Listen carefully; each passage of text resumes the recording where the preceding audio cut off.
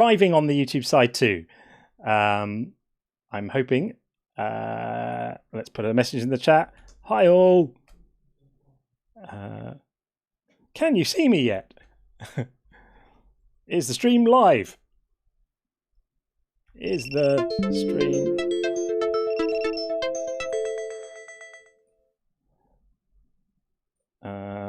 hello everyone. Is it working? All good now. Fantastic. Okay.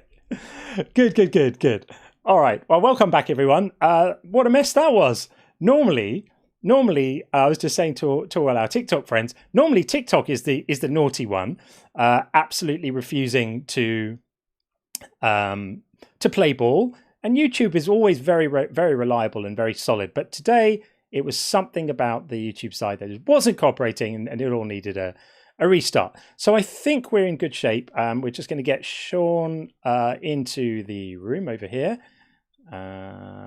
Let's do this right now. And before we get Sean in, let's just make sure that that is good. Bringing Sean in right now. There we go. That's looking good. Excellent. Hey, Sean. Hey, how's it going? It is going very well. Now it's going well. Now that everything seems to be kind of working, which is very good and exciting. How are you? Good. The restart gave me a chance to get ready for the stream, put on a collared shirt and some cologne, so now I'm ready to stream. That's excellent. I'm very pleased that you're so well presented. You're always well put together. Unlike me, I just come in here in the black t-shirt and hope I'm going to wing it. It seems to kind of work. Seem to have got rid of it so far. Right, I think we're there. Do you know, it's the craziest thing. I spend about 2 to 3 hours before I stream, every time, prepping everything, getting everything in order, testing everything, making sure it's all right and working and everything is doing what it's supposed to do.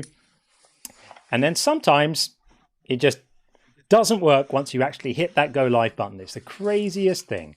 The craziest thing. How's everyone doing? I hope that you are all super well. And having a lovely time and enjoying the summer. Let's pop out this TikTok chat so we can see what's going on there as well. There we go. Now I can see everyone in both the chats in glorious color. Okay. So first of all, very huge thank you to anyone who donated towards the fundraiser we did for Radio Spencer. We raised a decent amount of money for him, and it's going to make his life a bit easier during a really hard time. So you guys turned up, and I really appreciate it. And he was moved to tears by it. So huge thank you for that. And Buzz is complaining because they can't smell your cologne, Sean. But you know, can you just reassure us that it smells really good, and that'll just have to be enough for now? Arrows by Versace. Well, there you go. I can almost smell it. Should I put more on? You guys can't smell it. It's not wafting like through. It's not quite getting through yet, but you know. Okay. I do have a faster connection now, but not quite fast enough to do that. I suspect. Okay. But there we are. So yeah, huge thanks to everyone for that. It was the weirdest live stream though. For anyone who didn't see the joint live with Justin the other day, I think we only had something like 2 proper conversations, like debates, or 3 maybe during the whole live stream. It was the weirdest thing. Like no one turned up. Like the audience during turned Justin? up. Yeah. Yeah. So that's the word that I heard, and I asked around a little bit. A friend told me about that, and it's been confirmed. So lately, it just the Christian opposition on these types of lives in general. It's not just you. It's like in general, it's been that way. Wow. Okay. Well, that'll be interesting to see what happens tonight. I mean, it's more interesting when they turn up, right? If they don't turn up, then we just hang out and stuff, which is really what happened with Justin the other day. But we were so perplexed about it because, like, come on, what's going on? What happened to all of these fierce Christians putting on their, you know, armor of faith, their shield of credulity, and their helmet of gullibility? What happened to that? I don't know. Weird. There were just there were loads of trolls, loads of people just messing around, and it was the weirdest thing. We were both scratching our heads a bit, but hey, I guess That's what happens, isn't it? That's what happens. You just Well, never know. it is, in fairness to them, it is hard to argue with that atheism makes more sense. It does make more sense. So I wouldn't want to have to argue against that either. Fair. Yeah, that's right. Yeah, it's weird, especially in a culture where like they're told such a fundamental part of the faith is defend it, right? Be ready to defend it. Be ready to give a reason for the hope you have and all of that stuff. 1 Peter 3:15. But they don't appear too worried about that. They just I don't know, they don't turn up, and they just gonna let us be heathens. But then I don't know. It's weird. If I really believed this stuff, I would definitely want to be out there saving souls. I'd be concerned about all the people who needed to hear the message, and 100%. I'd want to go and save souls. But they don't seem too fussed about that. So we are continuing tonight with this theme. I really like this topic. This might be my favourite one to run. That's if anyone turns up to talk about it, of course. But I really like this one because it's kind of positive and affirming, and it's sort of the philosophy of what we do here, rather than looking to necessarily kind of attack other people's beliefs. I know that is kind of part of it.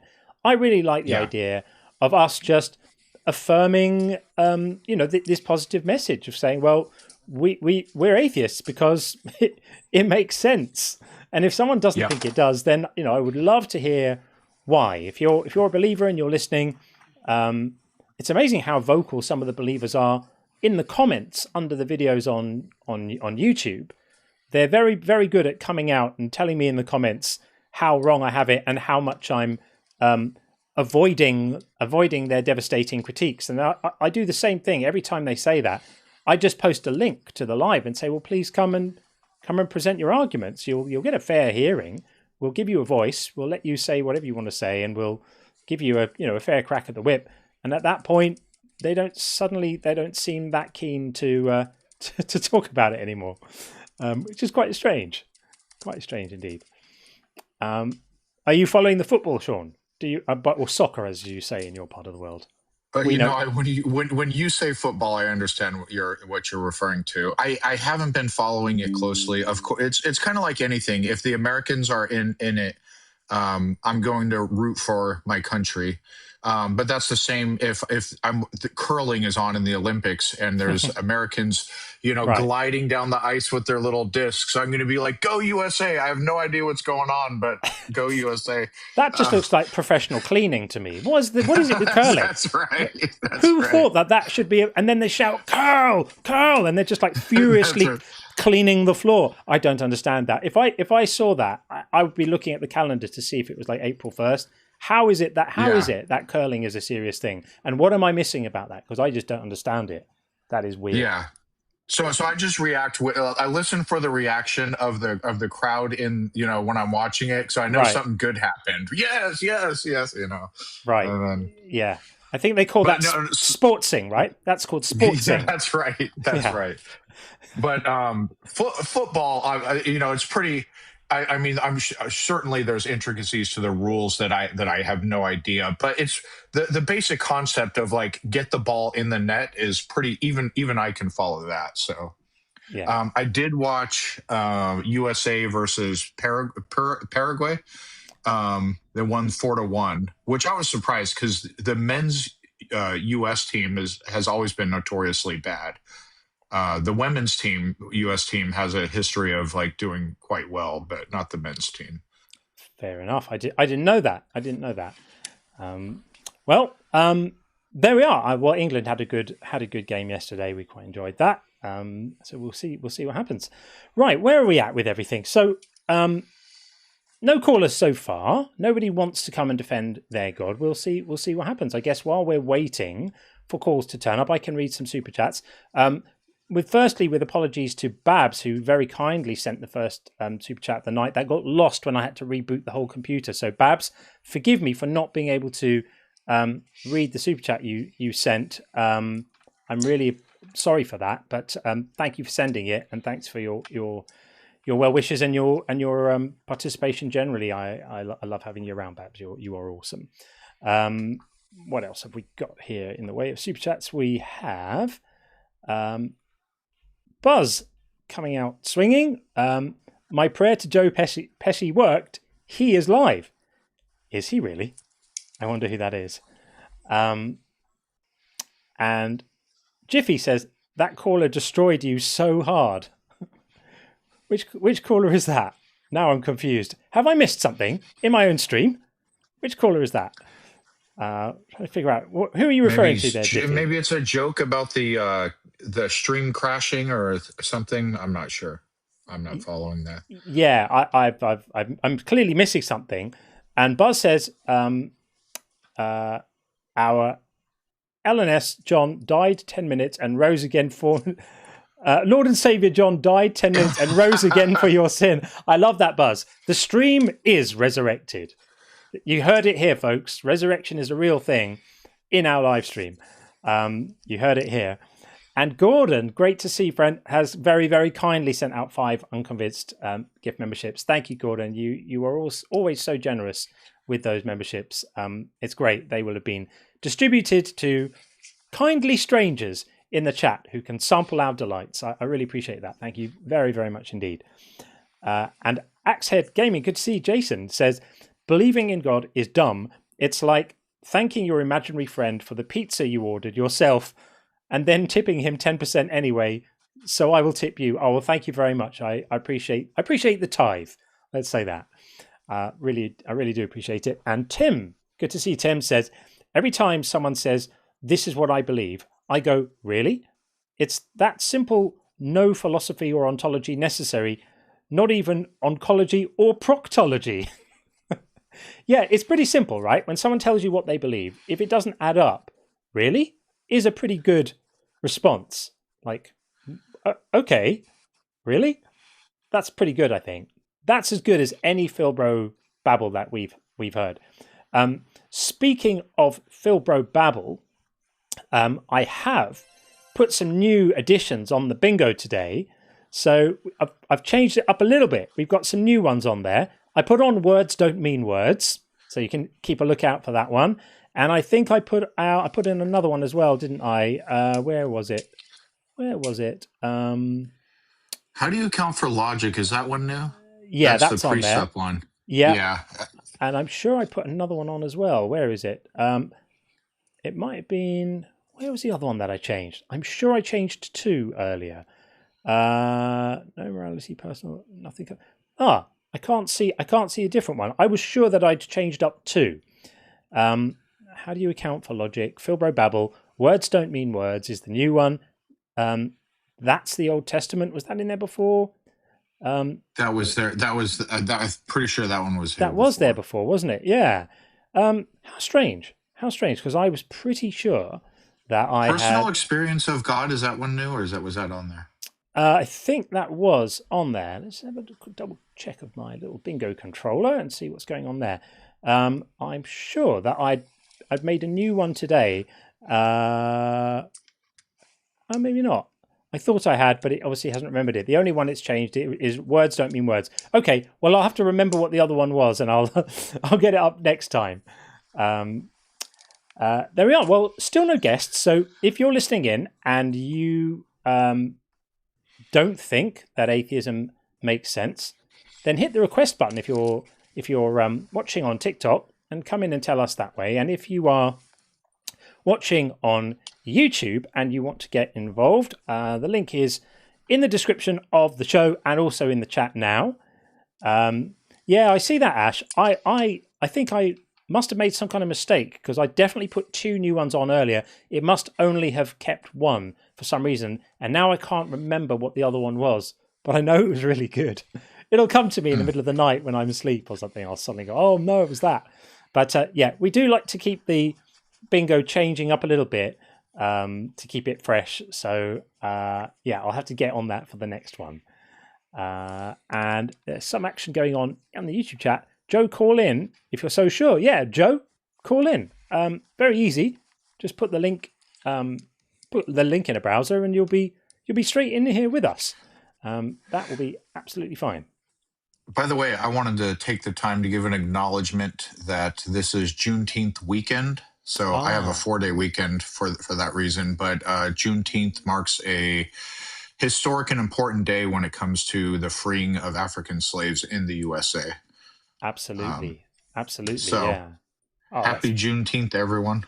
Happy Juneteenth. And that really is something worth commemorating and marking.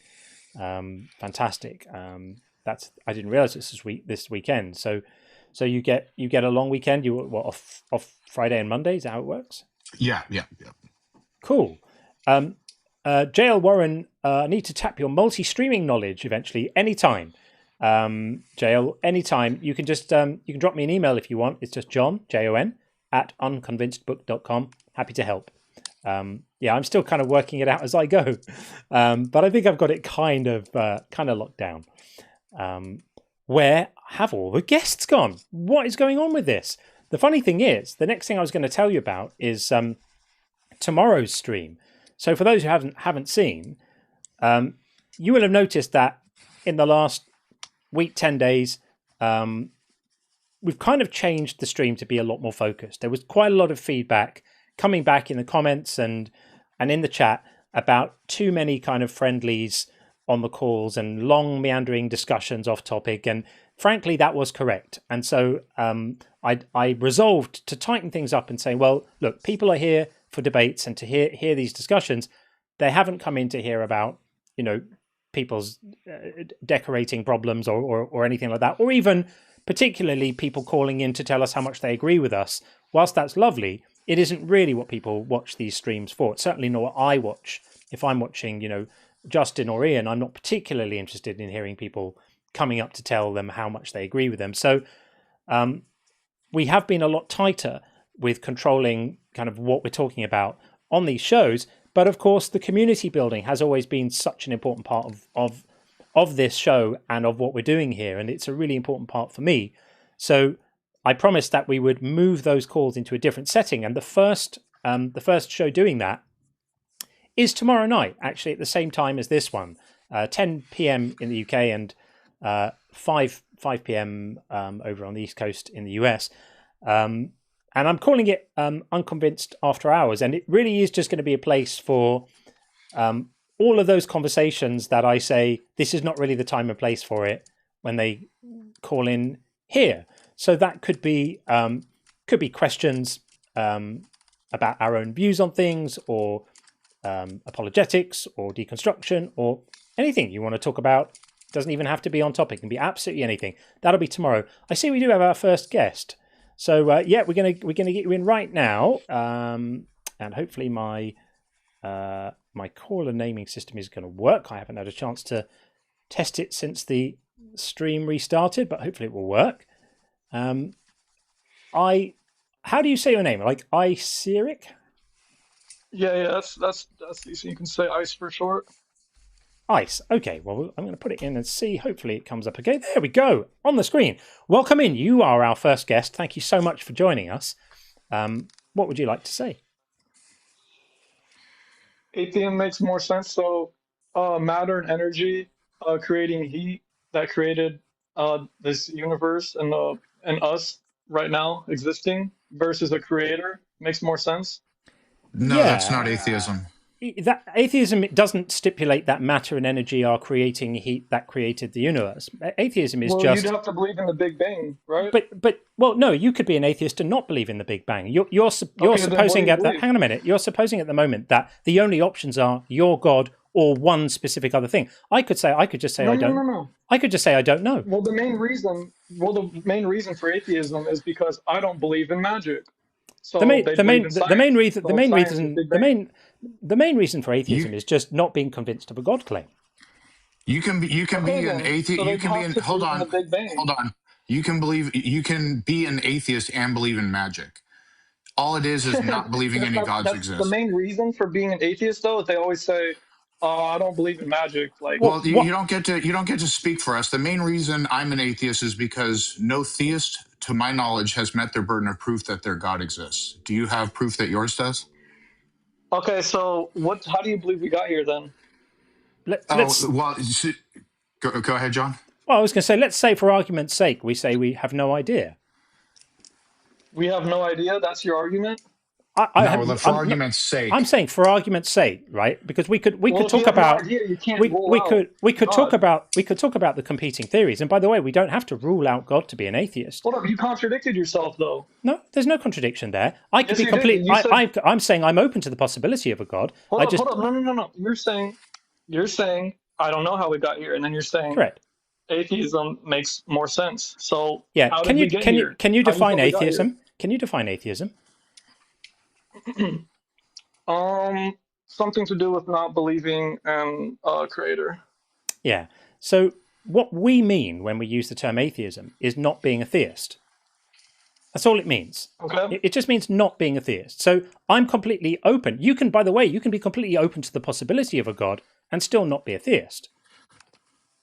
Did you know that? Okay, yeah, I can see how that makes more sense from a logical perspective, but it doesn't have a conclusion. Well, right, atheism isn't a conclusion. Correct. So what we're saying is it makes more sense to withhold belief in a God because none of you have met your burden. Hold on, let me finish. None of you have met your burden of proof. And earlier I asked you if you can provide sufficient evidence that your God exists, and you didn't answer. Can you? Hold up. You said you're open-minded. Is that a yes or no? What was the question again? Okay. So the reason I'm an atheist and John is an atheist is because to date, no theist has met their burden of proof, as from our perspective, that their God exists. We're asking you if you can.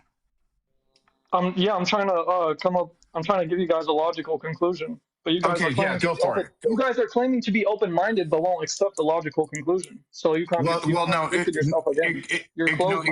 It could be that you haven't actually presented an argument. What are the premises and the conclusion? Okay. So the conclusion is God exists. Go ahead. What's your argument? I gave you my argument. And then you're saying we don't believe in the Big Bang. Okay. What was your argument? So what was your argument? You're literally closed-minded. You're saying you're open-minded. You don't believe in the Big Bang or God. Your argument? All you asked us questions.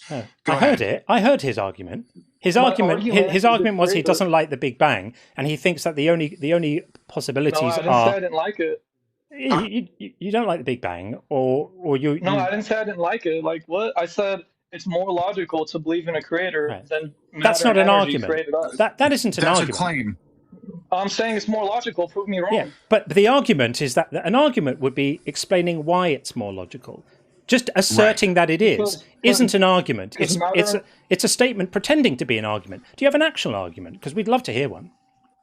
Why is it more logical? You just saying so doesn't do it. Don't worry about what we believe. Don't worry about what we believe. Provide evidence that substantiates the claim that it's more logical to believe an imaginary being, a wonderful magical being that doesn't exist anywhere detectable, created everything. Don't believe in magic. Give us the argument. All right. What's an argument are premises that lead to a conclusion? So the conclusion is your God exists. Fine.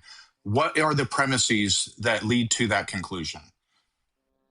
Go ahead.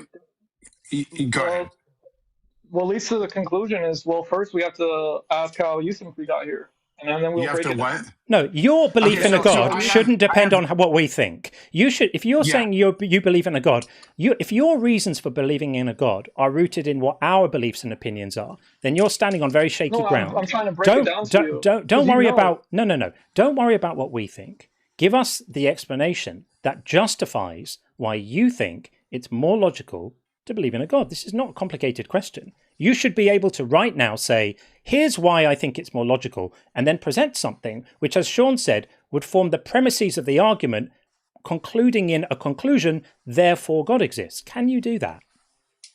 Okay, I believe it's more logical to believe in a creator than the Big Bang because you'd have to believe matter and energy always existed, rather than a creator. So you believe matter and energy always existed and created us versus a creator.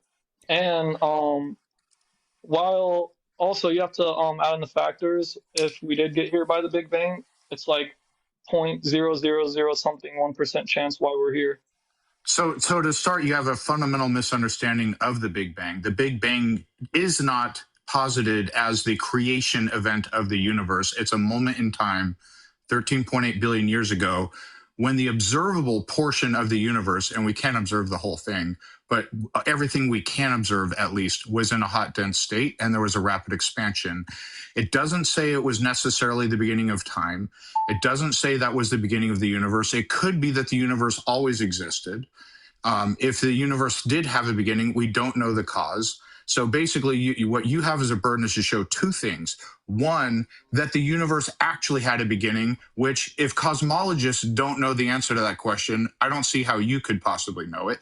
But you can present your argument for that. And then two, the cause was a thinking agent, e.g. your God. So those are the two things, if you're going to rely on the Big Bang, those are the two things that you have the burden of showing. So do you believe matter and energy always existed and it wasn't created? I don't know. Cosmologists don't even know the answer to that. Yeah, correct. I don't know is a more mature answer than just making shit up. So I don't know. If you claim to know, present your evidence that the universe had a beginning.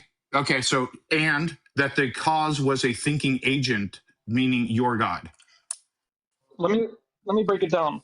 You believe in the Big Bang Theory, but there's things you don't know, okay? You don't know. All right?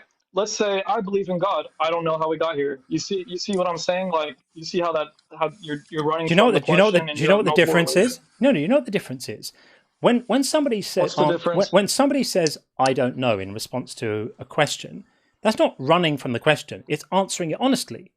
Right? That's not running from the question. Okay. Between hang on, I'm currently speaking, right? So between the two of us, you are the one making an active claim, right? You're making a positive claim about something. You are positing that an intelligent mind of some sort that exists without a brain, so far we've never seen a single mind that can exist without a brain, but you believe in one that can, exists in some kind of special way without any brain and is capable of creating vast expanses of space full of stars and planets and all of that. That's a hell of a claim to make, right? So when we say, can you provide evidence for that?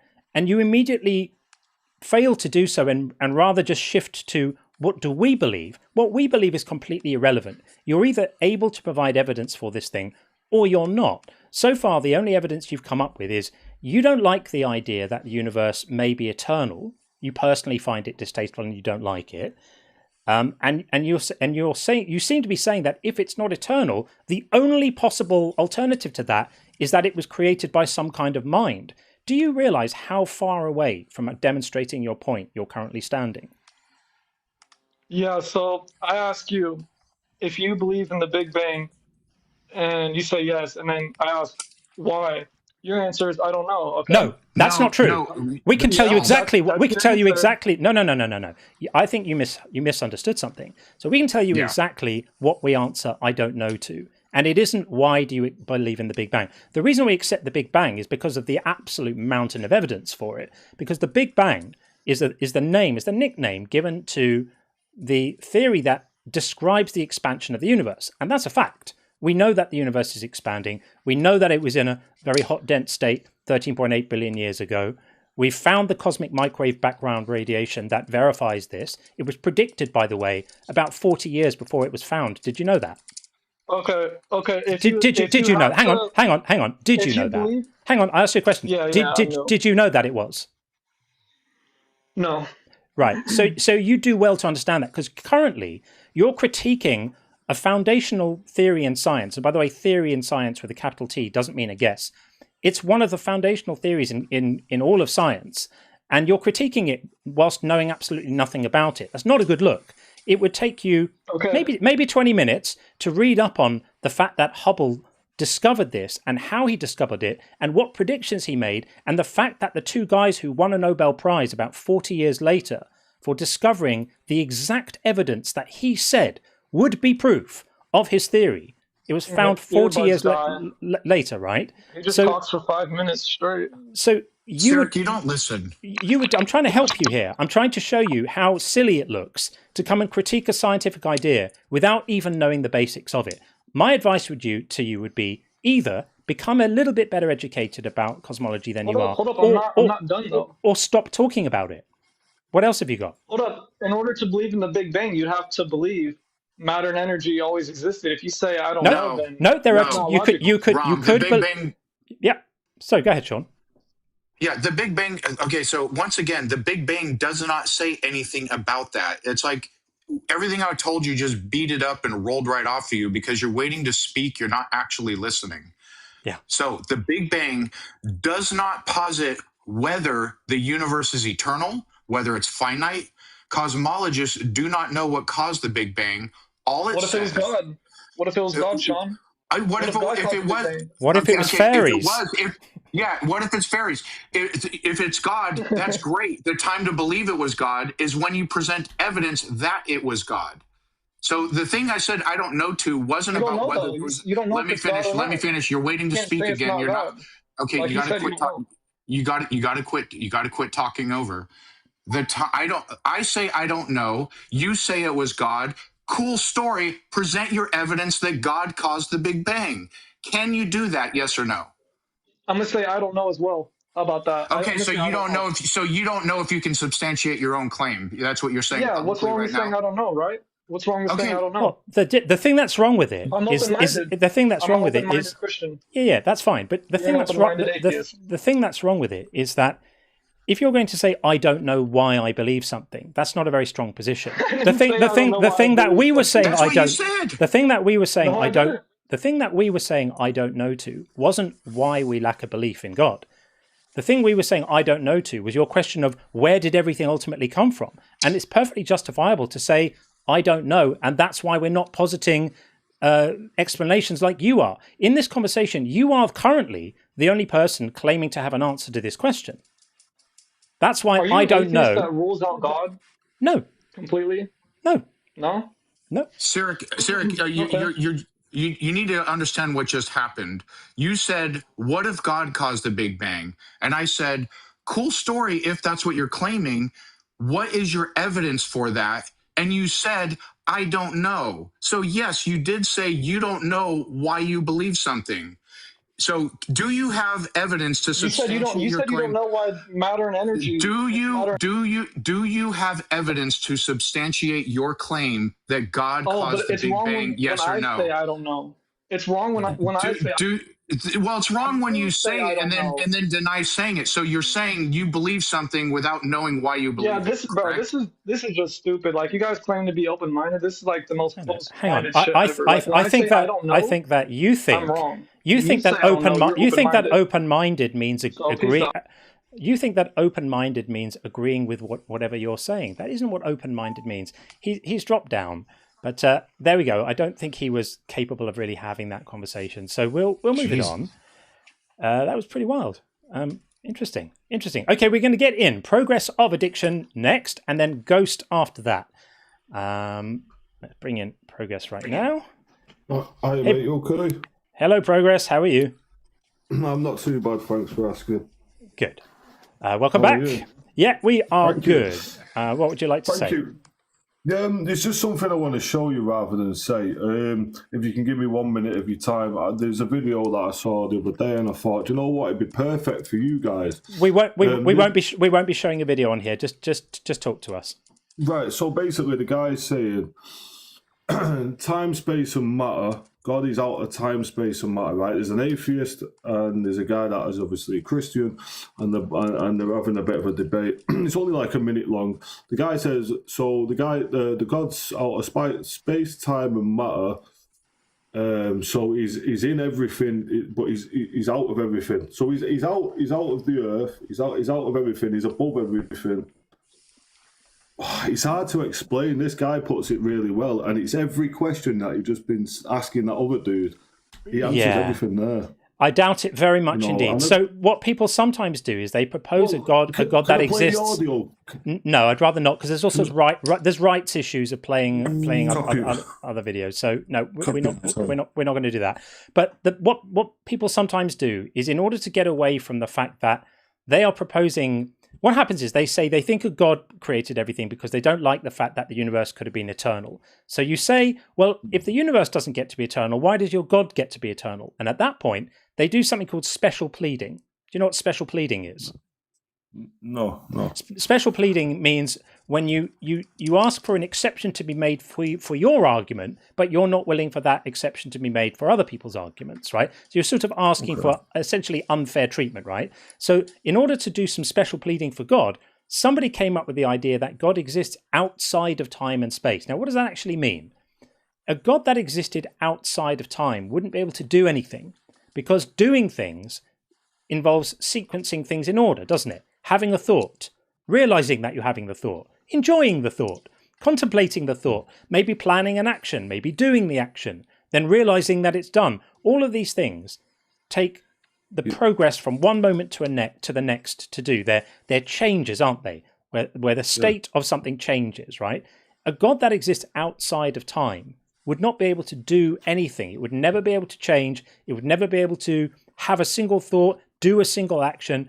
And a God that exists outside of space isn't located anywhere, which is exactly the same as not existing at all. So this claim, whilst it sounds a bit clever because it was designed to solve a particular problem in apologetics, oversolves the problem by identifying the God out of existence.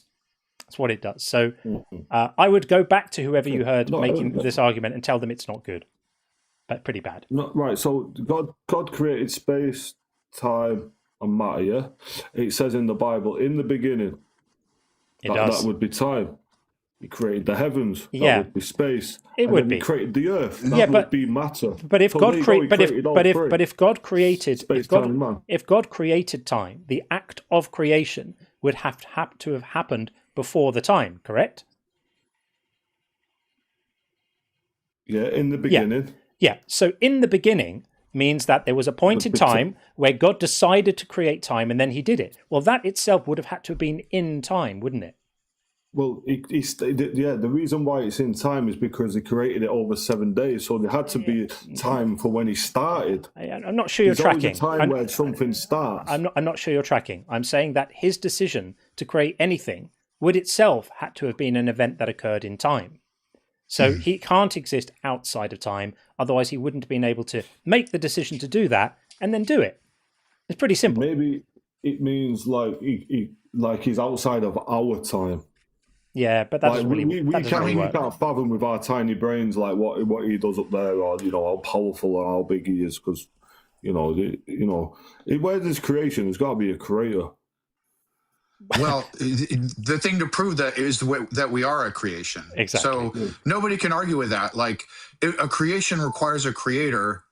That's great. But then substantiate that we are a creation. That's the thing that's being disputed.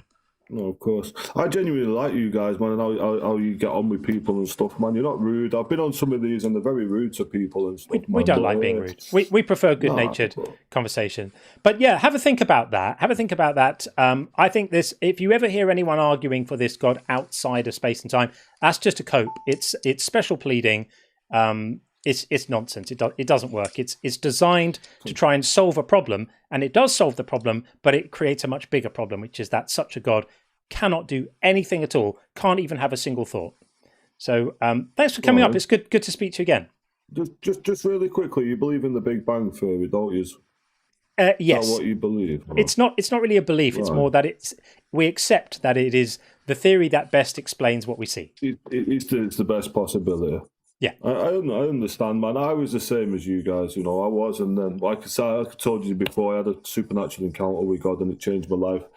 It can only happen for you one day, which I pray it will do, in the mighty name of Jesus. But I love you guys, man, and God bless you, and I hope you have a wonderful evening. And you know what? One day, I just pray that God opens your eyes, mate. No more of that. Thank you very much for coming up. I'm now sad, regretful, remorseful, even, that I removed I will pray for you from the bingo today to make room for words don't mean words. I just hope we can get one of those later on. Okay, so as promised, we'll bring in Ghost. After that, we have Follower of Christ. So we've got Ghost, then Follower of Christ, and then we've got Isaac and Dawood as well. So bringing in Ghost right now.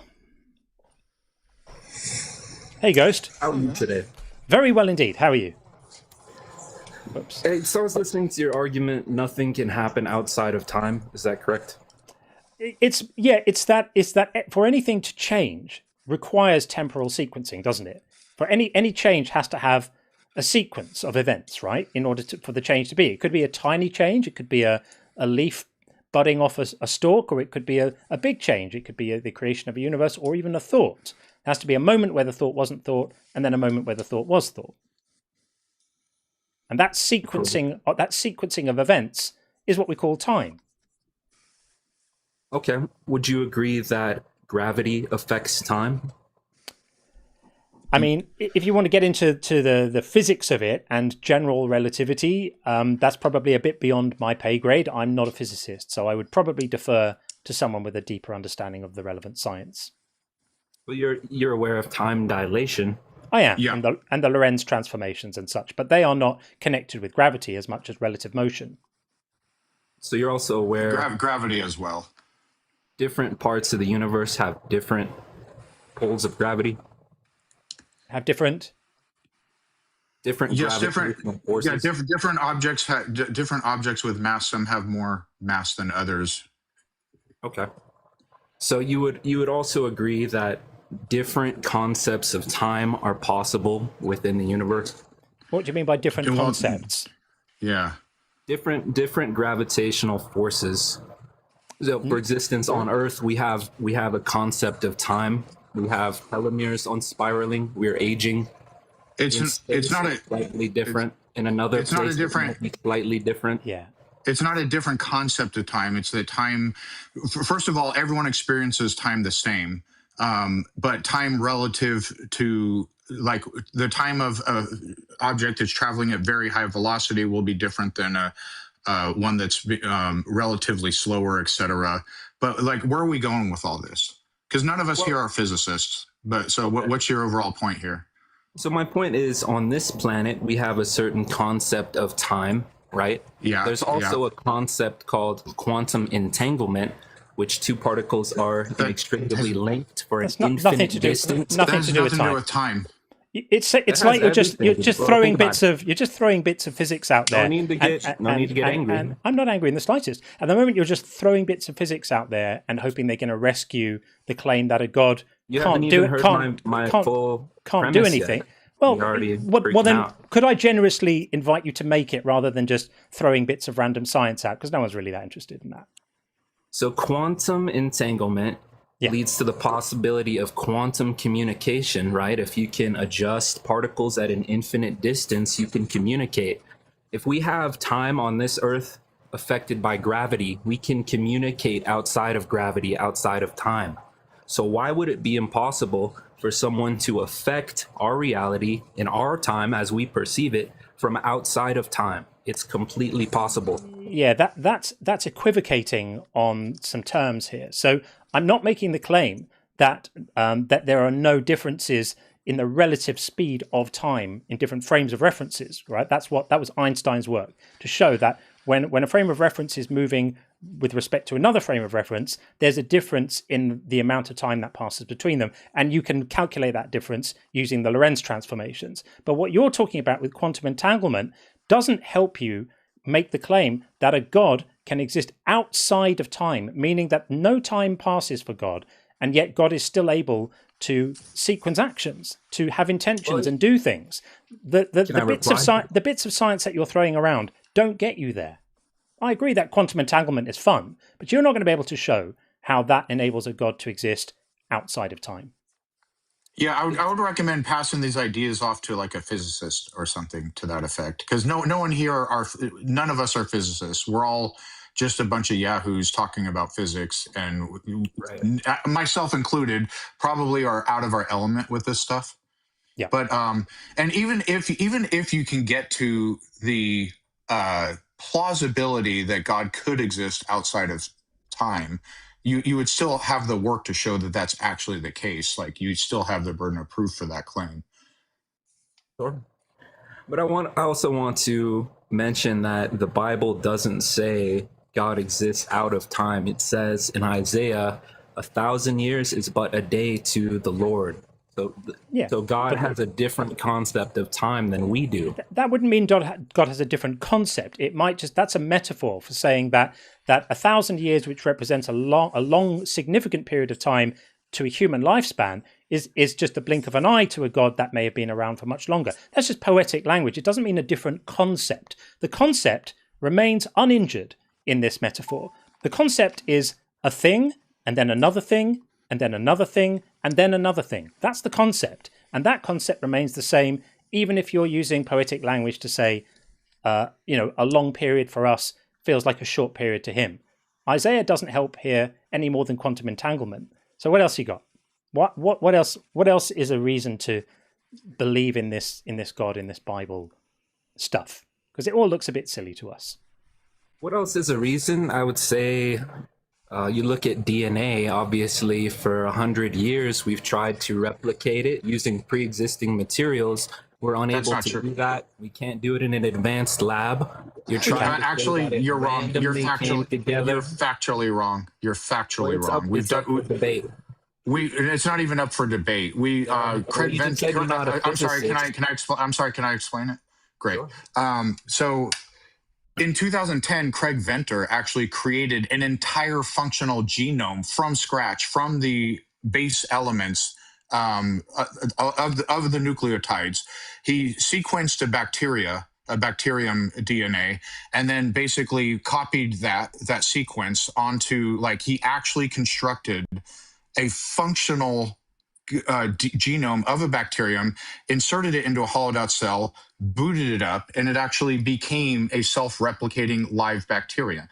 We have been able to literally create genomes, the entire DNA sequence, for decades. We did that a long time ago.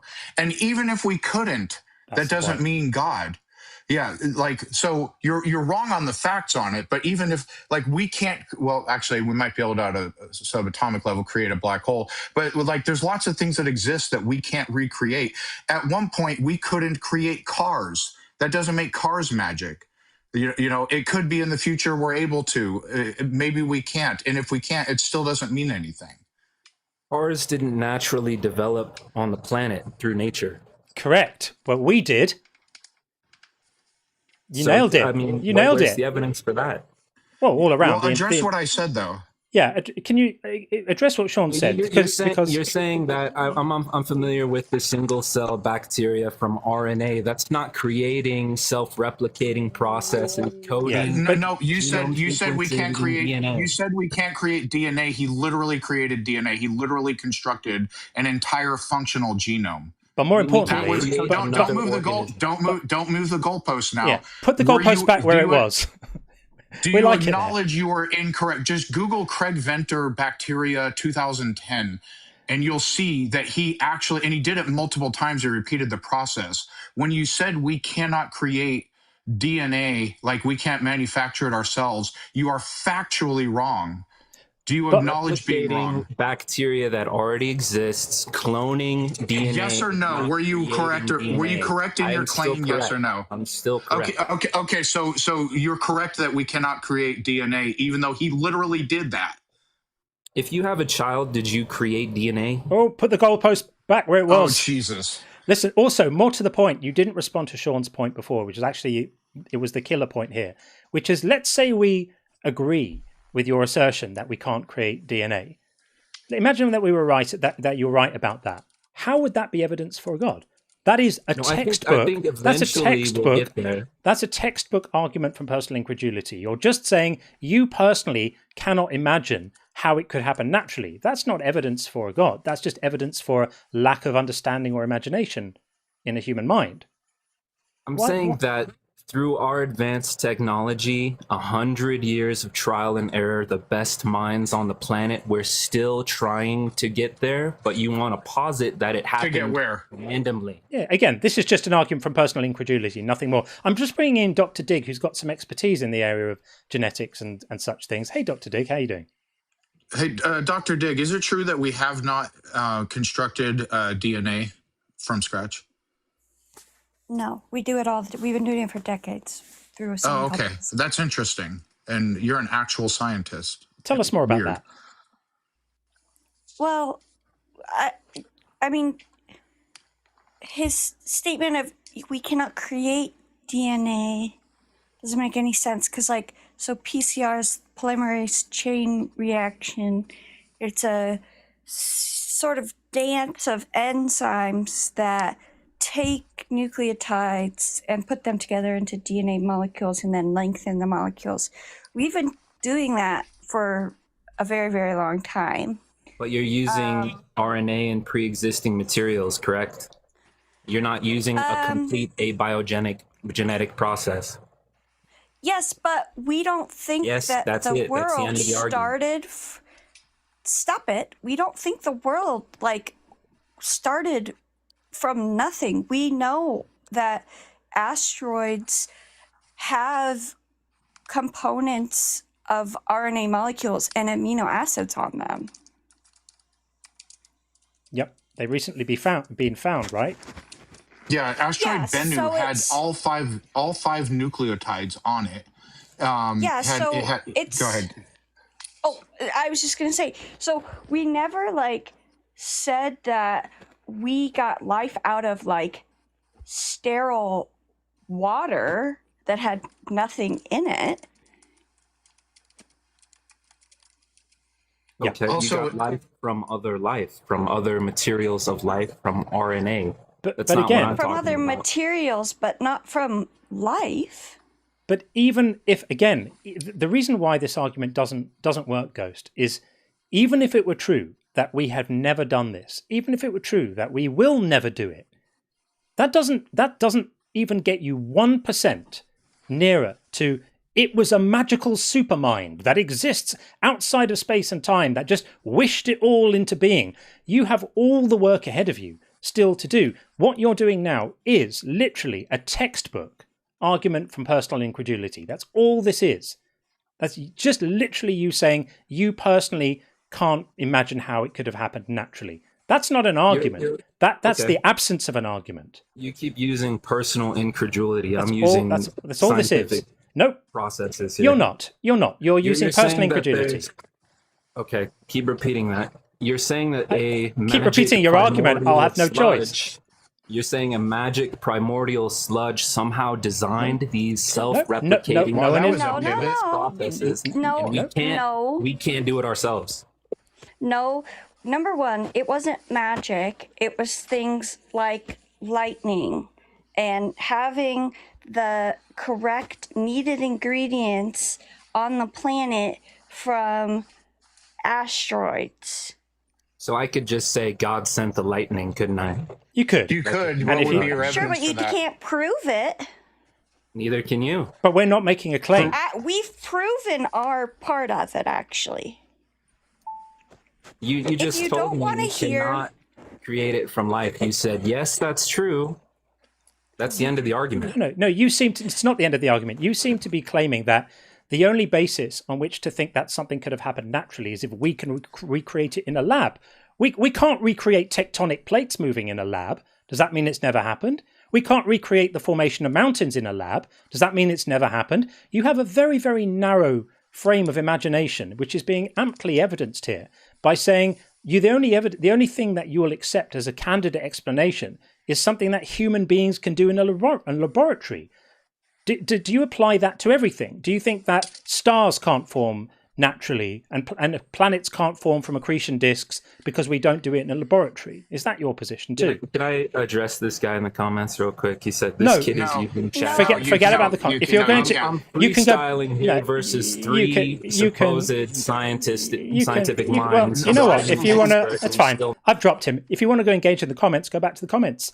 See you later. Yeah. Thanks for coming up, Dr. Dig. Appreciate you as always. Thank you. All right. Take care. Thanks. Thanks. Speak soon. Bye. Thanks. Yep. Good Folks, call on that one. if you want to come up here, you're very welcome. If you want to engage with the comments, you're very welcome to stay in the comments. Bringing in Isaac right now. Hey, Isaac. How are Good you? evening, man. How you I'm doing? Good. How are you doing? Yeah, very well all right, indeed. all right. Thanks. Thanks for coming up. Yeah. So just this is more of a term or a definitional point. So do you regard yourself as an atheist? Sure. Yeah. Why do you lean that way? I used to refer to myself as an atheist, but in more recent years, I'm definitely agnostic. And I'm just curious why you wouldn't I'm use that agnostic term. too. I'm agnostic also. So look, let me ask you a question. Do you believe a God exists? Do you have the belief that a God exists? I believe that it's possible, but there's no evidence for it. Then you're an atheist. Welcome to the club. It's lovely. It's lovely in here. I agree it's possible too. I agree it's possible too. I'm agnostic about it, but I lack a belief until such a point as I'm presented with evidence. And you're an atheist too, dude. Welcome to the club. You know what? Recently I've been calling myself an atheistic agnostic. So we call ourselves agnostic atheists. It just means some people take atheism must mean the positive claim there are zero gods, right? But that's a narrow subset of atheism. It's one that some people hold to. Some people here will hold to it right now. But atheism at its most basic level just means not being a theist. And if you're holding a position of I don't know, then it means if you're saying I don't believe this currently, I'm open to it, but I don't believe it, you're an atheist. All right, fair enough. Good for you. Then that's all. That's all I man. Say. Thanks for coming up. Cheers. Good luck. Peace. Thank you. Well, that was straightforward. Okay. You should have got his address so you could send him some atheist merch. I know, right? Like, reintegrating back into the club. The atheist pen and mug. That's right.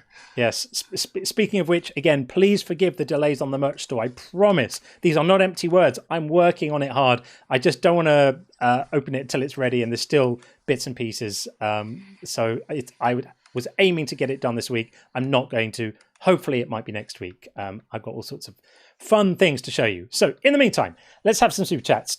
Tracy, good to see T. Did something today and want you to be the first to see it. Oh, I'm very excited. I wonder what that is. For anyone who doesn't know, Tracy's last creation was our Discord. So I'm very excited to see what you've been up to, Tracy, and find out what that is. And Babs says, oh, John makes an old lady blush. Don't stop. Anytime, Babs. I felt terribly guilty about losing. Yours was the first super chat, and as I had to reboot the computer, it was lost forever. So thank you. You're very sweet and very kind. And Jiffy says, there were no callers. It was a stupid joke. Fair enough. Fair enough. Fair enough. Buzz says, Joseph Maleski wants a word. He claims to have already destroyed you with a comment. Oh, okay. I have no idea who that is, but I'm sure his destruction of us was fierce and ferocious, and I'm feeling very destroyed now. So well done, Joseph. Good for you. And if you want to come up and talk to us, we'd love to have you. Just some random dude on YouTube, good to see, friend, says, you're only open-minded if you agree with me, right? Isn't that wild? I think that's genuinely what he thought open-minded means. Open-minded means agreeing with what I say. And if you don't agree with what I say, that means you're closed-minded. That does not mean what you think it means. Do not think that word means what you think it means. For anyone who hasn't seen The Princess Bride, it is necessary viewing. Bethos, good to see, friend. Argument ad Iseric, your view can't explain, hence God. That's it. That's all it was.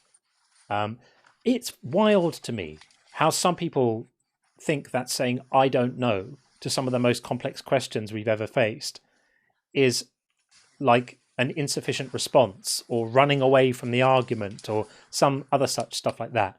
It's just called being intellectually... a mic drop moment for themselves. Right, exactly. It's just being intellectually honest. Oh, see, you don't know. I like they just get so giddy about it. Like it's wild. Pretty wild. It is pretty crazy, isn't it? Okay, and we have Axehead says, what if it was God? What if it was Joe Pesci? Well, I think it was more likely. Is it Pesci or Pesci? It's Pesci, right? Pesci. How do you say that? How do you say it, Sean? I say Pesci. Pesci. I would say Pesci. Correct. No, I think that's right. I think it's Pesci. And what a fine actor he is. I loved him in Casino. He was just the best. Bethos says, drop the quantum ghost. He understands nothing. He sadly understood nothing. That is absolutely true. And Axehead very kindly sent one Unconvinced gift membership. Thank you so much, Axehead. Really kind of you. And Jiffy sent 5. That's crazy, bro. Thank you very much indeed. And then to respond, not to be outdone, Bethos did the same. So, guys, memberships are flying around this place tonight. I love you for it. Thank you very, very, very much indeed. These memberships will allow people to get involved with the bingo. And speaking of the bingo, let's have a look, because we've had quite a few calls. Now, I resolved today to be more on it with the bingo and not let too much stuff go by to stop this happening. And it has already happened. I can't believe this, but let's have a little look here and see what we've got. So the first call came from Grzegorz, says nothing comes from nothing from Iseric, which is absolutely right. Let's close that and make sure that this is not too loud. I always make the fanfare comes out too loud. There you go. That's a nice sensible level. And sufficiently advanced tautology to crying about the meta. Yep. No time wasted on that one. Kif called crash out for Iseric as well. Here comes the crash, folks. Ready? Oh, that's going to hurt. And Ash called Philbro Babble for Iseric. Iseric provided a generous seam there of calls on the bingo for us. Pastafari called You Can't Prove God Doesn't Exist. Yep. Nobody's trying to do that. Sufficiently advanced tautology called Fine-Tuned Universe. We're going to need a bigger board, folks. Anonymous Pie called Words Don't Mean Words for Progressive Addiction, and I think that is probably fair. And Gregor's called Look at the Trees. And also called Personal Experience of God. And Ash Wild called Read It in Context with Ghost. Did Ghost say read it in context? I'm trying to remember if Ghost did. Not sure if that was I'm not sure about that one, Ash. I stand to be corrected. I'm going to hold that one for now. I won't reject it. I'm just going to sit on it. I'm happy to have representations made, but I'm not sure that Ghost called Read It in Context. I don't remember hearing that. And Ash is also called How Do You Account for Logic from Ghost? I don't remember that either. I wonder if could they be accidental? I wonder. I'm not sure. Sean, what do you think? Because I don't remember hearing those come out in our communication with Ghost. I can't say for sure. I don't know. Maybe leave it open just in case. It's up to you. All right. Yeah, we'll leave them pending for now, and we'll see what happens. Because I'm not completely sure that Ghost did actually call those ones, do those ones. Yeah. So definitely not How Do You Account for Logic, because my ears perk up when I hear that one. Yeah, right. Yeah, absolutely. Okay, we are going to very, very briefly bring up Silas, who is a friendly. I have a feeling that we may be redirecting Silas here. Silas, good to see you, friend. How you doing? I am very good, but I'm not sure if you know, we've changed the stream slightly since last time we spoke. So these streams are now pretty much for debate only. But tomorrow evening, we've got the Unconvinced After Hours stream where we're having friendlies and all people coming up to talk about anything they want. So could I ask you to call back tomorrow? Absolutely, you can. Thanks for having me up. Good to talk to you both. Good to see you too, Sean. Great to see you again. We'll be here same time tomorrow from 5 p.m. Eastern. So please come in. We'd love to catch up with you and hear how you're doing. 10-4. See ya. All right. Cheers, buddy. Thanks. Okay. There we are. Okay. Call queues currently empty. There were a couple in the TikTok queue who have since dropped out. Sometimes if people feel that they're going to have a very long wait, they kind of get demoralized and they drop out the queues. You're not going to have a long wait now. So if you want to come in and speak to us, just request up and you'll be in straight away. The call queue is empty. We briefly saw Not Jay pop up there, but he has now dropped back down again, out of the call queue. So while we wait, let's have a few more super chats until the next guest loads up.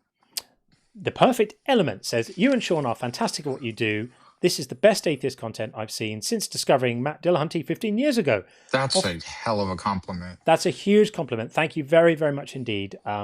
We understand how good the other creators in this space are and how high the bar is. So it's very, very meaningful to hear stuff like that and know that we're kind of getting it right. We try, and we don't always get it right. I certainly don't always get it right. But we try, and we try to make it entertaining and informative and reasonable. But thank you so much, Perfect Element. That's very, very kind. And Bacon and Bush, good to see you, has sent out 5 Unconvinced gift memberships. So Unconvinced gift memberships are just raining from the skies tonight, which is wonderful. Thank you so, so much. I really appreciate that. Bethos says, DNA BS could be countered with John C. memberships. Fair enough. I'm trying to think, do we have DNA stuff on the bingo board? Let's have a very quick look at that, because I don't I think thought there's. we used to. Yeah, I do have DNA it. is a DNA is a code or something like that. Yeah, I do actually have that. It's on my list of cells that I can populate. So yeah, I could definitely put that in there maybe for next time, because the DNA thing does come up a fair bit, and I don't know why they think it's such a flex, because they're literally pointing at something in nature and just saying this couldn't happen without magic. That's all they're saying. It's really weird. Yeah. Strange. Axehead said, Doc Dig is my hero. She's like the M's of science. When the science starts, she pops up, ready to go. And on the subject of Dr. Dig, Bethel says, I dig Dr. Dig, nearer my science to thee. Oh, I love that. A reference, of course, to nearer my God to thee. I prefer nearer my science to thee. Very, very nice. And Space Lord says, it's a triumph of biology that the recent explosion of genomic data has mostly confirmed our existing ideas of the structure of the tree of life. Very, very, very well said, Space Lord. I think that you could completely disregard the entire fossil record, and the evidence from genetics alone would be a slam dunk for common descent, for all of that stuff. Even if we had not one, and you hear them sort of crying and jumping up and down about missing fossils and missing links, with absolutely no understanding of what that means. And the idea that whenever you have a form here and a form here, and you find a fossil that's between those two, well, you've now created two new gaps, haven't you? And then they say, that's right. You've not found anything for these gaps. And then we find things for those gaps, thereby creating new gaps. Whatever we find, there's always going to be a gap, because that's how it works. Because the percentage of living organisms that get fossilized is so small. I don't know what the number actually is. I'd be interested to know. There's probably someone here who knows. If someone does know in the chat, what percentage of living organisms end up getting fossilized? It's going to be a tiny, tiny fraction. So you think about the hubris of insisting that we should have a well-stocked library of every organism that's ever lived, perfectly fossilized for our perusal, is ludicrous. Absolutely ludicrous thing to say and to expect. But yeah, well done, Space Lord. That's an absolutely brilliant comment. I really appreciate that. And Bethel says, Isaac, in some sense, is smarter than Newton was. I suppose in the sense that he's not trying to turn base metals into gold, or just in the sense that he's claiming knowledge of science that he doesn't actually have. I don't know. Who knows? What else have we got? We've got Eric. Eric always smashes it. Eric says, I use the roulette analogy.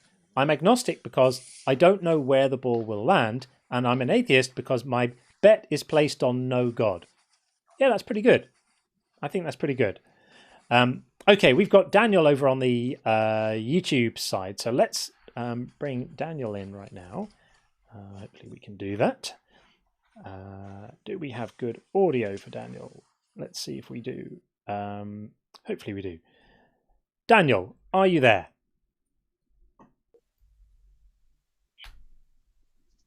Let's try again.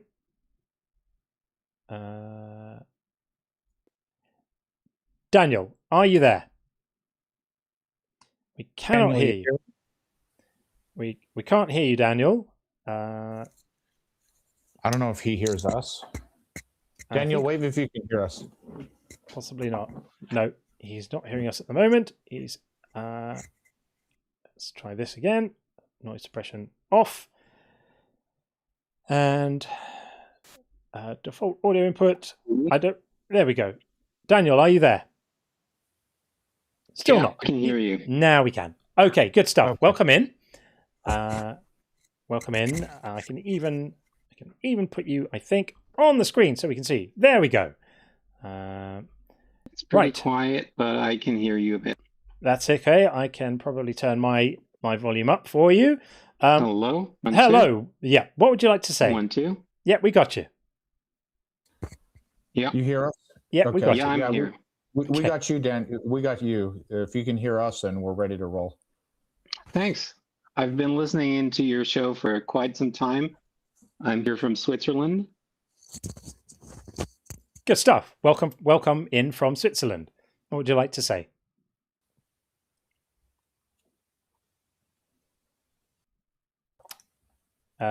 I'm not sure if the audio is getting I'm wondering about something. I'm recently not a believer anymore. So I've been a believer for about 39 years of my life and recently deconverted.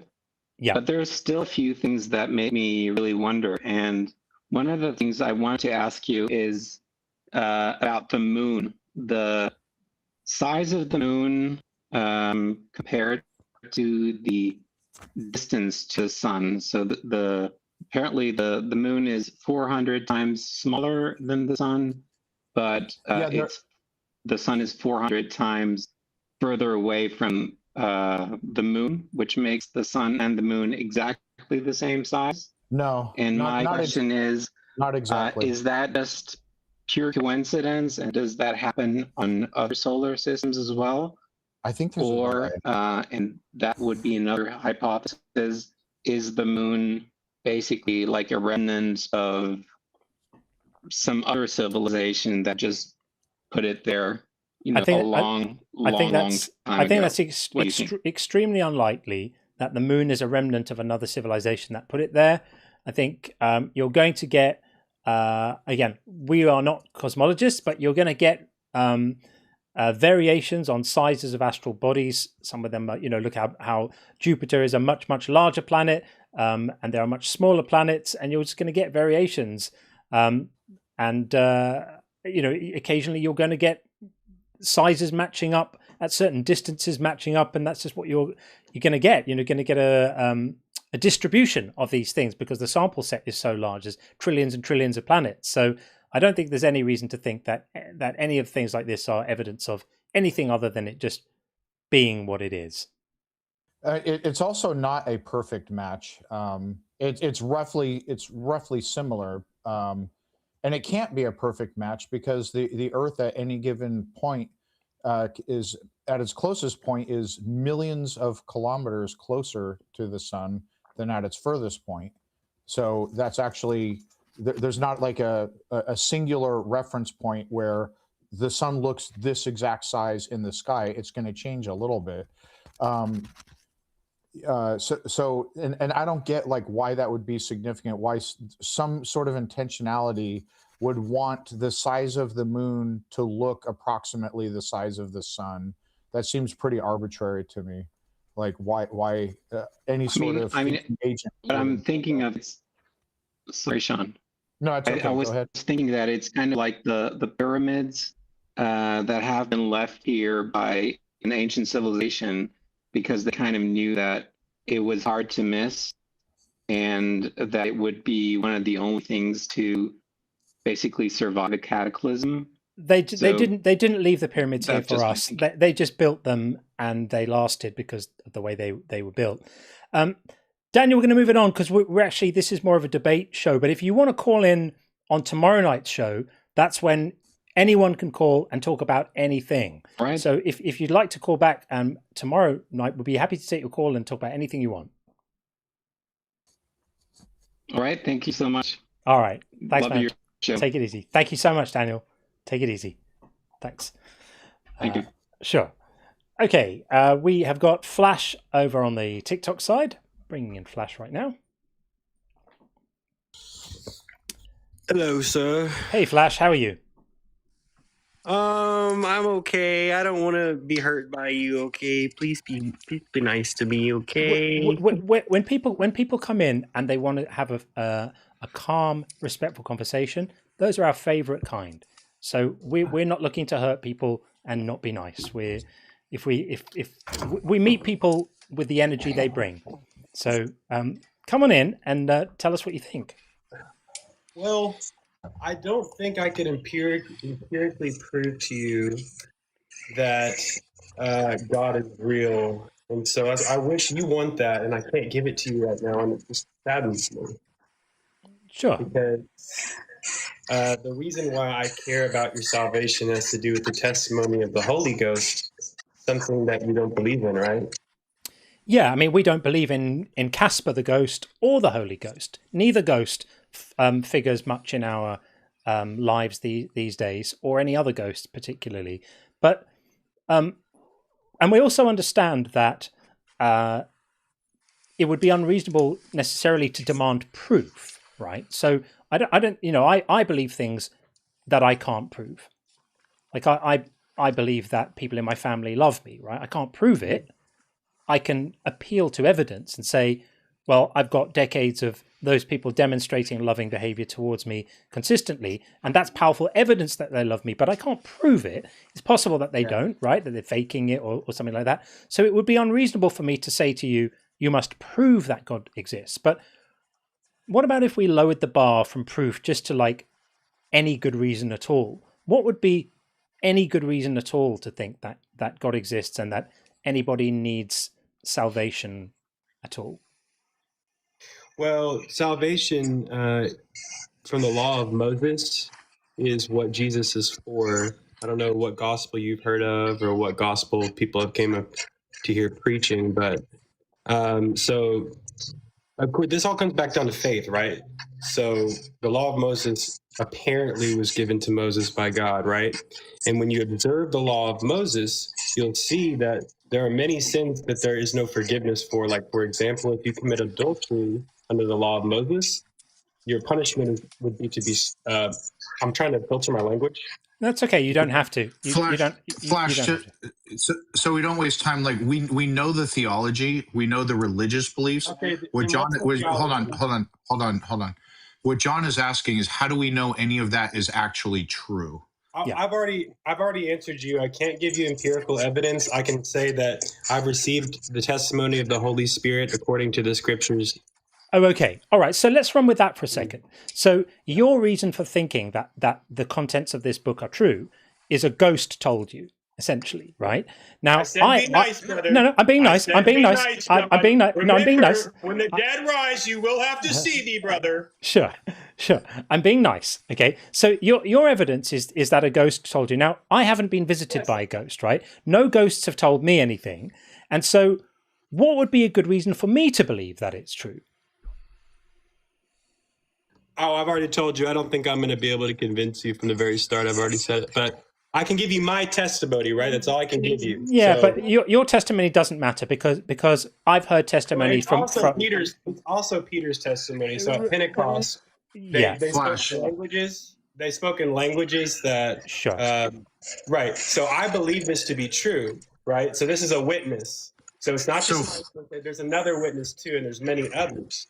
Flash, for those of us who haven't received anything from a Holy Ghost or any sort of those things that you received, for those of us who have not received it, would you agree then that the only rational position for us to have is atheism? No, I don't think that that's necessarily true, but I do think that it would be impossible for you to. It's not a possibility to believe in Jesus without the baptism of the Holy Ghost. It's not possible. Well, but that's what I'm saying. Yeah, that's what I'm saying. So, are you a Calvinist? Yeah, so basic. But may I ask you, you guys interested? Do you want it? Hang on. Are you a Calvinist? Do you mean that I believe that God creates people to go to hell? Yeah. No, not necessarily. Okay. So God, I mean, respectfully to you, right? And I'm being super nice to you, honestly. I'm not being mean at all. But I think you are being nice. I've watched you before, and so that's why I said that. And so, okay, all right.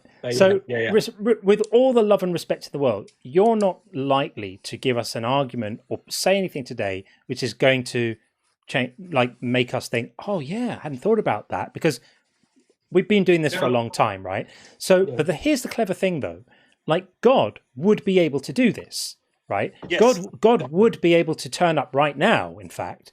And give us all, not just me, not just Sean and me, every single person in this live stream right now, God would easily be able to turn up right now. There's about 650 or so of us. Wow, if only God would show up to you. Yeah, but the thing is, he would be able to present all of us with evidence right now that would convince us all. So but he doesn't, right? If God were to appear to you right now, right now before you, in front of your face, you're saying you believe in him? Sure. We'd have no choice. Thank you Yeah. for the concession. Yeah, of course. But I mean, that just shows it's not a concession. It's just being reasonable, isn't it? It's saying that we're just saying there's nothing conceded. It's just a statement of being reasonable. Of course, if God presented evidence that was sufficient to convince us, then by definition, of course, we would be convinced. Otherwise, he would have failed, right? And in your paradigm, God doesn't try to do things and fail, does he? Brother, if God were to come into this room of 148 people, 650. Got 500 on YouTube at the moment. Do you think that all 148 people would be able to keep their rational minds intact? 650. Yes. Is God powerful enough to? Is God powerful enough? Is God powerful enough to present Himself to people in a way that they would know He's there and not have their rational minds destroyed? I think that that's the purpose of this whole story, my friend. Is that a yes or no? Yeah. Come on. Yes, come on. I think it's possible. I think it's possible. Right. So he could do it, right? So let's not worry about our rational. Maybe, about I our. don't know. I'd have to be God to say, wouldn't I? Well, no. It depends on whether you think He's all powerful or not. So if you think He's got limited power, then you could say, I don't know if He could do that or not. Fair enough. If you don't think He's all powerful. But no, if you I definitely think that He can. What's your point? Okay. I think that okay. So here's the point. Let me take you on the journey of this argument, right? If God could present Himself to all of us here in such a way that we would know He was there, we wouldn't be mistaken, the evidence would be so compelling that we would all unambiguously know He was real, and He wouldn't have messed with our free will, and He wouldn't have messed with our minds and destroyed our minds. If He's capable of doing that, but He hasn't done it, what can we infer about what He wants? I think that is a wonderful question. Going to answer it? Is there a wonderful answer? Well, I hate to say it because I feel like you're going to insta-kick me. No, I mean, just look. We're not trying to get a gotcha. The Pharisees were asking Him for a sign, and He said, which He did. God did present Himself, by the way. So when the Pharisees asked Him for a sign, His answer was, "Please don't kick me, sir, okay?" But he refused the sign to them, and the reason why was because an evil generation seeks a sign. Right, but to be fair, that's a bit of a cope, isn't it? Because God clearly doesn't think we're an evil generation. Otherwise, He wouldn't be trying to reach out to us, right? If we were an evil generation, then you wouldn't be a believer either. So God is ready for people in this generation to have a relationship with Him. This is what we're continually being told.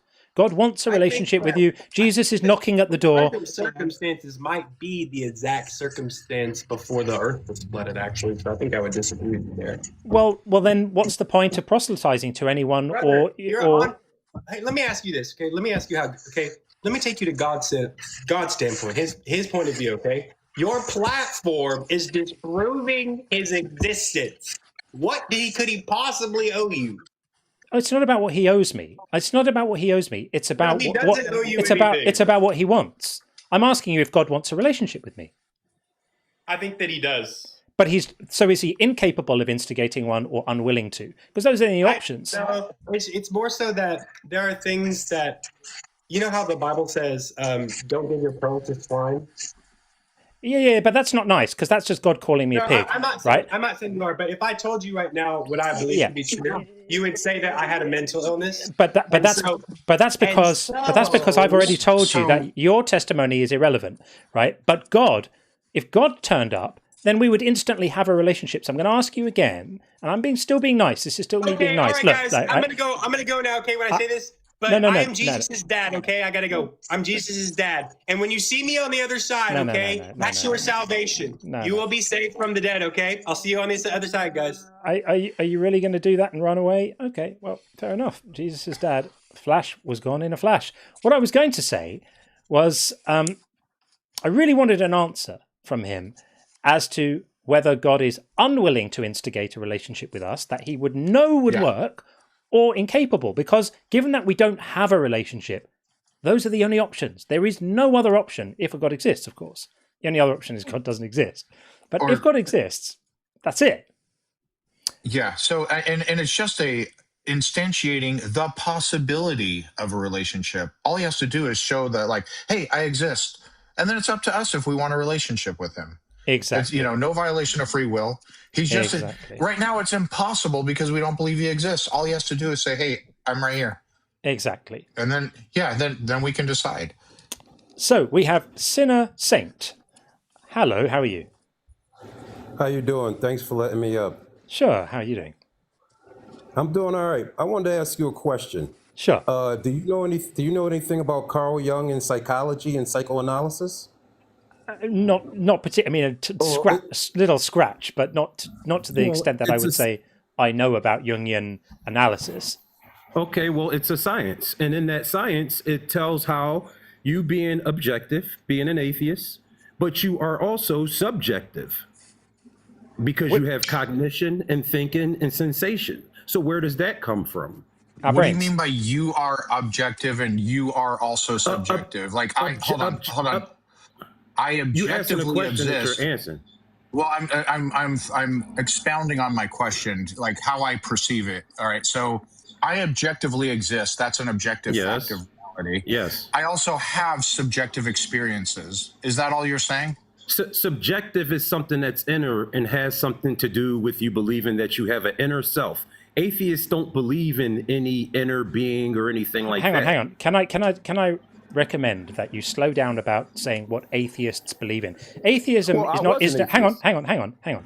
Atheism is not a monolithic thing, right? You're going to have some atheists who deny the existence of a self. You're going to have some atheists who assert the existence of a self.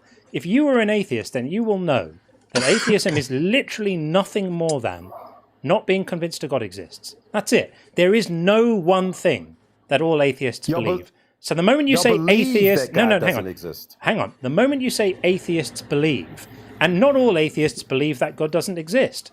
That's a particular subcategory of atheism called strong atheism.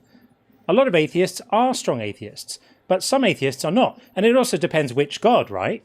If you ask me, do I think Poseidon exists? I would say the chances of Poseidon existing are so close to zero that you might as well call it zero. But if you're saying, do I think anything that could possibly be a God exists? Then I think it's unlikely, but it's not quite as unlikely as, Thor or Poseidon or, specific gods like that. So we need to be a little bit more careful, about how we use these terms. Pardon self. What I asked you is, do you believe that you are a subject? I don't really know what you mean by the question. Okay, do you as an atheist believe in psychology? Do you as a science, yes, psychoanalysis well, psychoanalysis is not necessarily psychology. Psychoanalysis is a specific branch of psychotherapy. It's not necessarily psychology, is it? It's considered psychology. Okay. Well, yes, I'm not well enough acquainted with Jungian analysis to really have an informed view on the subject. But my wife's a psychologist, and what she does is very scientific. So yes, I believe in psychology. He's considered the greatest. He's considered the greatest psychoanalysis of all time.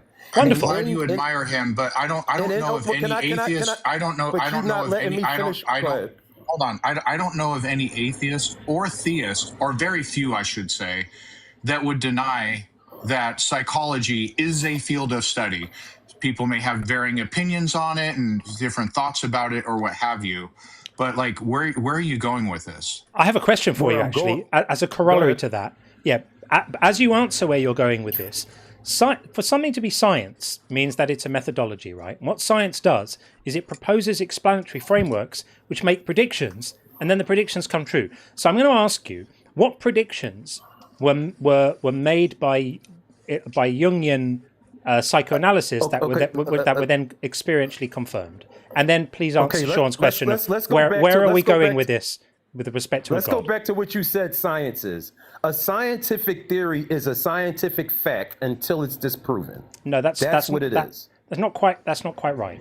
You can look it up. Yeah, we'll agree to disagree. Yeah. But what I'm saying is, once you familiarize yourself as being a self, if you don't see yourself as a subject, then there's something mentally ill with you, because everything is an object compared to you. That's delightful. Y'all never let me finish. Y'all never let me finish what I'm saying. According to the psyche, your psyche that you have, this self has a regulating principle behind it, which you call self, which is actually God, something that you cannot explain. Right. Okay. This is that's how according to, that's how he gets This is it. according to psychology. Right. So And that's only one thing. psychology says that God is ourself. I mean, the thing is, once people start redefining the word God to mean things which are not actually Not your ego, yourself. Yeah, delightful. Not your ego, not the one you're showing, but okay. Yeah. Once people start just simply slapping the word God on other things that don't have any of the properties normally associated with the word, then that just gets a bit boring. Because I could come along and say, I've got dustbins outside my house, and I think they're God, and therefore atheism doesn't work because I can see the dustbins there. It's not an interesting argument.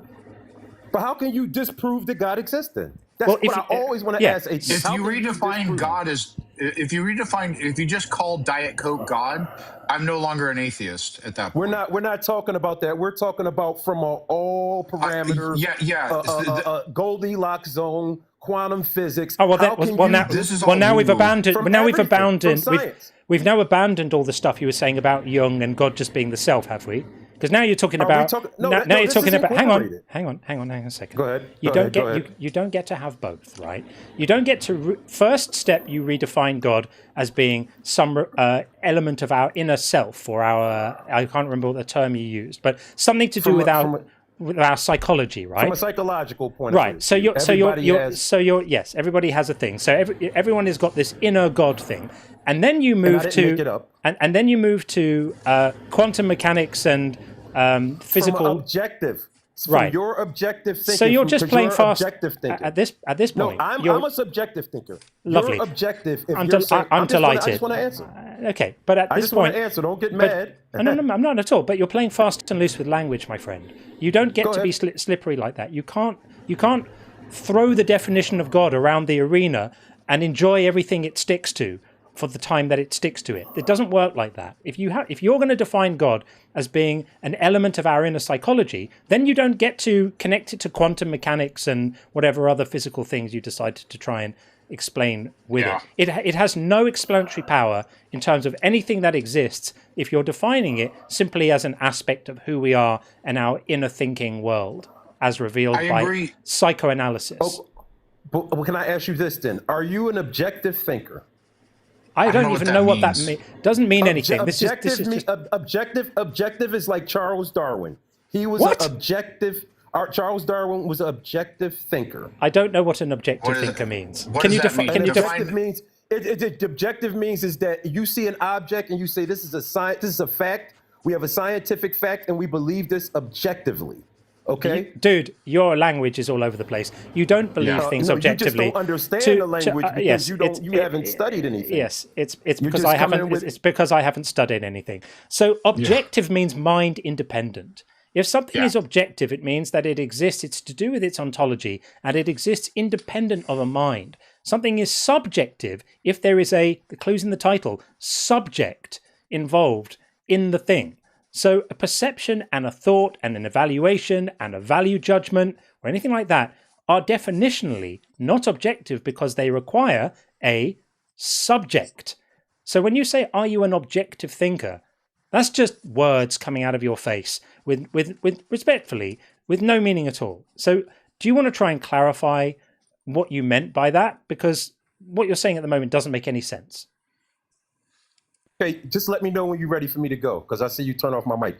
All right, you said an object is independent of the human subject. Okay, so how do you even know if it's an object if you don't perceive it as an object? How would you know it's an object if you're not defining it as being an object? So you're getting a little bit confused between the thing itself and the process of thinking about the thing itself. So if I look at an apple, then the apple is an object. But my perception of the apple and my discussion of the apple and my thoughts about the apple and my Jungian relationship with the apple is all subjective. They are all subjective. To do with my mind. Subjective, correct. Not objective. Does that make sense?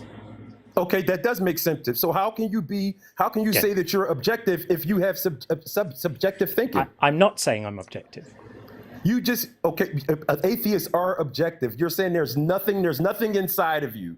There's no soul. There's nothing. There are lots of atheists that believe in souls. This is why I said. Okay, do you believe that we came from nothingness? The thing that, hang on a second, you're all over the map. You're all over the map at the moment. Hang on, calm down and focus up, because what you're doing is you're waiting to talk to you atheists and see well, what you guys think. That's delightful. But then listen. Right? Because you're all over the place at the moment, right? So I've been listening. Okay. So please, if you catch yourself saying atheists think, and then anything other than, in fact, any statement you make that starts with atheists think, you're on dodgy ground, because there isn't a single thing that all atheists think. You will not be able to name one thing that every atheist believes. You want to give it a try? Okay.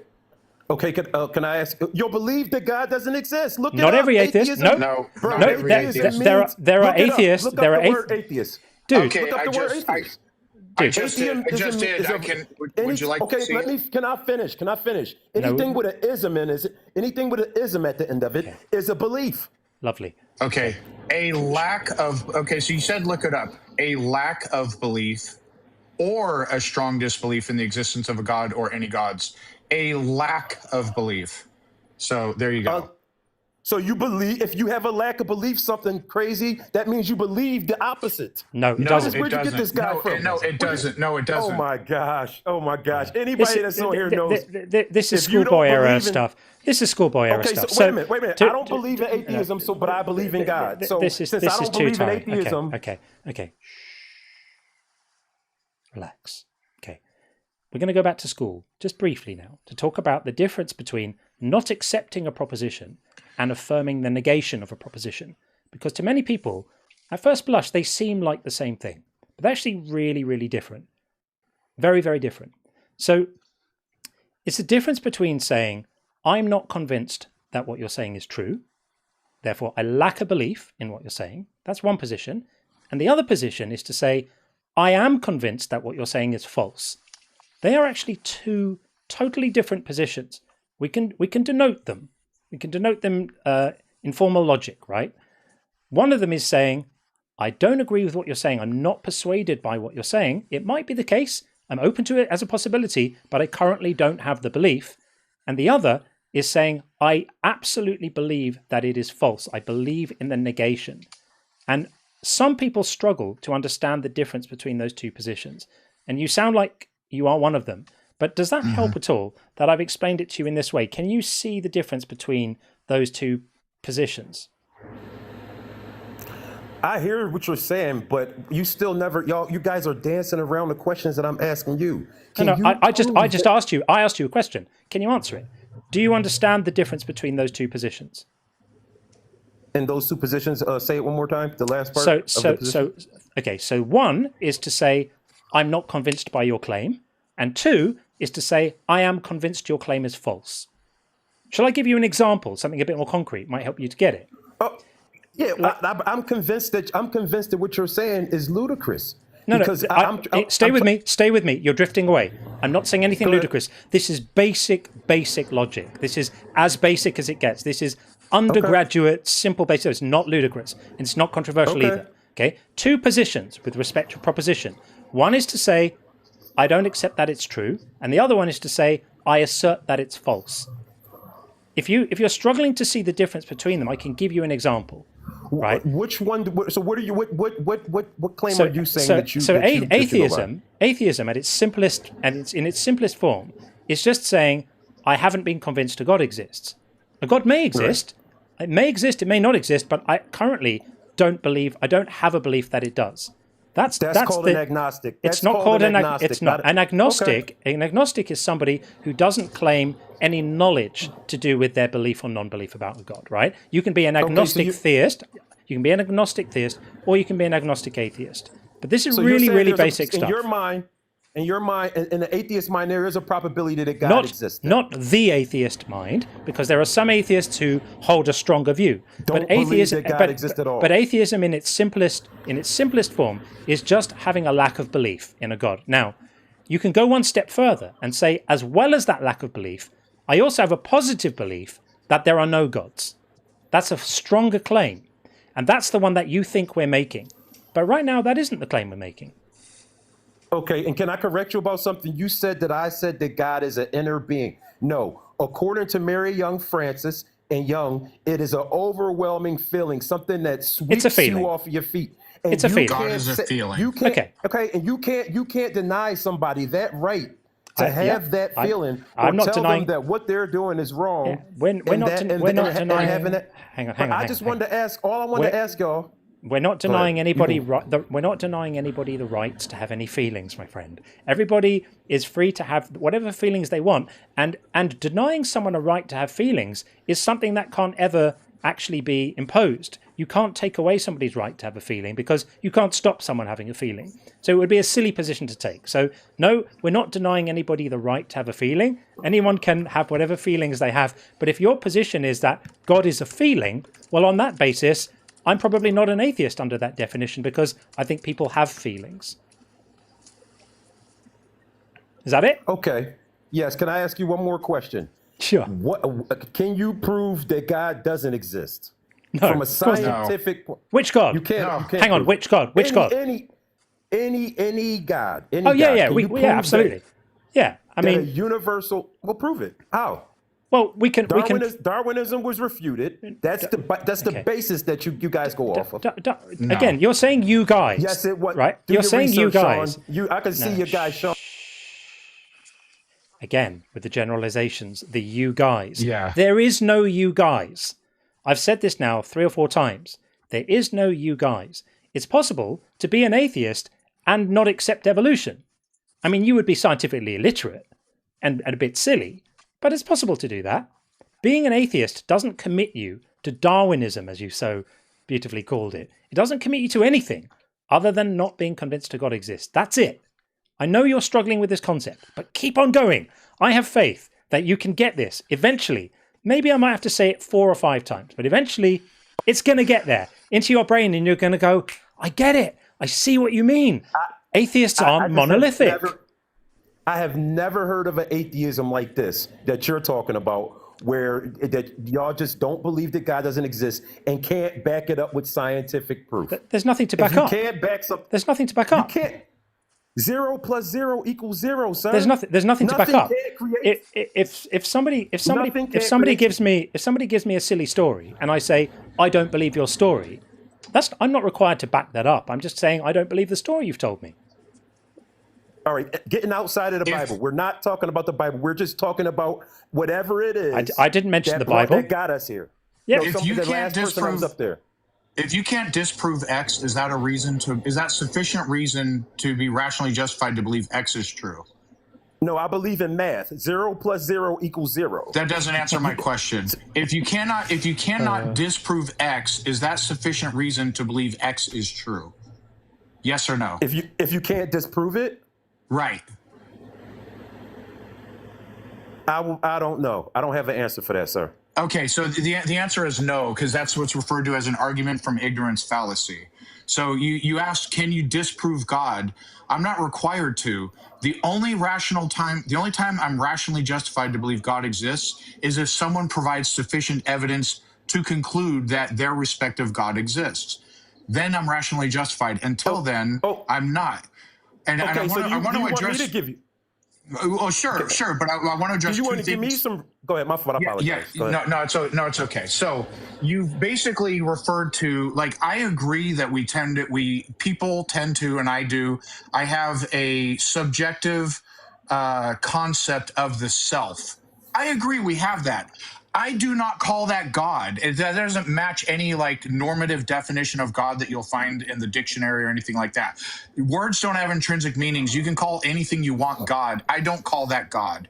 I don't call feelings. People have, like we discussed earlier, people have inner feelings and feel this or that. No, I would refer to zero feelings as God.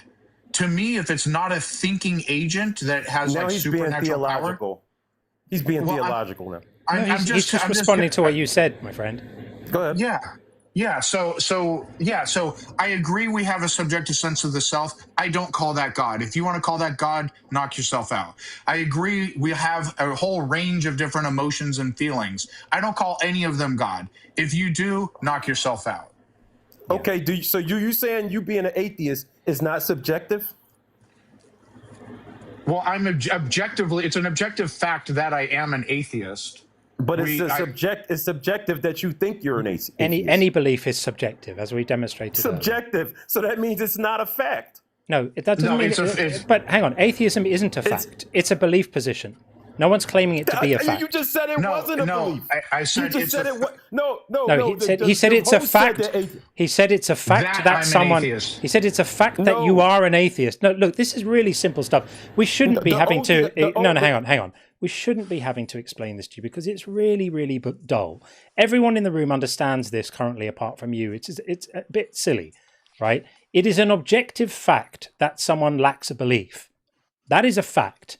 Now, whether that belief correctly or the lack of belief correctly tracks reality or not, who knows? And the lack of belief itself is obviously subjective because any discussion about beliefs, you're talking about somebody's mental state, which is subjective. Can you see the difference? Right. It's just not difficult. Of course, brother. Right. I can see the difference. I told you I study psychoanalysis. I'm a psychoanalyst. I mean, I'm a Jungian psychoanalyst. Great. Well, then you'll understand this stuff, won't you? I just have to share this super chat that's come in, which is brilliant, from Drew. It says he's Humpty Dumpty. When I use a word, Humpty Dumpty said in a rather scornful tone, it means just what I chose it to mean. Where is it here? Neither more nor less. The question is, said Alice, whether you can make words mean so many different things. And that's really what's going on here. It's just a bit of silly wordplay, really. This is why some people don't take some types of psychoanalysis very seriously, because there's a bit of language play going on here. This is less scientific than perhaps you have your whole army behind you. You have your whole unconscious whole behind you, all these people in the comments that agree with what you're saying. So there's a total agreement going here, even if you guys are wrong. You guys are wrong. We could all be wrong. It's just a gamble. Why is it a gamble? Because you're gambling with eternity, man. Why? Because if you're wrong, then if you're right, then you're just going to be eternal nothingness, right? There's just nothing. So Pascal's wager then. You're gambling. You're gambling with the Islamic God then, right? No, I'm not. No, I don't believe in an Islamic God. Right, but you're gambling because if you're gambling with eternity, because if you're wrong, the Islamic God's going to send you to hell. And also, you may not have heard about Puff the Magic Dragon, but he's my God. and if you don't believe in Puff the Magic Dragon, and you should because he lived by the sea, then you're gambling with your life there because Puff has said that all the non-believers are going to be at the dragon barbecue and his dragon fire is very hot. So now you're gambling with eternity. You see, this whole idea of gambling with eternity only works if you think there's only one God concept and you either get it right or you don't. By that logic, everyone is gambling with eternity. There could be a God that punishes people for credulity, that punishes people for a lack of critical thinking, that punishes people for believing things on insufficient evidence.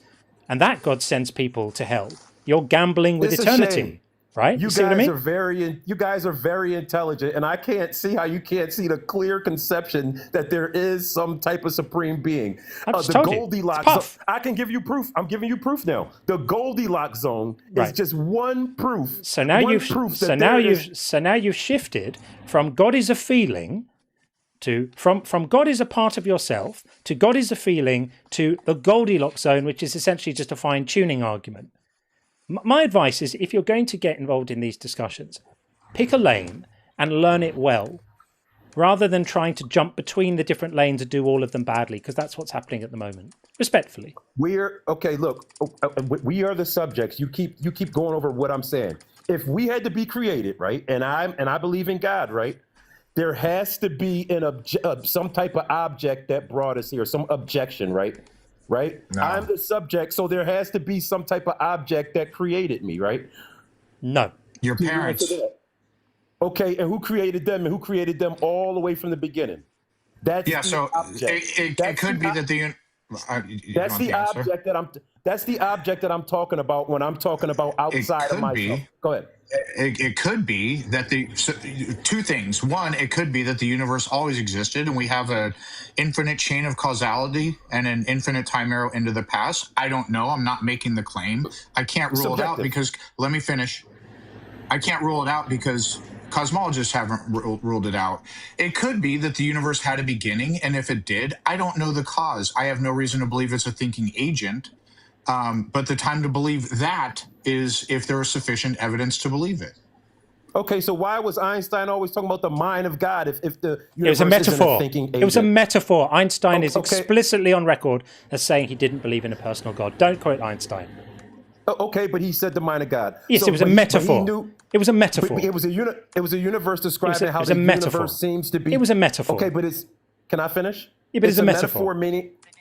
All right. Well, the universe has consciousness. According it to was a what metaphor. that means. It was a metaphor. He. Okay. Do you know what the context was when God talked about when Einstein talked about the mind of God, and God playing dice? You tell me. It was that he I've didn't. read the book. Which book? The autobiography or the biography of Einstein. And Well, then I know you, about the theory of relativity. then you'll know that he wasn't talking about relativity. He was talking about quantum mechanics, wasn't he? When he said God doesn't play dice. What did he mean? Okay. You read the book. What did he mean? Well, I can tell you what the theory of relativity is. I can't really get into quantum. We know that, but if you read Einstein's biography, you'll know what his objection was to quantum mechanics. Why did he say God doesn't play dice? He was trying to incorporate quantum mechanics into his theory of relativity. Why did he say? And What did he mean by God doesn't play dice? You tell me. He didn't like the idea that quantum mechanics was so non-deterministic. He didn't like the idea that it threatens the whole idea of things being in a certain place at a certain time with a knowable position, and that quantum mechanics at its heart is a theory of indeterminacy. And that he didn't like that, which is why he used the metaphor, God doesn't play dice. He was trying to say, he was using God as a metaphor for reality, and he was objecting to a notion of science that paints reality at its most fundamental level as unpredictable and uncertain, which is what Heisenberg described. And Einstein didn't like this. He found it aesthetically displeasing. He was very uneasy about it, and that's why he used that language. But he did not believe in a personal God of any sort. Yeah, I have a letter. I have a letter right here. This is an act. This is the actual. This is an act, not just the text, but the actual image of the actual letter. So somebody had accused Einstein of the same thing you are accusing him of believing in like a personal God or what have you. And he wrote to Mr. Rayner, I received your letter of June 10th. I have never talked to a Jesuit priest in my life, and I'm astonished by the audacity to tell such lies about me. From the viewpoint of a Jesuit priest, I am, of course, and always have been an atheist.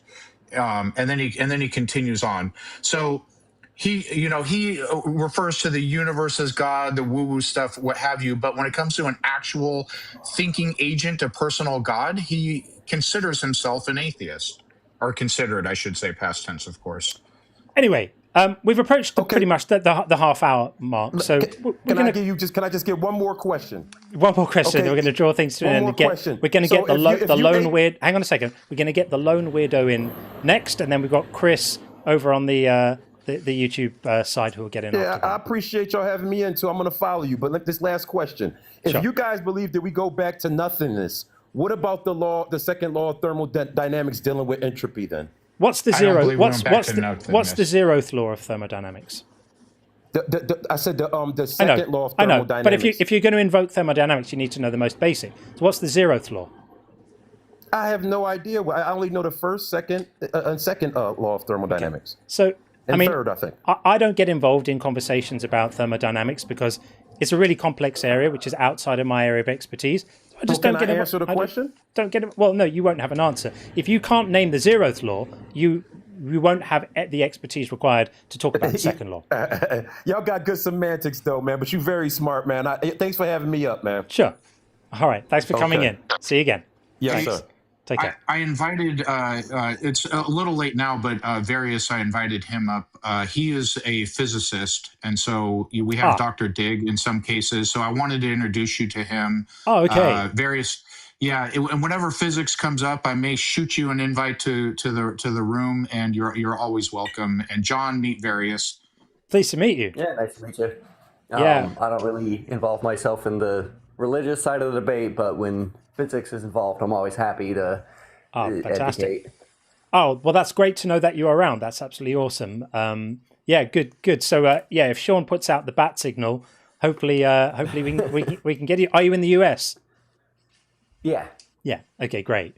Yeah, well, that's brilliant, because quite often these questions come up, and I am not a physicist, and I have a very, very basic understanding of these things, not to any depth, and I always feel like a horrendous fraud when I start talking about this stuff. And the thing that frustrates me is invariably I know the people I'm speaking to know less about it than I do, and I know close to zero about it. And so I never want to be the bullshitter, right? So I just try to steer the subject away, or I'll ask them a really basic question there. If someone's going to invoke thermodynamics, they should be able to describe the most basic law of thermodynamics, which is, the zeroth law. And if they can't do that, then they're not qualified to speak about concepts like entropy, which are much more complex than just basic, thermal equilibrium and stuff like that. So good to know that you're around, and we can bring you in if needed. And they can never actually describe what the second law of thermodynamics says, like at its core. They can say some of the results, like, oh, it says things get more disordered, but they can't actually state word for word the definition of what the second law of thermo says, and they can also never explain any of the assumptions that go into the second law of thermo, because it's not a law that we observed, it's a law that we mathematically derived starting with a set of assumptions. Right. And they can never name those assumptions. About being a closed system and stuff like that. Well, it also assumes that, it assumes that energy is conserved within your system, which, as far as we can tell in our universe, it doesn't seem like energy is actually conserved at the largest scales. And it also assumes that there's a certain number of particles in your system, and last, it assumes that the quantum effects are negligible. In our universe, especially in those earliest stages of the Big Bang, quantum effects would not have been negligible. Mm-hmm. Right. So yeah, that'll change things up a bit, won't it? Right. Yeah. Oh, that's awesome. Well, great to know that you're around. We stream regularly on Thursday nights and Saturday nights and Tuesdays during the day. So fantastic to have you around to address some of these issues when they come up. That'd be great. Yeah, Various, if you're not already, please give John a follow. Listen to the live for as long as you feel entertained. And if at any point like physics comes up and you're always welcome to request up and like give your spiel, and John and I will just sit back and eat popcorn and watch you talk physics with whoever happens to bring up whatever. Yeah, great stuff. Yeah, I dropped a follow. I'm happy to come up anytime. Thanks, buddy. All right, thanks, Various. Appreciate it, guy. Thanks, man. No problem. Okay, we're going to head over to the YouTube side. We've got Chris over there. Let's have a look. Yes, that should work. Chris, are you there? Hey, good. Auto visual coming in okay? Yes, we can definitely hear you. I can put you on the screen so we can see you as well. There we go. We can see you also. Welcome in. Earlier, so I'm newer to you. I came to you from Deconstruction Zone. Right. Earlier in the stream, I don't know about the chat, but I can't hear him. Debates versus questions. And were you saying that beginning tomorrow you're being more hard-nosed about only debates, or that tomorrow, sorry, I have a baby. Oh, it's okay. Or that tomorrow will be a Q&A and today is debates only? Yes. Today is debates only, and then on Fridays, it'll probably be 2 Fridays a month, we're going to do we call it the after hours show, where we could talk about anything. Anyone could call in. It could be a general AMA. You can ask me anything. You can ask Sean anything. Any topic, any subject. If people want to talk about deconstruction, they can. If they want to talk about other things, they can. And then for these shows, we're going to keep it more focused because that's what the audience want. Okay. Well, I'll try to catch you on a Friday then. Thanks. That'd be awesome. Thanks, Chris. Take care, friend. Bye. Take care. Okay. There we go. And there. So, I see Various is still up, but we're just going to drop Various down like that. And while we're waiting for the next guest to come in, we have a few super chats to read. So, what do we have here? We have, let's get rid of the name as well there. We're done with Chris. VLK said, caller made an identical argument from today's Blitzer stream. We can't create living cells. And I'm confident that he watched it and thought he'd give it a shot. And it's funnier when Blitz said that was a parroted argument. Interesting. Yeah, it's like the same. You just hear the same tired arguments over and over again in these spaces. I don't know why they think they're going to be effective again and again when there's such a rich stock of these arguments all being taken apart. I mean, if you have any interest in this stuff, watch a Blitz stream or two, and you'll know all the science arguments get demolished. Watch Justin for a while, and you'll know all the Bible arguments get demolished. If you watch us for a while, well, we kind of, I don't know, we talk about belief and we talk about some of that stuff too. These arguments aren't going to suddenly start working after so long of not working. And they've been failing for, in some cases, centuries, right? People come in with Aquinas. Those arguments were poor hundreds of years ago. Buzz says, you should auction off another signed book. I might just do that, Buzz. I might just do that. Yeah, maybe that's a thing to do. At some point, I will definitely do that. Yeah, we had a fantastic auction on Justin's show. For anyone who missed it, he's got a collection of mugs that he's used to drink out of on the streams, and yeah, they got auctioned off one by one, and all found happy homes, and we sold a signed copy of Unconvinced as well. That was all to raise money for Radio Spencer, which was brilliant. What was the highest dollar amount? I saw a part of the stream where you guys were like questioning the authenticity of some of the bid amounts. Yeah, there was some crazy things. I can't remember what the highest amount was. I think it might have been. It was either. I think there was a particular mug that everyone wanted to go for. That Justin used to use. It was like the turtle mug. I think that might have been the one, or it was he had another magnet, another mug that said "pussy magnet," and it was pictures of cats all over it. That did very well, and the signed copy of the book went for well over $500 as well, which is pretty amazing. Which is great because all raising money for Spencer, which is fantastic. Buzz says D's nuts 2028. Agrees. I agree, Buzz. And Bethel says amino acid encoding alone is evidence of evolution. First place is rough group. Second encodes almost everything out of 20. Third allows some reading errors with poor error correction. It convinced me of evolution. Well, I'm not going to argue with that. And Herbie Shine, good to see you, has sent out 5 Unconvinced gift memberships. Thanks, Herbie. By the way, Herbie, I don't know if you know this.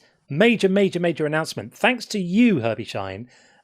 Promise is going to be coming on the show.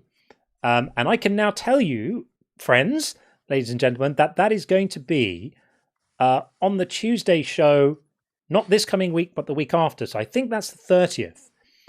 We are going to have the one and only Promise Backlund with us. She's going to be talking about her book, Gospel of Lies, which I need you all to get a hold of. Anyone who is in a position to buy her book should buy it for 2 reasons. One is it's awesome. I've read it, and it is just excellent. I think it deserves to become a seminal counter-apologetics text. It's like a toolkit for dealing with all the same old arguments, and she just demolishes them, and she's a brilliant writer and is excellent. And the other reason is to support her because she's just such a valuable voice in the community, and if she can have a successful book, I think she really deserves to. So yeah, she's going to be on a week on Tuesday to talk about her book, but all thanks to you, Herbie, for making that happen. So huge thank you, friend. Buzz says Hakuna Matata. It means no worries for the rest of our days. It's our problem-free philosophy. Hakuna Matata. I love that. Absolutely love that. It's Kenyan, right? I believe it's Kenyan. Which would be, is that Swahili that they speak in Kenya, I believe. I think that's right. Don's YouTube channel, Agnostic Shakti here. No proof of the supernatural, but the mythology metaphors are great tools for mindfulness and exploring consciousness. While I'm certainly a big fan of mindfulness, and I don't know about exploring consciousness, but yeah, anything that gets you to be calm and in the moment is a good thing. And if it's not making any supernatural claims, I'm all for it. All for it. And Buzz says, isn't Flash supposed to not be slow? Flash was pretty quick to disappear after declaring himself. What did he say? Did he say he was Jesus's? I can't remember if he said Father. Father. That would be God, right? I think he said Father. Yeah, that would be that's Yahweh. He's just defining himself as God. Fair enough. That's a claim, isn't it? That's a claim. Yeah. That's quite the claim to make. Fair enough. And Buzz says, hell is for wasps and hornets. I agree. What do we need them for? Apparently we need them. I know we need bees. Bees are lovely. But do we really need wasps and hornets? They're not very nice. I'm not a big fan. I guess they have their place, right, in nature. And Axehead Gaming says, hey, I like wasps and hornets. Fair enough, Axe. I don't like it when, I don't know, there's always one that wants to stay around you and kind of then land on your food when you're outside eating. It's annoying. Very annoying. And Bethos says, there's a StarCraft programmer called Flash. That one is a hero of mine.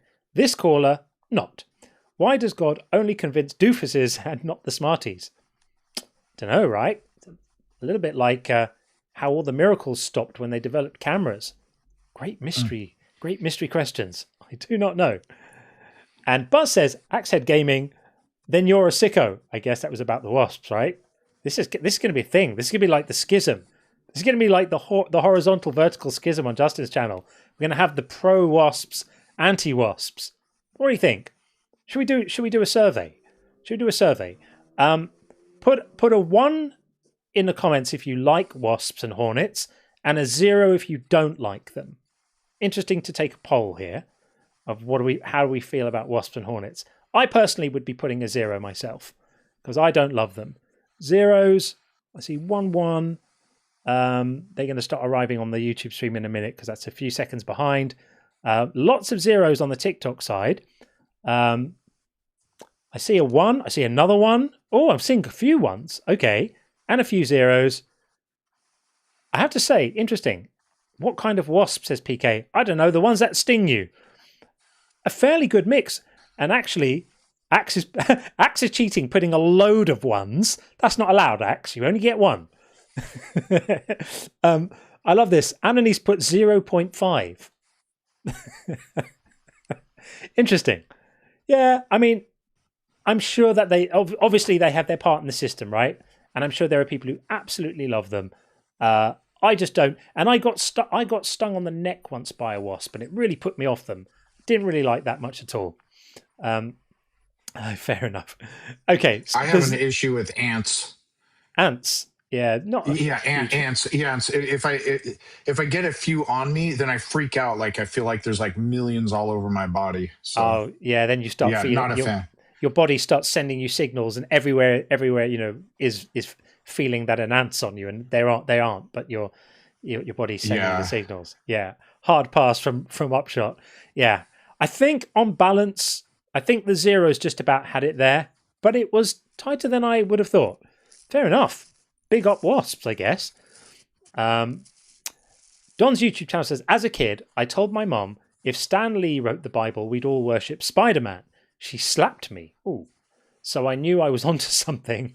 Fair enough. Yeah, I mean, again, the whole thing with this is when an idea has been in the culture for a long time, it kind of just becomes part of the background and people stop questioning it. And then it becomes respectful and respectable. Sorry, not respectful, respectable, just because it's been there for a while, right? It takes on respectability by virtue of just tradition and being there. And this is what people's forebears did. And we're doing the same thing that our great-grandparents did and our grandparents and our parents. And it becomes valued just by virtue of being done. And we pay far too much respect, I think, to these things. Imagine if someone turned up today, fresh, and started telling you that, there's an all-powerful being that's going to set you on fire if you don't believe the right stories, about events that happened in the Middle East 2,000 years ago involving magic and miracles. You'd have them sectioned if someone said that and really meant it. It would be a mental health emergency. But if enough people do it, suddenly it's respectable, and we must all speak about it in reverent and hushed tones. I think that's wild and crazy. And Erland says humans have super godly abilities of communication. super godly. I think we're quite good at communicating, but I think quite a lot of the time we communicate badly, and our communication leaves a lot to be desired. I want to live in a world where our communication is a little bit better, if I'm honest. Agreed. I think that's the source of a lot of our problems. And Bethos says, Sinner Saint is a spinner feint. Sorry for bad puns. I thought it was not bad. Spur of the moment on a Thursday evening, not bad at all. And this is Drew's message again. He's Humpty Dumpty. I just have to read it again because it was so good. He's Humpty Dumpty. When I use a word, Humpty Dumpty said in a rather scornful tone, it means just what I choose it to mean. Neither more nor less. The question is, said Alice, whether you can make words mean so many different things. And I loved Alice in Wonderland. Lewis Carroll, very, very smart. Tim Davidson says, you weren't saying there is a God. We're not saying there is no God. We're saying we don't believe you. We don't think you have that knowledge. Right, exactly. If someone's claiming to have that knowledge, we're saying, well, we don't think you do. We don't think what you're claiming to have is actually knowledge. Because for something to be knowledge, it has to be true. Not just that you believe it. You can believe it with as much confidence as you want, but it only qualifies as knowledge if it's actually true. And Buzz says, the invisible mosquito living under my left big toenail farted the Abrahamic God into existence. Prove me wrong. You can't? Must be true then. Which is exactly what Sean was saying, of course, to him about not being able to disprove something. This is so basic. It hurts. It's not a reason to believe it. This is like such basic stuff. Wild that people don't get this. And he claims to be a Jungian analyst. I feel... Yeah, I'm not going to go there. Okay. Tim Davis said, correction. Stupid autocorrect. You are saying there is a God. We are saying we don't believe... Yes, I thought that might have been what you meant, actually. We're saying we don't believe you. We don't think you have that knowledge. We got you, Tim. We got you. And 46 Strings said, how did God from zero? I guess that means if the universe can't have come from nothing, how did God come from nothing? And of course, the get around they always use is, God's always been there, which then decimates their entire argument. Because if something can always have been there, why can't it just be the universe? It's silly, right? Just silliness. And Axehead Gaming says, mosquitoes implies the existence of El Skeeto. Is that a mosquito god? Again, I have this uneasy feeling like I might be missing something. We'll get to the rest of the super chats later. We've got Aaron over on the YouTube side. Let's bring Aaron in right now. Hey, Aaron, are you there? Yeah, I'm here. Hello, welcome in. Thank you. I'm not trying to nitpick or anything, but I understand the intentions of what was going on with the last caller conversation. But I do want to point out that actually Einstein was never an atheist or claimed to be an atheist. In that letter, he said the Jesuit priest would consider him to be like an atheist. And he actually is more akin to like the Spinoza God. Right. So Yes. like more more harmonious in that there was no childish view of, a God who... That's what I said. Oh, okay. I misheard. I didn't hear you then. No, it's okay. Yeah, that's fair, because the god of Spinoza is more like a sort of sense of reverence and awe for the majesty of existence rather than anything personal. And Einstein was on record as saying he explicitly did not believe in a personal god of any sort. Right. So, I am still deconstructing. So, I'd be curious to know, what makes atheism more enticing than, say, it doesn't exactly have to be like a God of the Bible, but that's where I originally am deconstructing from with the God of the Old Testament. Yeah, fair enough. Well, the first thing I'd say is that I'm not making the claim that it's enticing. I'm making the claim that it makes more sense. And the reason why it makes more sense is simply that there isn't any evidence for a God. There is none, literally none. There's no more evidence for a God, any God, than there is for fairies, pixies, the Loch Ness Monster, Casper the Friendly Ghost, or anything like that, right? And so, if we start with the kind of axiom that what makes sense is to believe things based on evidence, and if someone wants to argue against that, then they would have to present evidence for that, right? So it's a hard thing to argue against, right? If we start with the starting point, and the evidence can be empirical evidence, or it can be some sort of syllogism, some sort of deductive argument from first principles. It doesn't have to be only limited to your sense data and empiricism. But if we start with the idea that it makes sense to believe things based on evidence, then believing something without evidence is kind of definitionally lacking in sense. And so I think we can say that atheism makes more sense because the contrary position is to be believing things on insufficient evidence. What do you think? I mean, I totally agree with you on that premise, and also on the fact that, at least, being born in Western society, we tend to gravitate towards Christianity with some splashing of the Old Testament, if you will. But of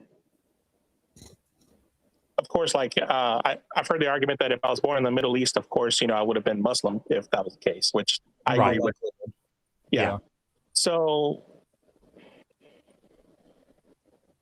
trying to think of how I can. So there really, like, I totally agree. There's really no scientific method or way I can prove the existence of God or anything of that matter. And the only way most people, I think, that could try to persuade someone as far as like God's existence, particularly of the Bible here in Western society, would be through personal experiences, and that's not credible. Right. Yeah, you're well on your way, friend. You're well on your way. I mean, what's stopping you from just being able to say, "Nah, I'm not convinced"? Is there something that's keeping you kind of tethered to this?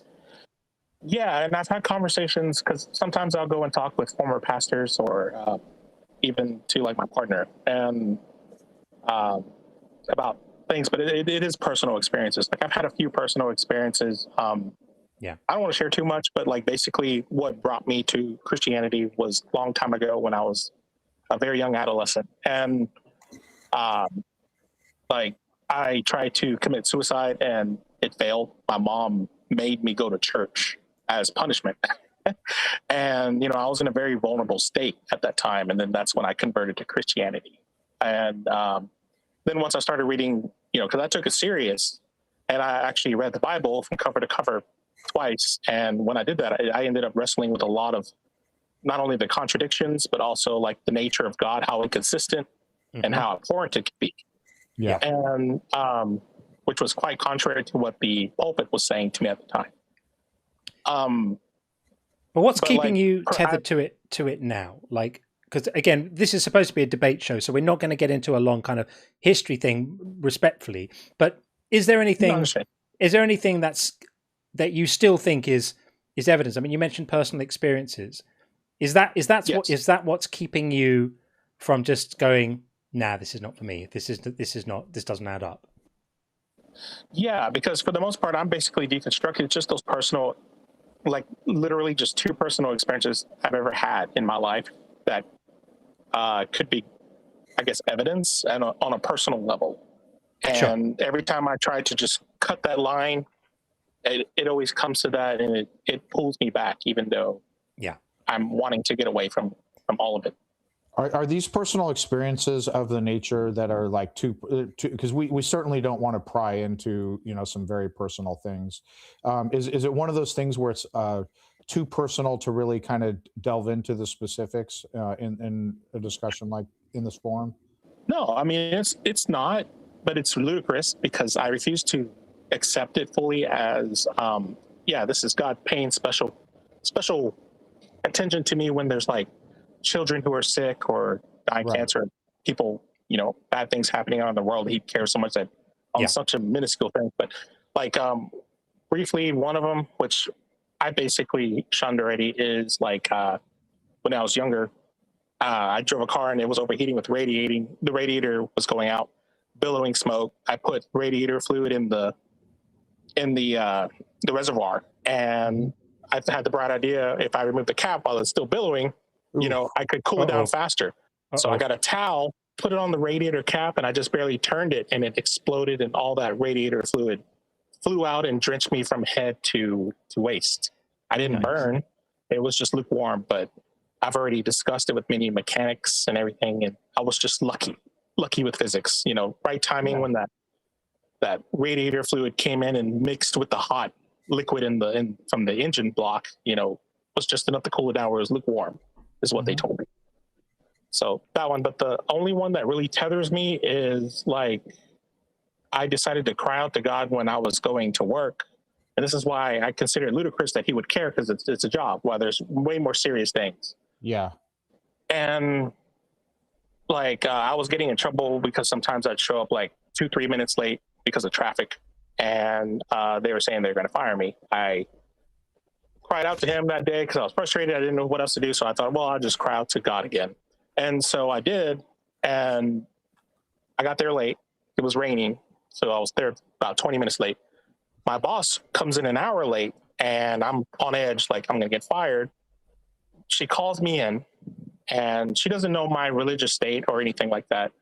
But then she says, I was living with you, Aaron. However, God spoke to me and told me to be careful what I say to you. And the conversation went differently than I thought it would. So that stupid memory keeps tethering me back. Yeah. All right, dude, if I may, because this is not really the place for this, I would say, if you want to call us back tomorrow when we're having we've got, it's a new thing starting tomorrow on probably every other Friday. We're just going to call it After Hours, and it's for anyone to call and talk about anything. I'm happy to speak to you about this stuff on that show tomorrow. It's just these kind of conversations aren't quite what people are here for tonight. We're here for the debates, really. I was just wondering what was keeping you there. But it sounds like you're heading in the right direction. And I think that once you think about this stuff a bit more critically, I think you're going to end up in a different place, because you are sounding like you're reflecting on it anyway. But I just think in terms of what people are here for tonight, we're going to move it on now. But please feel free to come back into the show tomorrow. That's what it's for. Is for talking about stuff like this. So okay, understood. We'd love to talk to you again. Okay, thank you so much. I appreciate your time. Thanks, Aaron. Take care. All right. Thanks. Bye. Okay, we're going to go to Morgart Studio on the TikTok side.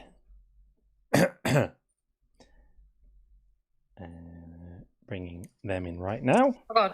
Hello. Hello. How are you? I'm good, thanks. How are you? Very well indeed. Right, you are in. What would you like to say? Sorry, my wife's just coming downstairs. I'm just on a TikTok live, babe. Yeah, so basically, I wanted to say, I'm really sorry, I am on your side. Okay. But basically, when I was about 12 years old, I went to like a local kind of, Can I just stop you? Because I'm not sure if you know. So this is a debate stream tonight. So we're really taking, right? But what I would say is, tomorrow night, we've got the Unconvinced After Hours show, where we want people to just phone in and just talk to us about anything they want.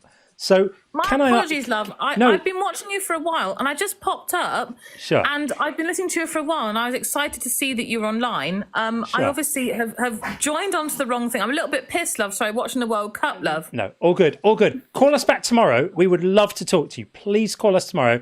And you can call in tomorrow and tell us about what you were going to tell us about when you were 12 years old. I will not sleep wondering what it was, and so you must come back tomorrow. Well, then I'm even more curious to find out what it is. So please call us back tomorrow, and we'll speak to you then. Okay? Yeah. Okay, we'll do. All right. Take it easy. Enjoy the rest of your night. Take care. Bye-bye. Bye. Bye. Okay. Can't fault people for not knowing, because this is a kind of new thing. Let's bring in Reason right now on the TikTok side as well. Reason. There we go. Hey, Reason. Hello. Hello. How are you? Hi. Well, you added me or what? I beg your pardon? I didn't realize I accepted the request. Oh, yes, you requested it by accident? Did you not want to come in, Reason? I'm not too sure how to respond, because it's very interesting what you guys are talking about. Well, I can't tell you whether you want to participate in the conversation or not. That would be a decision for you to make. Are you ready to make it? Which decision? Whether you want to have a discussion with us or not. Yeah, I do, but Great. Okay. Floor is yours. I'm not sure how to respond.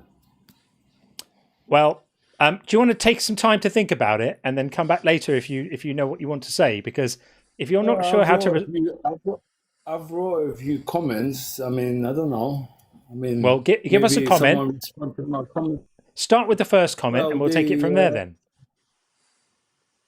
Well, we'll never meet God. That's for sure.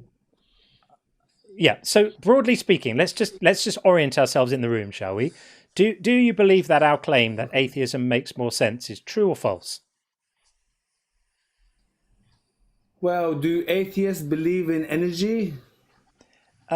Yes, some atheists believe in energy. There's not a particular thing that all atheists believe in, so I wouldn't worry about that. I'm just asking is, do you agree with us or not? We're just trying to get a steer on where you're coming from. Do you agree with this claim or not? Well, I agree with what comes around comes around. Yeah, that's lovely, but that's a different subject. So are you capable of engaging with the topic of the show? No? That's a belief, no? Yeah, it's nothing to do with atheism. So do you... I'm interested. I'm interested. I like your conversation. I like your topics, but one thing I have a problem with is it's like you make it seem like things don't happen for a reason. If things happen for a reason, then there has to be a reason, no? I don't know. If things happen for a reason, then there has to be a reason. I would probably agree with that argument. If things happen for a reason, then yes, there has to be a reason. What's that got to do with the God existing or not? Well, how do I say it? Your belief could be, reason, or it could be karma, or it could be yin yang, or it could be, I don't know. Yeah, I'm not sure you've quite. Yeah, it's tough, isn't it? I'm not sure you've quite brought the right boots for the hike. To believe in reasons happening for no reason, or even feet at all. Yeah, I know. Sorry. Yeah, feet. It's hard. Yeah, I'm not sure if this is quite the time to have this conversation. What do you think, Reason? I think we might be having a bit of a lack of reason here. So, do you want to call us back another time? Maybe. So, yeah. Call us back another time when your thoughts are exist in some form. Okay, let's get Matthew Davids in next. We have, of course, spoken before. That was funny. Welcome back, Matthew. All right, you know what? I've been sitting here watching you, and I kind of feel your vibe. So, what does it mean to be an atheist? It means that you lack a belief in a God. Okay, what do you mean by lack the belief? Do you know he doesn't exist, or do you not know? No. You lack a belief in a God. So there are people who have a belief in a God. It just means you're not one of those. So do you know he doesn't exist, or do you not know? No, didn't say anything about knowing. It means that I'll say it again. There's a category of people called theists. They are people who believe in a God of some description. And people who aren't theists, we have a name for them. They're called atheists, meaning not a theist. So it's not a claim about what you know. It's not a positive claim. You're not making a positive claim. You're literally saying, those theist people, I'm not one of those. Is that clear? Some people just say, I don't know, but I don't believe. Some people say, I know. Yeah. I don't Correct. believe. Yeah, we would categorize it to former as atheists. Well, I mean, you can be either. You can be either. You can be a person who claims to know there's no God, or you can be a person. Agnostic atheist? Yeah, I'm an agnostic atheist. It's just negative atheism. Okay, so you just have no reason to believe. Correct. By the way, I would qualify that depending on the definition of a God. So, for example, I think that the triomni God, I'm a strong atheist with respect to that God, because we know that there is not a God in the world who is all powerful and all knowing and all good. And all loving. And all loving, yeah. Why wouldn't he be able to be all knowing and all powerful and all good? Because I I can see the argument for all good. I don't know about all knowing and all powerful and all that though. Yeah, there are sort of, well, the all good certainly. Even with the loving, I don't agree with the love, but there's a good argument on why. I can see, like, you guys would say he might not be all loving, I guess, but like the all knowing and all powerful, I don't see the contradiction in that. I mean, there are potentially problems with any being that's all knowing and all powerful. It could be argued that those two qualities can't coexist in one being, because if God is all knowing, that would mean that God has a knowledge of all future events. And if a God has all knowledge of all future events, it means he's constrained in his ability to change his mind later about what he wants to do. And he's constrained by his knowledge, right? His knowledge of the future events limits his ability to act freely, and therefore is not all powerful. That's an argument that some people make, a kind of coherency argument. But I think a more powerful argument is when you throw in the all loving or the all good. That God does not exist, in my view. I don't think that God's constrained by anything. I think that his nature flows essentially through, like, naturally, like the sun, like always shining. It doesn't change. Yeah, but if God knows on Monday what he's going to be having for dinner on Friday, then when Friday comes along, he's not free to change his mind.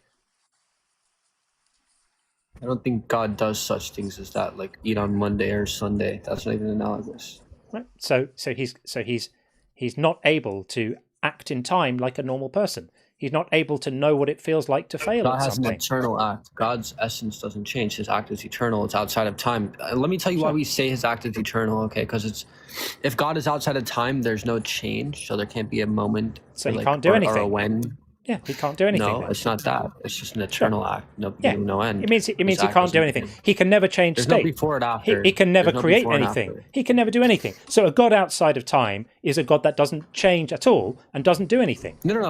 No, I'm saying the only way there could be a cause outside of space and time is if it was personal. If it's not personal, then there is no change. There's no automatic change. There's no time. There's no when. There's no before. There's no change. The only way it could change is if it was personal. That's what I'm trying to say. That's the distinction here. That's an argument. That's an argument. You won't be able to demonstrate that. You can try if you want, but let's say let's say that we allowed for the idea that there is some kind of cause outside of space and time. It's not clear to me exactly what that means, but let's imagine that there is. I can easily demonstrate that. You won't be able to easily demonstrate that, but let's say I grant it to you. Let's say I grant it to you that there's a cause outside of space and time. How do you demonstrate that it's a mind, not just some other principle of nature? I understand what you're trying to say. Let me demonstrate it very easily. Okay. Sure.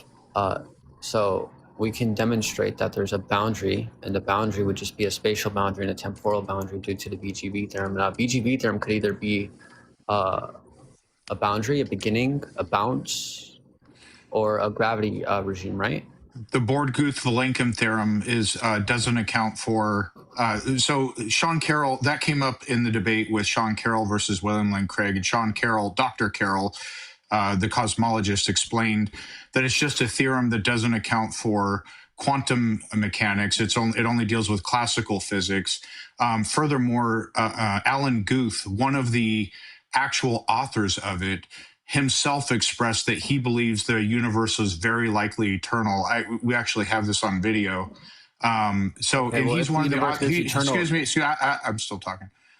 So if the consequence of the Born-Guth-Vilenkim theorem would be that the universe had a beginning, one of the authors of the theorem himself, of course, would accept that, and he doesn't. He actually thinks it's likely eternal. But furthermore, it is not the consensus of cosmologists that the universe had a beginning. They don't know that. They're still working on that question. So you guys are putting more into that theorem than is actually there. There's substantial evidence that favor a finite past, though. Like, if you're going to say that time never began, if you're going to say that time is eternal to the past, you're just completely ignoring the second law of thermodynamics. Okay. Okay. Yeah, we were here before. Yeah. Oh, hold on. And you're ignoring I the don't think Tolman no-go. I don't think he's here. Tolman, you know I checked. the Tolman no-go. He's not here. Yeah. So I mean, I guess the Tolman no-go. The cosmology. And what is the physics model you're appealing to? What's your physics framework? So here's the thing. Here's the thing. None of us are physicists. But the consensus of the observed physics model that eliminates. Okay. I'm glad that you think that. Now write up a paper and submit it to. I have an abstract. I have an introduction. Okay. So how about you not speak while I'm speaking? All right, I let you speak. On the Eric type. Okay. All right. So if you think that that's true, write up a paper. Your fellow physicists will peer review that paper with you, and I'm glad you're a physicist. That's cool.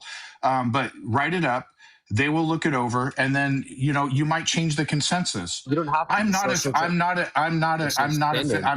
not a physicist. When they figure it out, when physicists figure it out, and they come to a consensus on it, I will read up on it.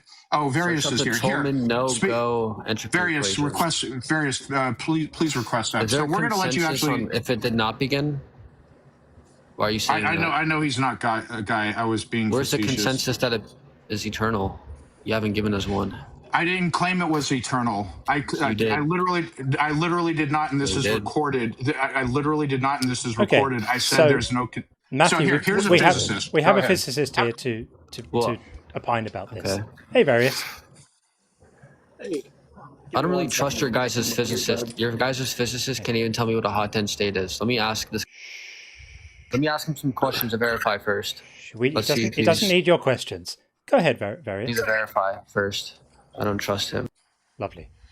No one's interested if you trust him or not. So go ahead, Various. What is exergy, Various? What is exergy? I just got here. What was the argument being made? What is exergy? A little bit. He claimed that Born-Guth-Vilenkin theorem proves that the universe had a beginning. That was the first part of the discussion. Then he went off like the second. Then he said the second. Then he said the second law of the second law of thermodynamics. Go ahead. So there's an actual physicist here. Go ahead, make your arguments. I made a softer claim than that. Okay, great. So make your claim. Verify that. Great. Why are you afraid of the physicist? Why are you afraid of the physicist? Go ahead, make your. Let's see if he's a physicist. What is exergy, Various? Go ahead. Exergy is, oh man, it's been a while since I took thermo. It's in some sense an opposite to entropy, if I remember right. This guy's like, bro, what does that even mean? Also, how old are you? The hell? Excuse me. Yeah, you can actually learn some respect, right? You don't need to come in here and behave like such a petulant child. We're just trying to have a conversation. I don't know exactly who you think you are, Matthew. But put your big boy pants on. No, you can actually learn. You can actually learn some respect. You've come into my space. You can come in here, and you're welcome to participate in a conversation. But you can control yourself if you're capable of it, and just act with a little decorum. This isn't a dick swinging competition. Just calm yourself. Just calm yourself, and let's have a grown up conversation if you're capable of it. Thank you. Well done. Okay, Various, carry on, my friend. Right, so the original claim was about the Born-Guth-Vilenkin theorem. Yeah. What does the BGV theorem tell us? So the BGV theorem tells us that if you assume that general relativity is the correct theory of space-time at the largest scales, that is general relativity our best theory of gravity? No, hang on. If you ask a question. If you ask a question, someone is going to answer your question, and you keep your mouth shut while they answer, and then when they've finished answering, then it's your turn to speak. This is stuff that we teach 5-year-olds at school. We teach this to children at school. No, hang on a second. I am going to kick you out of here. I am going to kick you out of here if you can't behave yourself. So I'm going to ask you right now, Matthew. I'm going to ask you right now if you're capable of participating They in know what I'm capable of, buddy. a conversation. They know what I'm capable of already. Yeah. They already know who I am. He's not here. He's not here for a good faith. I know. They know what I'm capable. The only thing you're They know what I'm capable of is capable of. beclowning What are you yourself on capable of? a live stream. Some It's the only thing you're capable of doing guy's not a is physicist. humiliating yourself on a live stream right now by crashing out because you can't control yourself. My CERN badge is on my page, so, buddy. So bring up your nephew. What you're going to do is you're going to be quiet. Dude, I hate ChatGPT. I am anti-AI. Yeah, lovely. So I think it might be. I have a hard time. I have a very hard time believing that you made it through. Like, having gone through a graduate program myself and knowing what it takes, I have a very hard time believing that you made it through a graduate program with this level of like emotional unintelligence. Does entropy decrease? Yeah. Yes or and no? lack of self-control. I agree with this, Various. Does He's just a entropy- child. He's just a child. Yes or no? Does it decrease? He's crashing out. Does it ever decrease? Entropy increases. We know that entropy increases in a system that is entirely classical, where quantum effects can be ignored and where energy is conserved. However, in our universe, as far as we can tell, energy is not explicitly conserved, and quantum effects aren't negligible. So are you telling me that global conservation of energy is not a thing here? Or is that what you're telling me? Global conservation of energy does not apply in general. What is global conservation of energy? Global conservation of energy is when the total energy of the entire system doesn't change. Okay, so you're saying that once... Okay, so entropy doesn't change? Is that what you... No, that's not what that means. What the hell? I didn't say entropy. You want me to tell you what that means? That's not what he. That's not what he. Say entropy doesn't You said it- change. I said that the you said the system total doesn't change. energy. I said the total energy of the system doesn't change. That's what global energy conservation means. Okay, so the red shift just doesn't matter. Red shift don't matter. John, do you want to keep this guy just so people can laugh at him? Does the red shift matter, is he just Various? content right I'm now? gonna put a Red vote shift to is the room. actually a perfect example. Red shift is actually a perfect we're losing example. energy via the red shift. Yes, Red that's shift, exactly. losing That's energy. actually a perfect example Energy of what I'm saying. changes. Yeah, that's what I'm changes. saying. It's the not red shift unchanging. is an example of why global energy is not conserved. We're losing it because as entropy increases, energy decreases. That's that simple. That's why it is happening. The photons, photons are losing energy. Does anyone However, notice that we're not space-time, talking about God the total right now? amount of- right. Yeah. This is Well, just a- either this is- way, I'm saying Photons are this lo- rules out an the infinite path. It rules out an the infinite path. photons are That's what losing I'm saying. energy, but as space-time expands, would you we agree have that- more space. And the energy Hold on, I density got- of space has remained a constant as far as we can tell. This is so low So tier. in total, it appears that the So low total tier. energy of the universe may be increasing. Oh, I'm gonna leave. What is this? And off he Yeah, goes. so- I put a vote to Yeah, the room, and the room came back and voted quite decisively to get rid of the child.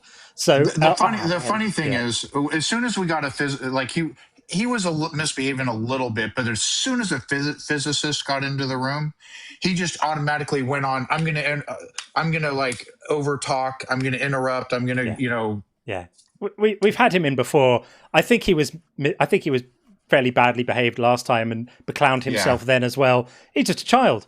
I mean, it's amazing. You know, they watch a few videos on YouTube, they write a few notes down, stick it in ChatGPT a little bit to get their script ready, and then they just busk it. And that's what was going on there.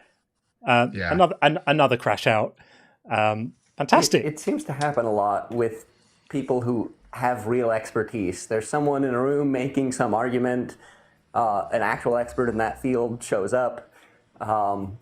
They get brought up on panel, and within 2 or 3 minutes, the person is just crashing out, screaming at everyone. Yeah, it's interesting. Yeah. Is this the same? Is this the same Matthew as? Is this the same Matthew who came on to Justin's the other day when I was with him? Because I think there's more than one bad Matthew. Oh, there was such a wonderful concept. The bad Matthews. Yeah. I'd love to know if it's the same guy. It sounds like him, I think. Same dude, right? So is that Matthew Guitar? Is that who that was? Is that a guitar? Oh dear, oh dear. It's hysterical. Well, Various, I'm very pleased you were here to come up and be interrogated by the child. That was a personal highlight. Brilliant. The same one. Okay, excellent. Oh, well done, Matthew. You've beclowned yourself again. Wonderful. Thanks for being there, Various. We appreciate it. Fun. It was fun, right? If he lasted like one more minute before the poll voted for him to be kicked, I did have a question to test his understanding, because everything that he brought up is going to be, it's really just that surface level. I Googled some stuff, I heard some stuff in the debates, but I had a question about GR that would test if he actually took a course in it or not. Right. Well, I should have known. Next time you come up to defend the noble science, I will make sure that we leave room for you to test them on where they're at. Right. If he's going to test me, I should get to test him back for a minute. 100%. Matthew, if you're listening, start swatting up right now, dude. Because next time you come on to make a clown of yourself again, you're going to have to answer some. It's going to be question time for you, my friend. Brilliant. He's just going to overtalk the whole time. He will. Study up on your math, because I'm going to ask some questions that require math. They're not going to require you to actually sit out and do some calculations, but they will require you to understand the math. And if you actually understand it, you'll be able to answer instantly within 10 seconds. So brush up on your math. Good stuff. Brilliant. Well, we're glad you're around, Various. That was brilliant. Thank you, my friend. That's awesome. Yeah, no problem. I'll drop down. Thanks for coming up, pal. Thank you so much. Brilliant. Dear, oh dear, oh dear, oh dear. The bad Matthew. There we go. Okay. Buzz says he's going to be pissed when he sees all these super chats. Now, I'm wondering who this was about. Buzz, who was that about? Was that about... I have a feeling that might have been about... I'm trying to think. It was a couple of calls back. Who would it have been? I'm trying to think which one that would have been for. Sinner. That would have been for Sinner Saint, wasn't it? I think. And Lita Head says, "I see your Pascal's wager and raise you one Occam's razor." I absolutely love that. I will be stealing that and using that myself. That's absolutely brilliant. Love it. Bethos says, Sinner Saint is right. I can be wrong and probably are at so many things. If God created me, she created me, see the burn there, to only accept rationality and repeatable evidence. Yeah, right. Naughty God for doing it that way, right? Brilliant, Bethos. Thank you. And JL Warren says, "I see Occam's razor and raise you Hanlon's razor." Oh, getting fancy here. I like that. And Chris RPG, Dip has zero clue what objective and subjective. Yeah, absolutely. He was using those terms in really odd ways. Are you objective? That question doesn't make sense. Yeah, that was a hot mess. That was a mess. That call. Don's YouTube channel says, in his defense, and I didn't want to bring this up, but I created him. Awkward. Fair as well. And Bab says, does God believe in himself? He doesn't need to, therefore he's an atheist. Interesting. Yeah. Does he pray to himself, I wonder? I wonder how that works. We will get Christopher in just a moment, just to read a few more messages so we don't get too far behind. Tim says, the theory of relativity states that time slows down when visiting your in-laws. I can attest to that being true. And Baked Ronin says, had enough tea yet? Still know you're a clown. I wonder who that was at. It matches a few we've had tonight already, doesn't it? Tracy says, auction your cats. I will not be auctioning my cats, for I love them both. It's funny though, most people have seen my little grey cat because she's the one that's normally sitting with me when I stream. Funnily enough, she's not here now, but 9 times out of 10, she's right here on my lap when I'm streaming. But not that many people have seen her sister, who is just as beautiful, who is cream coloured. I shall have to show her to you on a stream sometime. But everyone's seen Rocket, the little grey one, because she's such a floozy and she's always with me when I'm streaming. Tim Davidson says, aloha. Sorry, that's the goodbye one. I meant aloha. Fair enough. Not sure I follow, but okay, Tim. And Bethel says, I wanted to take a what's NR? NR2 in nature but the branch I wanted to sit on was occupied by ants. Like Sean, I don't like ants because I need to hold on. I feel like I'm not smart enough to understand that message, Bethos. Am I dumb? I might be dumb. I could be dumb. I think I'm dumb. Sorry. I am too. I'm trying to figure it out. Too smart for me, friend. Tim Davidson says, tradition is peer pressure from dead people. Well, I love that, Tim. I think I've heard it before, but love that. And Buzz says, how can you like wasps? We're back on the wasps again, people. This is going to be a thing, isn't it? And Buzz says, you missed my Pope Nope comment, and I am sad. Did we miss a Pope Nope? I'm sorry, Buzz. I deeply regret missing a comment from you if I did. Dade Murphy, good to see you, Dade. It's not about what atheism has to offer, as if it were a worldview, as it's one's skepticism that informs their lack of belief in God. That's it. If you're not convinced, you're not convinced. There's nothing you can do about it. You don't become an atheist because you've read the prospectus and think it sounds delightful and you think it has something to offer. You become an atheist once you realise that you're not convinced by the stories people are telling about their imaginary friends. It's not complicated. And Bethos says, Aaron, I'm glad you trying failed SSCD. This is the only life we know we have through direct experience. We will die, but we have our time now. Yeah. I think that was responding to Aaron's sort of, it was kind of like a Timu Pascal's wager, wasn't it? A bit. And Buzz says, for us Americans, pissed equals drunk. I think I always took pissed in US parlance to mean angry. And in the UK, here pissed means drunk. Oh, I see. I'm on the... Oh, no, Buzz is translating it for others. Forgive me, Buzz. I got there in the end. Oh, yeah. For the guest who called in before, saying that she was pissed, that doesn't mean angry. It means you've had a few. Yeah, absolutely. Okay. And Buzz also says reason is high as a fucking kite. Yes, I did get that impression. That's why I ended the call. And Bethel says, I am comfortable with 3 to 5 minutes, friendly call-in, normal streams, keeps community feeling. Fair enough. Yeah, it's trying to get the balance right. You know, I want to keep these things interesting for people, and the community feel is a good part of it. I'm quite looking forward to tomorrow's show. I think it'll be a mellow affair. We'll just hang out. We'll still keep the same format of people calling in one by one and just talking about what they want to talk about. We won't let the conversations go on for too long. We'll still it'll still be a managed, moderated discussion like these are, but open-ended. You can speak about whatever you like. No topics out of bounds, and it just doesn't even have to be about religion or belief. It can be about anything. If you have any personal questions or things you wonder about, how Sean is consistently so well dressed all the time, for example, anything like that, feel free to just call and ask, and whatever you ask will be done.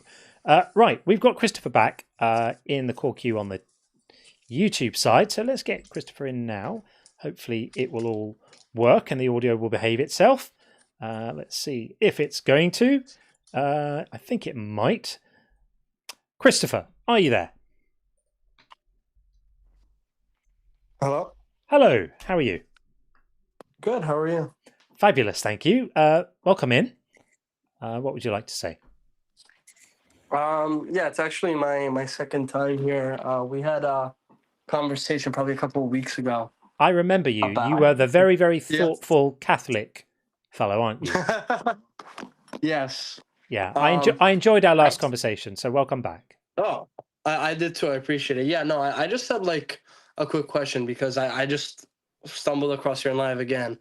And that first conversation was a lot about like me defending like my views. And I just wanted to hear like your point of view on like atheism. I saw like the banner of your channel, like belief is not a choice. Yeah. Yeah, I really want to understand what that means more. Sure. Yeah. Thank you for asking.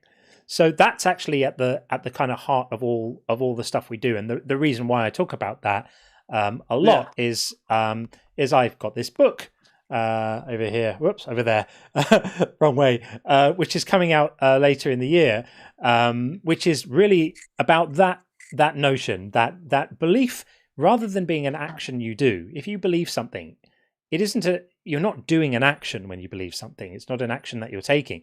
It's something that happens to your mind as a result of information coming in, and then your mind feeling persuaded by it. And if you feel persuaded by it, then the belief happens automatically, because that's kind of what it means. You can't stop it. And if you don't feel persuaded by it, then belief is impossible, right? So once we realize this, that belief is a sort of experience you have. It's a bit more like a sensory thing, like your senses, rather than a thing you do. Then you can see that it's not possible to believe something if you don't find it convincing. The only way you can believe it is if something changes so that you do start finding it convincing, right? Right. So the way I say it is, you can't choose your beliefs, but you can choose what you pay attention to, and that's where the choice lives. So when some people say, "Well, what about people who decide to follow a faith, or decide to go to prayer, or decide to read certain books, and those things are what changes their beliefs?" Well, you'd made the decision to pay attention to the books, to the prayer groups, to the whatever it is that you subjected your mind to.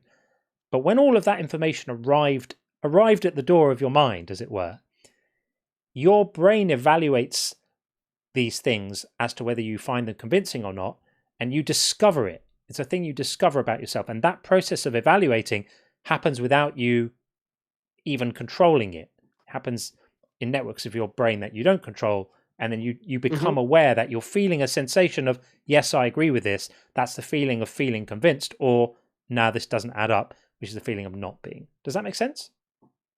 It does make sense. And I do agree with you when it comes to like the first half of what you said, but I guess once you get convinced by something, aren't then you making a choice in a way to follow that faith? Like I'm not sure if that makes sense, because I do understand what you mean, that you're being convinced by the things you're looking at. So that's not the choice. That's just something that happens. Like the same way like when your parents when you were young were like strangers, like that's not a choice you made. You were convinced by that, like in a way. I don't know. I just tried to make an example off the top of my head. Yeah, the answer is yes. So, like, if I become convinced, you're a Catholic, correct? Yeah. Okay. So, being convinced that the claims of Catholicism are true is not a choice. However, once I become convinced, certainly going to Catholic Mass is a choice, or participating in communion, or praying. These are all actions, and of course, those are choices. But the initial part, being convinced that the claims of Catholicism are true, that's the part that's not a choice. Gotcha. Yeah. Okay. The reason why this is so important, Christopher, and the reason why I talk about it and why we talk about it, is that Christianity and Islam are built on the idea that if you don't believe the right things when you die, that determines what happens to you afterwards. And it occurred to me that this is very unfair, because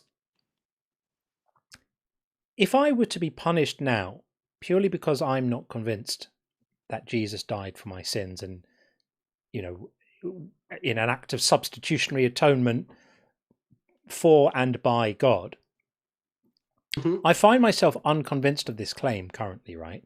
And there's literally nothing I can do to be convinced of it. I could declare it, but I'd be lying, right? So because I'm unconvinced of it, would it be right, in your view, for me to be punished forever, potentially, just because of what I've been convinced of? It's a good question. In my opinion, it wouldn't be right. As a Catholic, it's not my choice whether, to punish anybody, Sure. I don't want to judge anybody at all. Sure. But I do see your point of view. And you know, it's something interesting to think about, because like a lot of people I see like being Catholic, they're like just Catholic because that's what they were raised to be, and they haven't even made this step that you have to like actually question things and That's right. like think of it critically. And you know, although like I'm always trying to think of things more critically in my life, not just like my religion, just like all things as I'm growing up, you know. And so far, to me at least, I'm still in that field where it does make sense to me, like it clicks for me in a way. And although it might not click for you, it clicks for other people. And I think that that click that happens, I guess, may not be the choice, but it may be the faith. And I'm not sure how that comes about. I think that's I'm not really even sure if fair. that makes sense. No, it does make sense. Yeah. I think that's really fair. But you would then also have to say, actually, I can actually put you on the screen so we can see you. There you go. I hadn't put you on the screen before. No problem. It would have to be the case that some people get that click and some people don't. And so if somebody is born in an environment where there's a lot of Catholicism around or Christianity around, and it's part of the culture that they're in, they're far more likely to get that click than if they're born in a mountain village in Afghanistan, where they're extremely unlikely to just become a Catholic. And so it would be very unfair if God created a system where the eternal fate of someone's soul was essentially just a geographic lottery, right? Where was this person born? What kind of culture are they born into? And people generally stick to the religious culture they're born into about 80% of the time.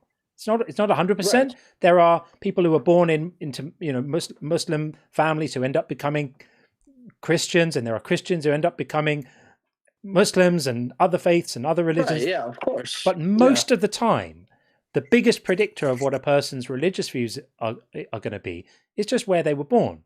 And it would be extremely unfair if God set up a system where people end up being sent to hell forever just by virtue of where they happen to be born. That wouldn't be fair. Right.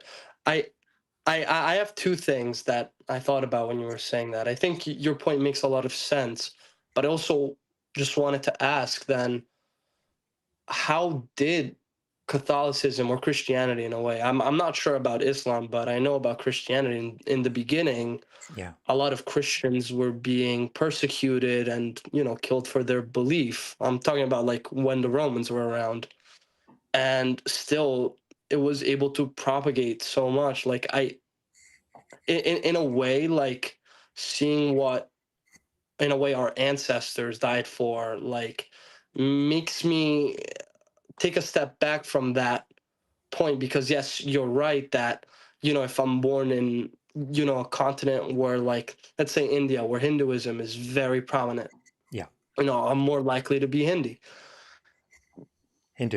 At the same time though, there's also like this historical evidence where, like, you had Christians in the Middle East and in Europe being persecuted by the Romans just for being that, and I guess they did not waver their faith. If not, we would not. I mean, I wouldn't be here. In the early days of the church, Christians were persecuted, but eventually Constantine converted to Christianity, and at that point, the might of the entire Roman Empire became, it was institutionalized into that, and at that point and onwards through history, Christianity was spread by the sword pretty brutally around the world, and that's why it's been so successful. With the Crusades and everything. Yeah, all of that stuff. So the fact that it managed to survive its early years, okay, some cults do and some cults don't. If it hadn't survived, it would have been another cult that survived. This is just the one that did, right? We wouldn't be hearing about it if it hadn't, right? So by definition, you're only going to be left with the with the religions that did survive, right? Thousands have died out. There've been tens of thousands of religions that were devoutly believed by their adherents, and they don't exist anymore. They're extinct now. So we're just going to be left with the ones that didn't die out, aren't we? Does that make sense? Also, it doesn't really address the initial point that John had made. I mean, how did the historicity of Christianity and how it managed to spread? That's an interesting topic. But what John addressed was something that you actually acknowledged, that what you end up believing is a geographic lottery, at least statistically. It's not a guarantee. And if you have belief-based salvation, where if to be saved, you need to be a Catholic, or even if being the right religion is relevant at all to your salvation, that's a problem. Because if you're born and raised in India, you're likely to be Hindu or Sikh, or depending on where, and so, like, if there is a God, and let's say it's the Catholic God, and he's all powerful, he could either make what you believe irrelevant to salvation. All right, that's another topic if that happens. Or if it matters, why doesn't he just let the entire planet know, I exist, here's the right religion, here are my rules, now you can use your free will to decide to follow me or not follow me? I mean, I guess with what you just said, the way I would answer it as a Catholic is that I believe he already did that, when Jesus came, and I don't think it's So Jesus came and he convinced the entire world that he exists and what the right religion is. The entire world isn't convinced, but with what you said is like, why doesn't God come down and say, hey, like, I'm me, follow me? I think that. Well, my question was, why doesn't he convince the entire world, let the entire world know I exist, here's the right religion, etc. And your response was he did that when he sent Jesus, but sending Jesus didn't accomplish that, did it? Well, God can't, in a way, convince you to believe in, because, I mean, I was going to say you have free will, but then it goes back to the choice thing. I get it. Yeah, I get what you're trying to say. Yeah, if you convince me God exists, you didn't violate my free will, right?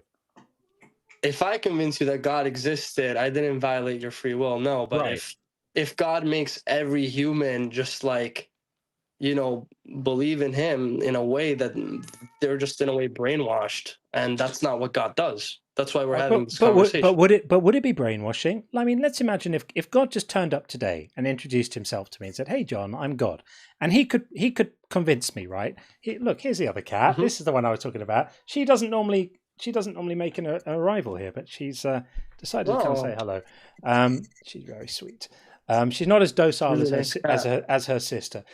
So if God turned up today and introduced himself to me, right, then I would know he exists, and I would have no doubt about it, and he wouldn't have brainwashed me. He just would have made an introduction and said, I'm God, nice to meet you, which he used to do, right? He used to introduce himself to people and make himself known to people. It's like he's hiding now, right? But he has the power. He has the power to let me know that he's there. Let everyone know that he's there. He could easily do it. It wouldn't be mind control or coercion or anything like that. It would just be providing information, right? There's no other context where we would say that the provision of information is a subtraction of somebody's autonomy or free will, right? We're just talking about giving information, introducing himself.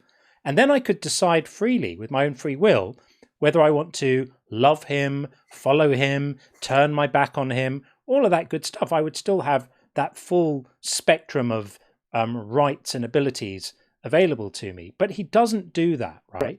And if he doesn't do that, then that raises the question of, why is he not doing it? Is he not doing it because he's not capable of doing it? Or is he not doing it because he doesn't want to do it? Which one do you think it is? I think that, I mean, he's capable of everything, but I think you're also putting it in black or white, where the answer is more like a gray. Of course, if you put it like that, the answer would be it's that he doesn't want to do it. right? It seems that way. Well, because it wouldn't make sense because an all-powerful God does have the power to do that. So I agree. So that's why I'm saying, like, sorry, one moment. Just got a text message. Sure. So we must infer from that that currently God is happy for me to be a non-believer, right? Because if he wanted me to be a believer, I'd be one by now. Otherwise, he would have failed in his attempts to make me one, and an all-powerful God doesn't fail at stuff. So the only conclusion is that God wants me to be a non-believer.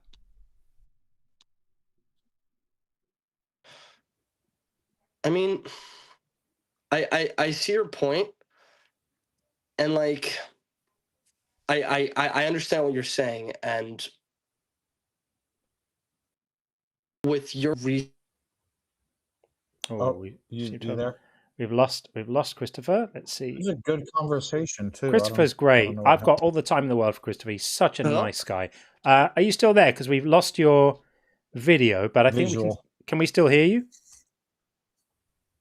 Can you guys hear me? Yeah, we can still hear you. We can hear you now. Yeah, I can hear you guys. Okay, we can't see you, but that's okay. We all know how good looking you are, Christopher. That job's done. We can continue to speak to you. You guys are good looking guys. So where were we? Yeah, it's a poor connection for some reason with you, but we were saying that God must be. Sound, John. Can you hear us, Christopher? Looks like not, right? That is strange. Yeah, he has no sound. No sound. How about now? Can you guys we got you now. Yeah, we got you now. That's it. Perfect. Yeah. Okay. Got it. Yeah. So we can pick up where we were.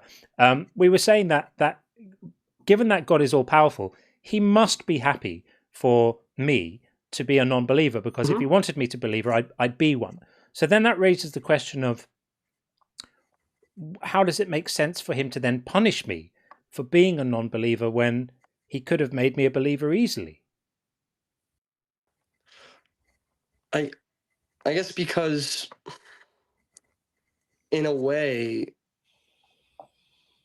he doesn't want you to just like force you to, but like he wants you at the end to make that journey towards him yourself, and to eventually come to, I guess, not the choice, but that click, if that makes sense. But he would know that I'm incapable of doing that, right? This is why the belief is not a choice thing is so important. This is why I wrote the book, and why it comes in here at this point. This is the point in the argument where it means everything, right? Because God would know that my lack of belief isn't an unwillingness on my part, it's an inability. I'm literally not able to. Now, you might say, well, that's where you are right now, but there's still time. But I could get hit by a bus tomorrow, and unlike you, there's more of my life behind me than there is ahead of me. So one starts to think about these things at a certain age. And God would know that the chances of me being able to be even capable of that click, as you eloquently put it, of that moment of feeling the truthfulness of the claim, he would know that I can't do it. Not that I don't want to, but that I just can't. If there is a God, I want to know about it, right? I just want to know what's true. I don't want to be the last guy who knows, right? I want to know if it's true. And if there is a God who wants to have a relationship with me, then I want to have a relationship with that God. I mean, if it's the Bible God, we would have some awkward conversations because the stuff he did is not good, right? And we were speaking about some of that last time, I think. But I'm genuinely open and ready to have that, but I'm just not capable of it, and he would know that. So that's where the sort of the ethics of this get really tricky, because he would then be punishing me for something he knows I'm incapable of doing otherwise. Right. What I can think of right now is, I mean, I don't want to give a brash answer, but in a way, at least in my head, I'm like, I feel like there's so much information that points to like Christianity and Jesus Christ, and you know, that's a whole other debate. Yeah. I mean, what's convincing to you isn't necessarily convincing to someone else, and I could see your position, like from my standpoint, like I feel the incredulity, like how can you not see that this is like completely irrational, etc.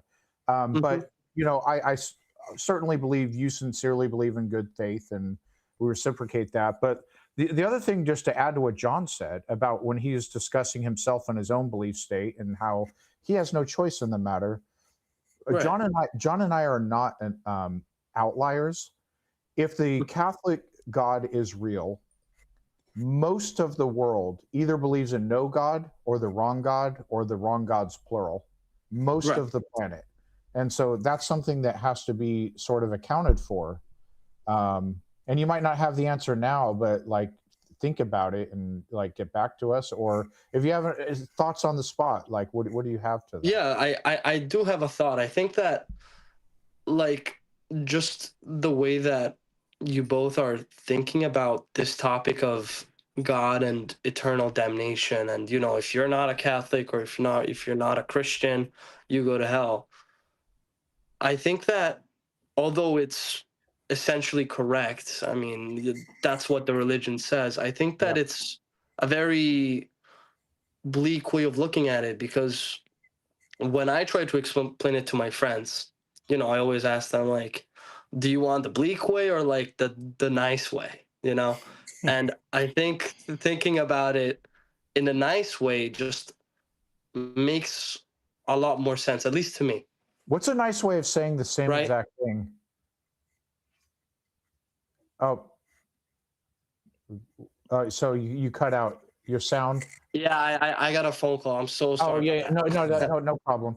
So you said the bleak way and the nice way, but I feel like the bleak way, what we described, is accurate. So it is accurate. It is very accurate. So what's a nice way of saying the same exact thing? I just would love to hear this.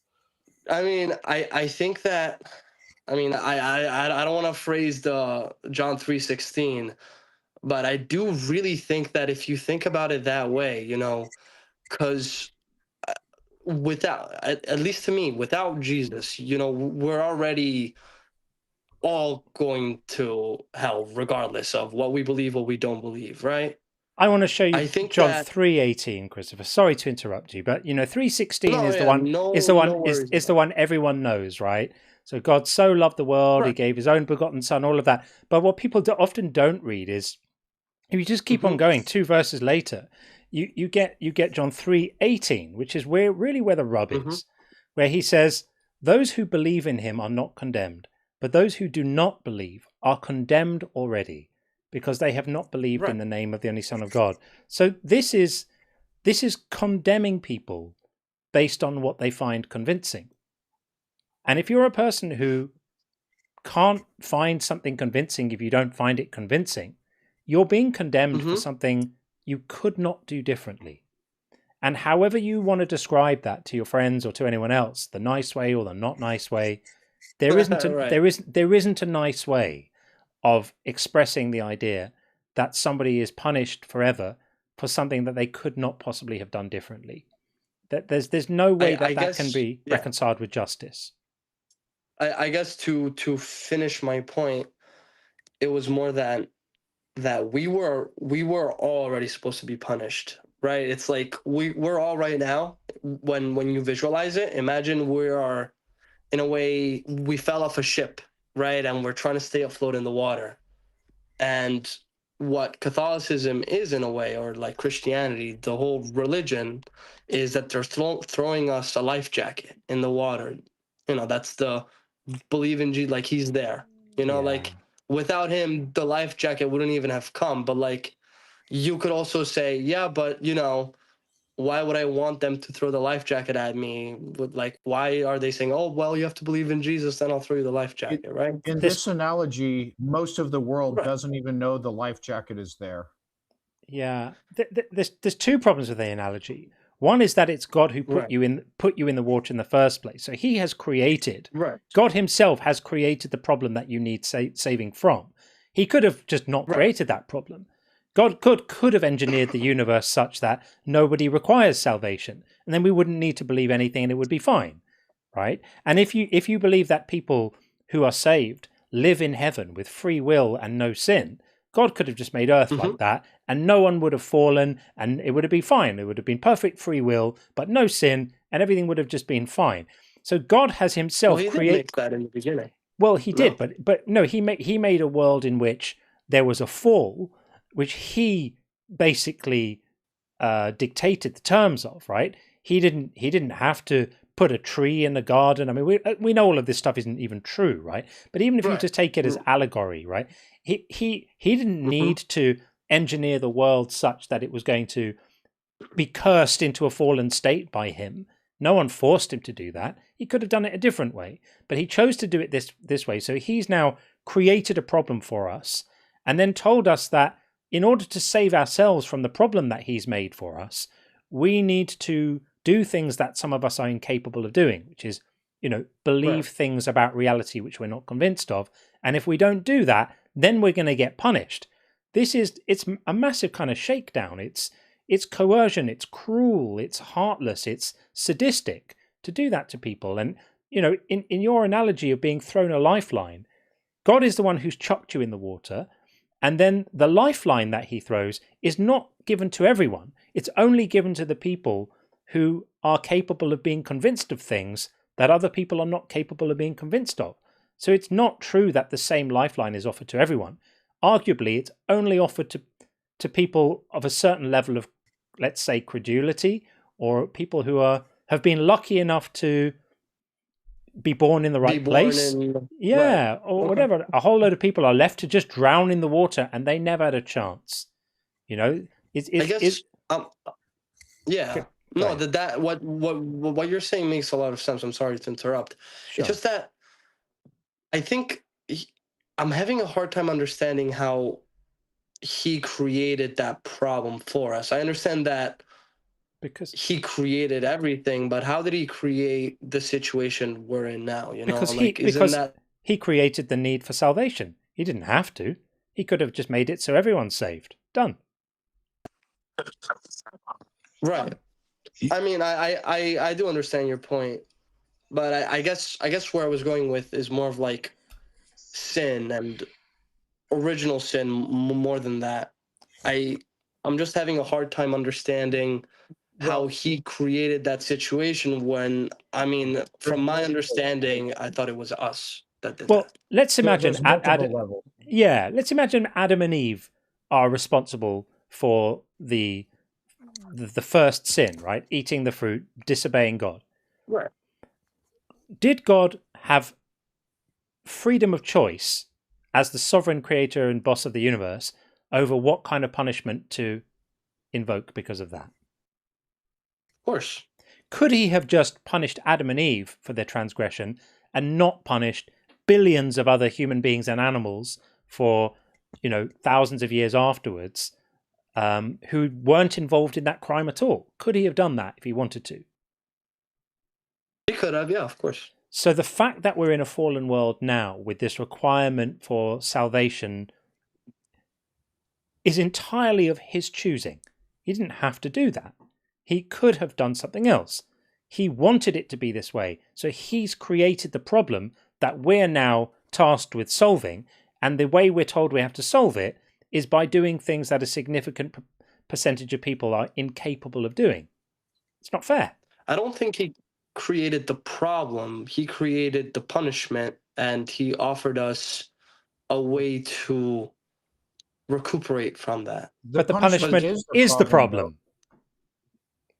Yeah, the punishment is so there's multiple layers to this. So one, the punishment is the problem. So God decided a consequence of Adam and Eve sinning is that all future generations, which is basically all mankind, would have a quote unquote fallen nature, which makes us so we cannot not sin. So he decided to create the circumstance that we require salvation, and then we can get into, if he's all powerful, he could have created a version of Adam and Eve who have free will and would choose not to sin. Right. I mean, there's all kinds of different directions we could go with this. Yeah. Okay. Christopher, I think we'll maybe draw this to a close now, just because we've been on it a little while and we don't want to let things get a bit stale. Yeah. But it's really nice to talk to you again. Thank you again for engaging so thoughtfully, and you really are a pleasure to talk to. You know, we obviously have very different views on things, but these are the kinds of conversations we really like having, just calm and respectful. Yeah. No one shouting, you know, a presumption of goodwill on all sides, even if we, you know, have a different way of looking at the world. These are the conversations that really, for me, make this channel worthwhile. So really want to thank you for coming in again. Course. Oh yeah, thank you again for having me. You know, I think I was watching that last guy. Oh my God, I mean I don't know much about physics, but I don't think he was right at all. But it's always a nice breath of fresh air, just like having a nice, you know, exchange of ideas and thoughts, and you know. Thank so you, I'm friend. always glad to be here. Consider yeah, thank yourself you very much. Take consider care. yourself welcome here anytime. We love talking to you. So all the best, Christopher. Thanks, Thank you friend. very much. All the Appreciate best. it. Take All care, the guys. best. Thanks, man. I think that I said this last time Christopher was on, but if I was his parent, I'd be a proud parent. That is a really, really nice guy. Good for him. Good for him. Excellent. Okay, we are going to get Rwando in next, and then we have Nomad, and we've got Michael waiting on the YouTube side as well. We'll try and move things along. We won't let conversations get too bogged down. I'll just read a couple of messages, and then we'll get Rwando in. I've got both cats with me now. I have an embarrassment of riches of cats here. Bab says, God made Mormons so Christians would know how Jews felt. Fantastic. So good. So good, right? Because the Christians took the Hebrew Bible and just ran with it. They went rogue, right? Jesus didn't do any of the stuff that the Hebrew Bible prophesied for the Messiah. They just went off the reservation. And then Paul came along and made it even more wacky. Totally not in line at all with the Hebrew Bible. And then along comes Joseph Smith, and in a beautiful act of karma, does exactly the same thing to Christianity that the Christians did to the Jews. Brilliant. I love that, Babs. Superb. Thank you for that. And Bethos, thanks for the super chat, says, kick Matthew Davids. He's a buffoon. I'm not a physicist. Both my parents are. My uncle too. When a real scientist speak, I listen and think before I reply. Yeah, he's a petulant child with too much to prove and nothing to prove it with. That's all he is. He could really do with learning a little humility. But I would say the chances of that happening are middling to low. There we go. And Don's YouTube channel says, I'm American. I apologize for our culture contributing to the degradation of debate. Well, you know, we get all sorts of minds in here across the spectrum, and the bad ones aren't all from the US. I was listening to Doberman crashing out on Justin's show the other day. He was actually on with Justin before he crashed out with us, but I listened to it, funnily enough, only today, and I was just shaking my head. Best of British, everyone. Best of British. So it's not just the US. Tim Davidson says, low tier, go ahead, and that nasal prepubescent tone. Oh, that's gonna hurt. I agree. We got the full like baby's first Philbro treatment from Matthew. Go ahead. All of the cliches were there, weren't they? I love that. Brilliant. Thank you so much for the tired cup from Roy Williams. I appreciate that very much indeed. And Richard Cox says, enjoying the stream as usual. Thank you, Richard. Appreciate your support very, very much indeed. And Buzz says, Pope Nope reissue. And this was it. This is the one I missed. If there were a Pope for atheists, we would call it a Nope. That was worth recapitulating, Buzz. I completely agree. A big shout out to anyone who's watching the live stream for the first time, by the way.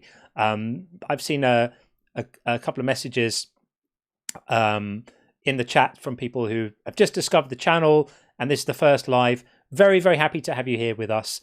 We do this on Thursday nights, Saturday nights, and then Tuesdays during the day. And tomorrow being Friday, we're also going to do our first episode of Unconvinced After Hours, which is not a debate show.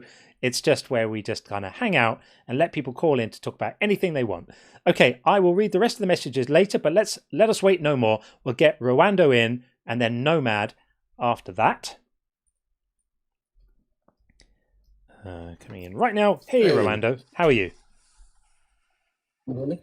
Yes, we've got you. Welcome in. Okay. No echo or anything. Sound good? What would you like to say?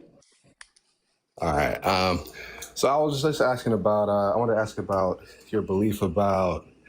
You're saying belief is not a choice. Yeah. I would disagree because, I mean, it's just the definition of the word doesn't mean that. Like, you choose what you believe.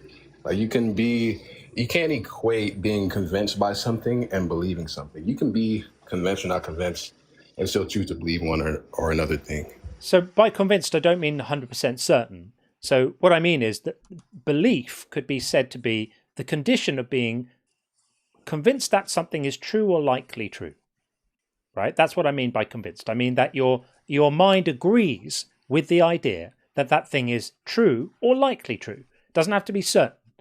That's literally what belief means. Yeah, I'm not saying it has to be certain because I mean it could be 51% convinced or whatever. Yeah, exactly. So then the question then becomes: can you choose to make yourself convinced of something if you're not? That's kind of irrelevant to what you believe. It's just it's everything. It's not irrelevant. It's the whole game. It's the whole everything. If you're not convinced that something's true, it's impossible to believe it. I disagree. But that is what belief means. No, belief is like what you choose to believe. It's a choice. So it's what's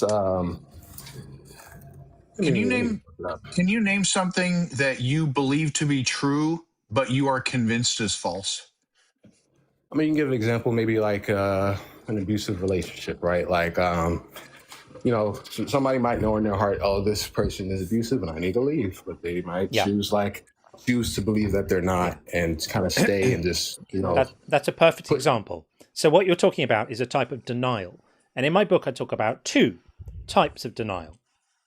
There's behavioral denial and cognitive denial. So behavioral denial is when you know something's true. You actually believe it's true, but you don't admit it to the people around you. You know it's true, but you don't behave like it's true because you're just not ready to deal with maybe the consequences of that, right? So you kind of role play it not being true. An example of that might be someone who's in an abusive relationship and they know it's abusive, but they know that if they admit outwardly that it's abusive, then they're going to have to leave it. And they're not ready for that, or they're frightened of that, or they have other psychological reasons for not being prepared to face that reality. And so they declare, no, the relationship's fine, but they actually know inwardly that it is abusive. That's behavioral denial. But in that situation, the person doesn't actually believe that the relationship's good. They know it's not good. They're just lying about it, kind of to themselves and others. That's one type of denial. Another type of denial is cognitive denial, which is actually more pernicious. This is where somebody's emotional need to believe something is so strong that it actually affects what they legitimately think is true. So in that situation, we can use the same abusive relationship. Somebody loves someone so much, and somebody's so invested in a relationship that even though everyone else around them can see that it's abusive, they actually don't believe it is. They genuinely don't believe it is, even though all the evidence is there and the bruises are there to show it too, right? And this is a type of denial which is, it's cognitive. It's in their own minds. It's not just a disconnect between what they believe and what they say. In both of those, you're saying that one as well as belief. Yeah, both of those scenarios, the person is not choosing what they believe. They're either convinced about the correct thing, i.e., that the relationship is abusive, and they're just lying about it, or they're convinced incorrectly, so that they think they're convinced that it's a good relationship because their emotional need. There's a thing called motivated reasoning, which affects how your own mind processes belief claims. And motivated reasoning is so powerful. I'll give you another example where it really kicks in. imagine a parent who has to confront the idea that their child is bullying other kids, right? Mm-hmm. No parent wants to think that their child is hurting other kids. So parents have a very strong motivated reasoning to not think that about their own children, and they're often the last ones to see it. They genuinely still think little Timmy's a good boy, but actually little Timmy is stealing the other kids' lunch money and all sorts of things and not being such a good kid. And the motivated reasoning is so strong, it stops the parent from really, really engaging with reality and what's going on. But they still believe that their child is not doing that because they're genuinely persuaded of it. So no matter how you frame it, it's still the case that belief only happens to you if your mind thinks something is true. If your mind doesn't think it's true, you ain't believing. And if your mind does think it's true, you can't stop yourself from believing. The belief happens to you whether you want it or not. It's never a choice. So it sounds like I see what you're saying. I do see what you're saying. Sure. I still disagree because I think when I think that's just a correlation thing, because obviously you're equating correlation with the definition, right? But if you look at what belief means, it says to accept as true or real. Yeah. So what you accept, you can accept something that doesn't quite convince you or something like that. What right? would accepting it mean? What would accepting mean if it didn't convince you?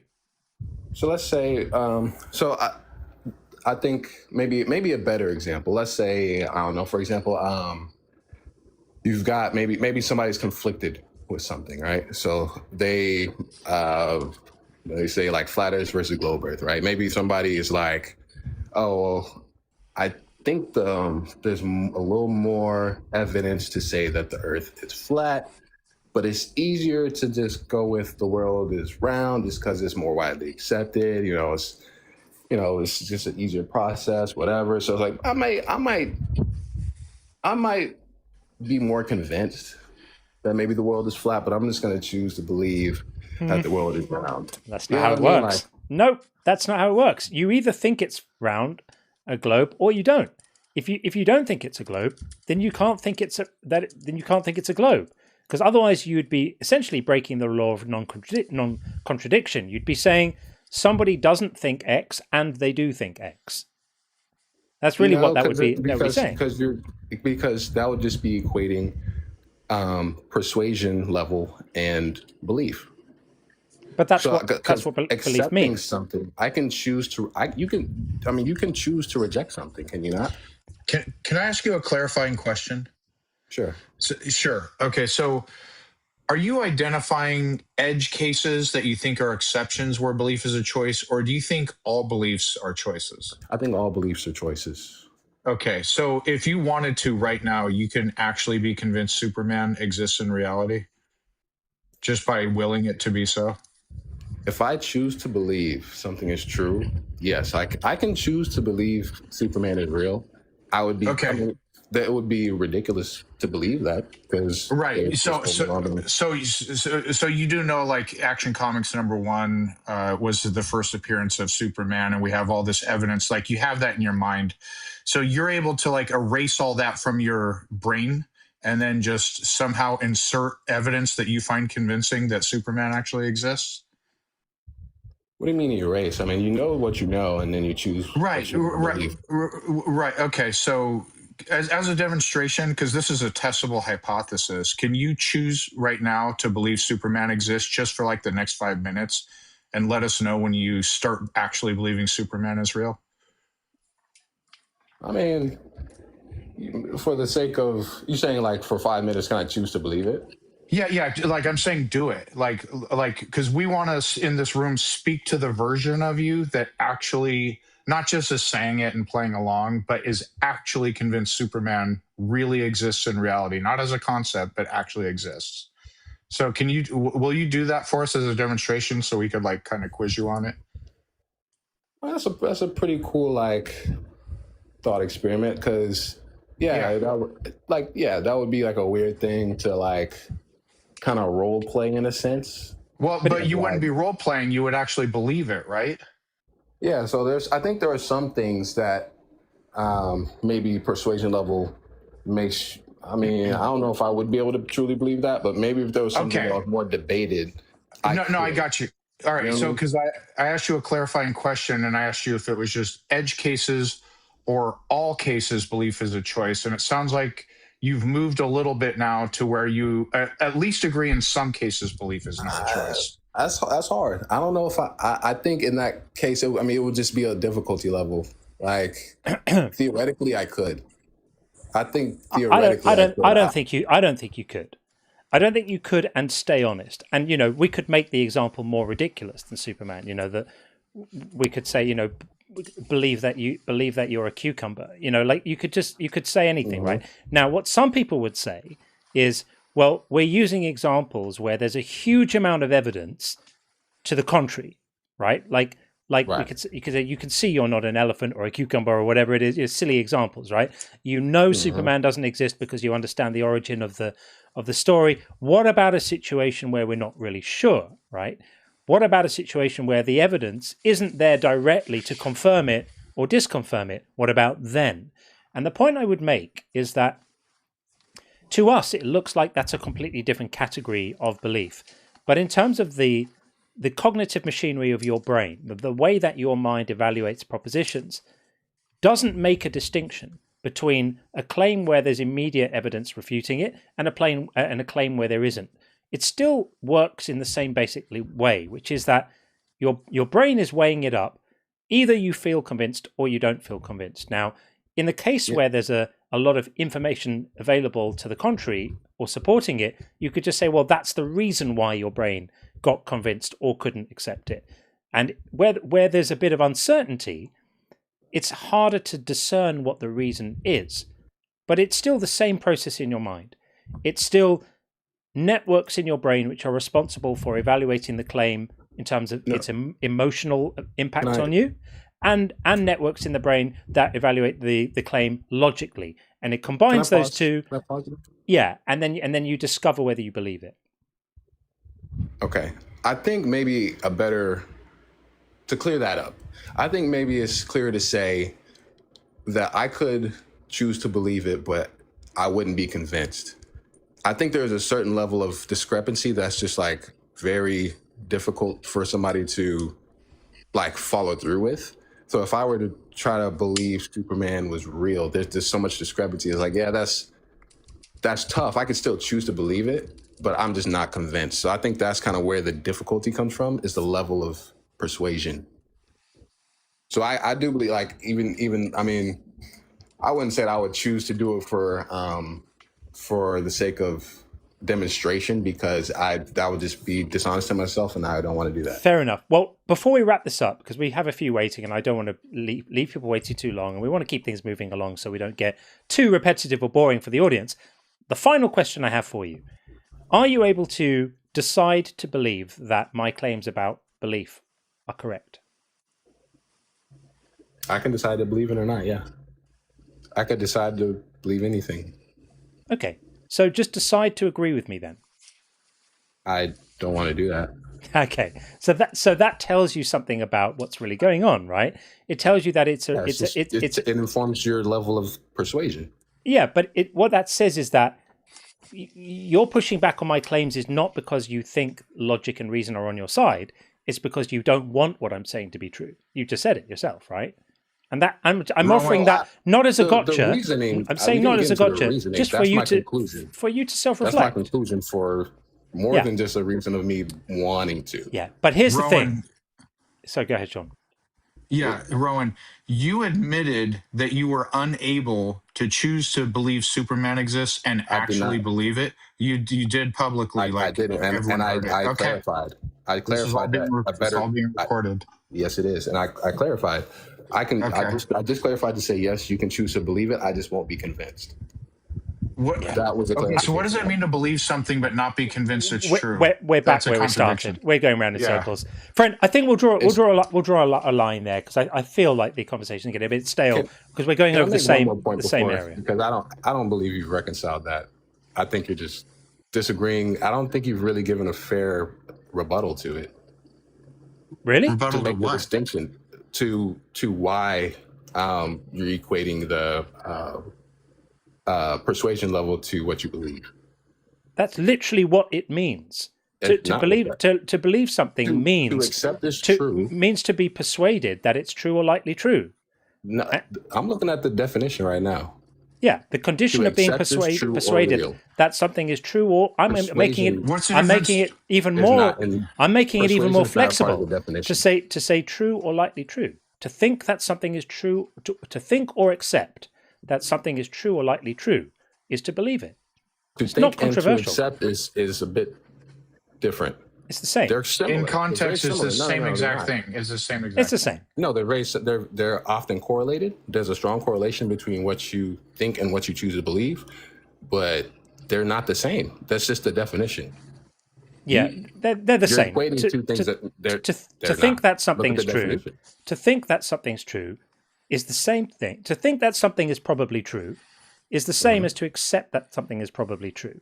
Accept is just another way of saying it's that you're because you can choose to accept or reject something. Since you denied saying what you said earlier, let's go back to it. Choose right now to believe Superman actually exists in reality, and let us know when you start believing. We're not going to do this again. I could choose to believe. Okay. Okay. We're not going to do this again. I'm telling you, I clarified. I can choose to believe it. I won't be persuaded because the two aren't the same. That's meaningless. Okay. If you're not persuaded, then you're not believing it. Randa, thank you for. It's just the definition, brother. It's the definition. All right. Okay. Thanks for calling in. You haven't reconciled it, but hey, okay. I respect it. I respect that you didn't reconcile it. It's cool. Sure. Thanks for calling up. Appreciate it. I appreciate you. Thanks, man. Take care. Take care. Thanks. I mean, there's only so far you can go, and it just becomes silly word games. There is no difference. But if you're making the claim that you can believe something without accepting that it's true, that's silly. That's not what it means. Okay, as promised, we're going to get Nomad in next, and then we have Michael next in the queue after that, and then Meiser Liben after that. So, Nomad coming in right now. Hello. Hello, how are you? Hello, good evening. What's up? It's up. How are you doing? Okay. So I'm a believer in God, and which God? I wanted to add, I'm a monotheist, so a one creator of the whole universe, everything. But my question is more to you because I'm not really informed about atheism as much as I would want to. So what is your best argument to that atheism makes more sense in your opinion? Is that it makes sense to believe things when there's evidence to believe them and there's no evidence for a God.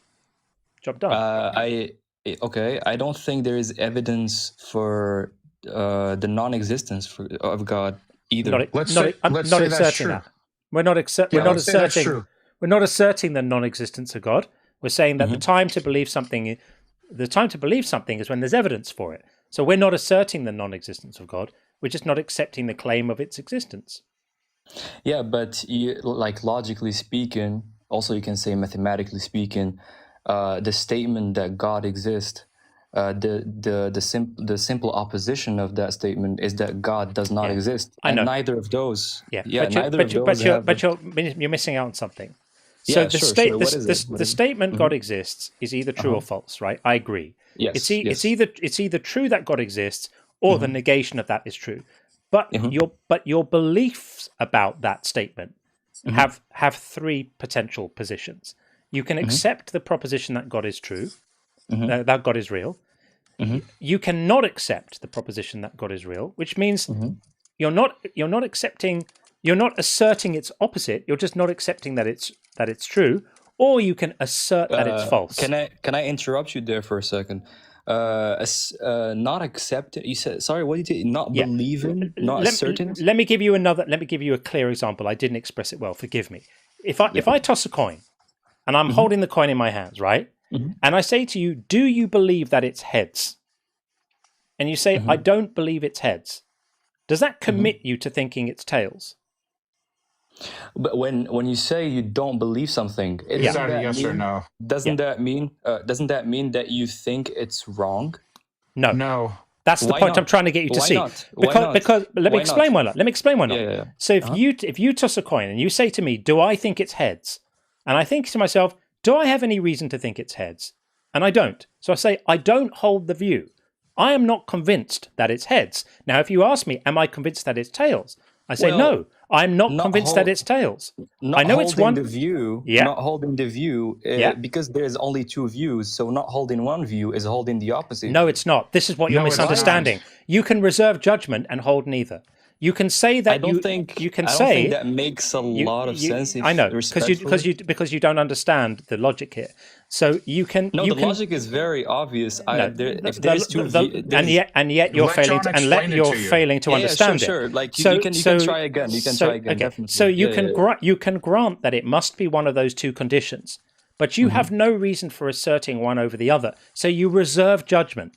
That means that you are not believing that it's heads, and you're not believing that it's tails, even whilst you agree it must be one or the other. Yeah, sure. So you're avoiding to assert one of the views of the statement, basically. And that's a valid epistemic stance with respect to the proposition the coin is heads. You're entitled to say, "I don't hold that view, neither do I hold the view that it's tails." So how do we relate this to a god? Oh, yeah, sure. Keep going. Yeah, how we relate it to a god is exactly the same way. So we can say, I don't believe the claim a god exists, and I'm not asserting the claim no god exists. I'm reserving judgment. So you're agnostic, basically. But reserving judgment is still a subcategory of non-belief because I am not a believer. So when you're holding judgment over God's existence, you admit the possibility that you could be wrong about it. Of course. Yeah, of course. Okay, but I'm so still an atheist. I'm still an atheist because I'm a non-believer. But what does atheist mean? Doesn't atheist mean that you don't believe in God's existence? Yes, I don't believe. Yeah, I don't believe in God's existence. I think it doesn't match with the definition that you proposed. That holding a judgment over a statement, holding a judgment over a statement doesn't necessarily mean the same as saying that you don't believe a statement. How is that the same? Because you because you state that atheism is the same, or like basically holding your belief. No, man. Sorry. Let me make this easy for you. Would you agree that the time to believe something, if you're going to be rational, the time to believe something is when there's sufficient evidence to believe it? Would you agree with that statement? I mean, I agree, but not when it comes to God.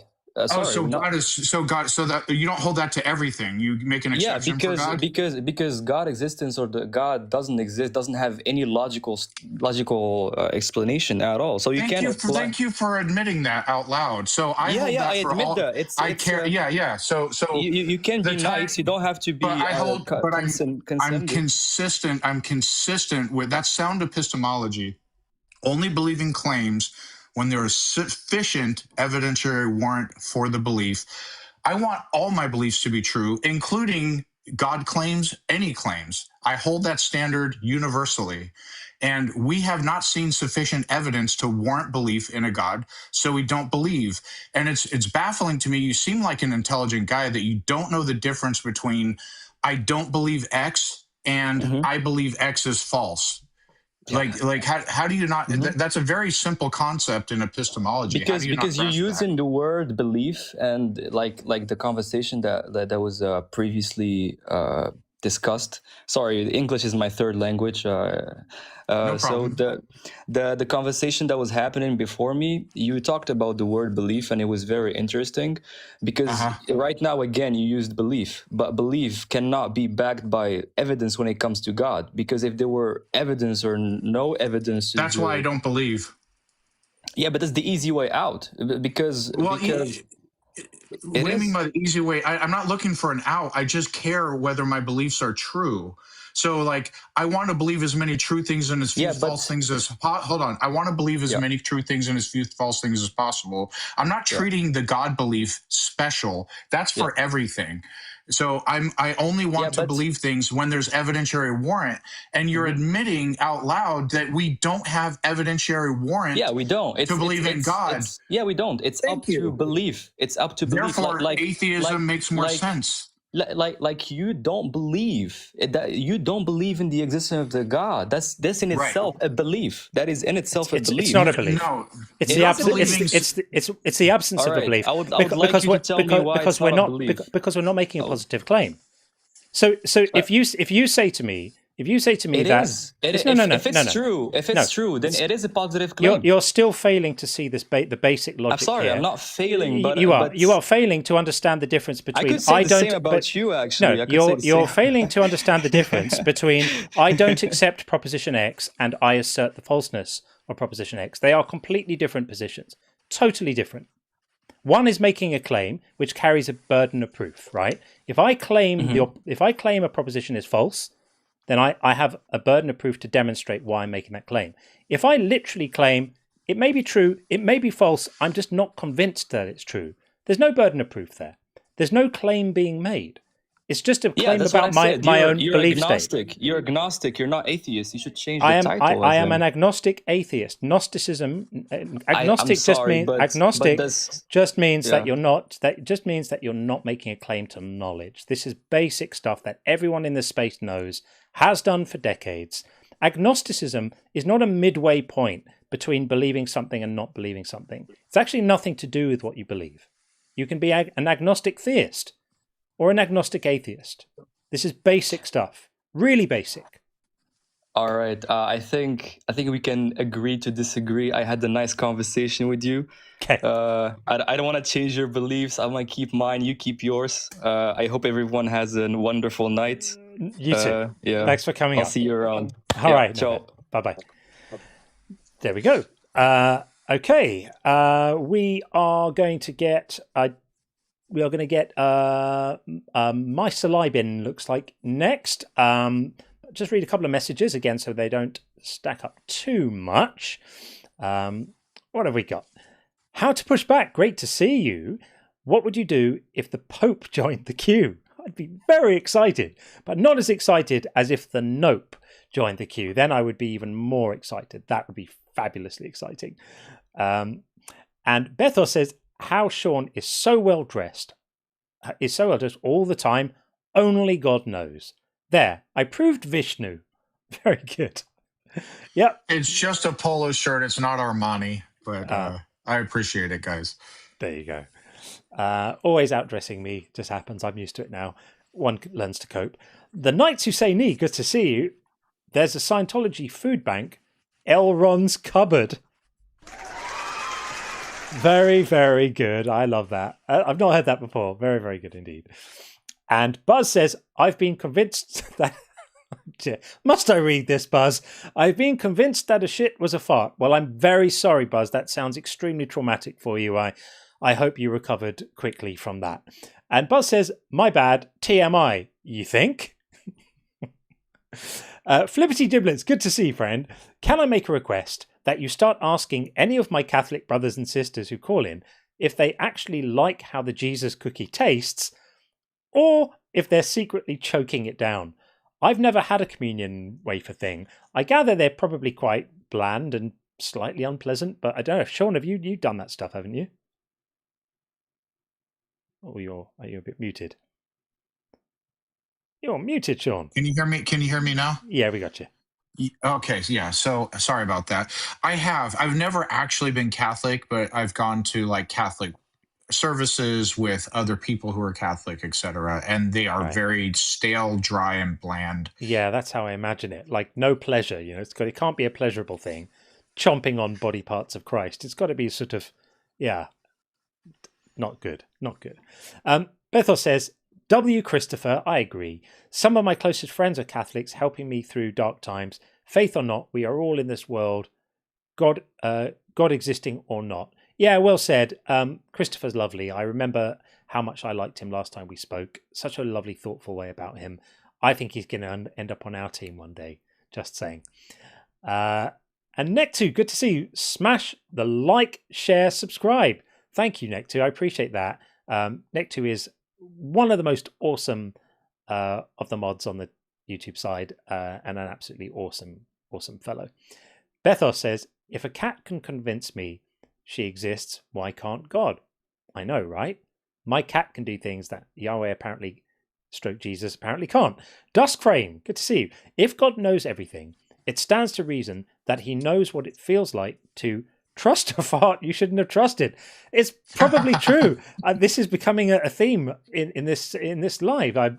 Not the theme I planned for, but yes, I guess that would come under the rubric of God's knowledge. Yeah, I imagine he's probably never suffered like Buzz in quite That's that way. happened to you too? Oh my God. And Mandolin B says, John Cohen for Nope. Well, I gratefully accept the nomination. It will be for the people to decide. But thank you very much for that. I'm touched and honoured.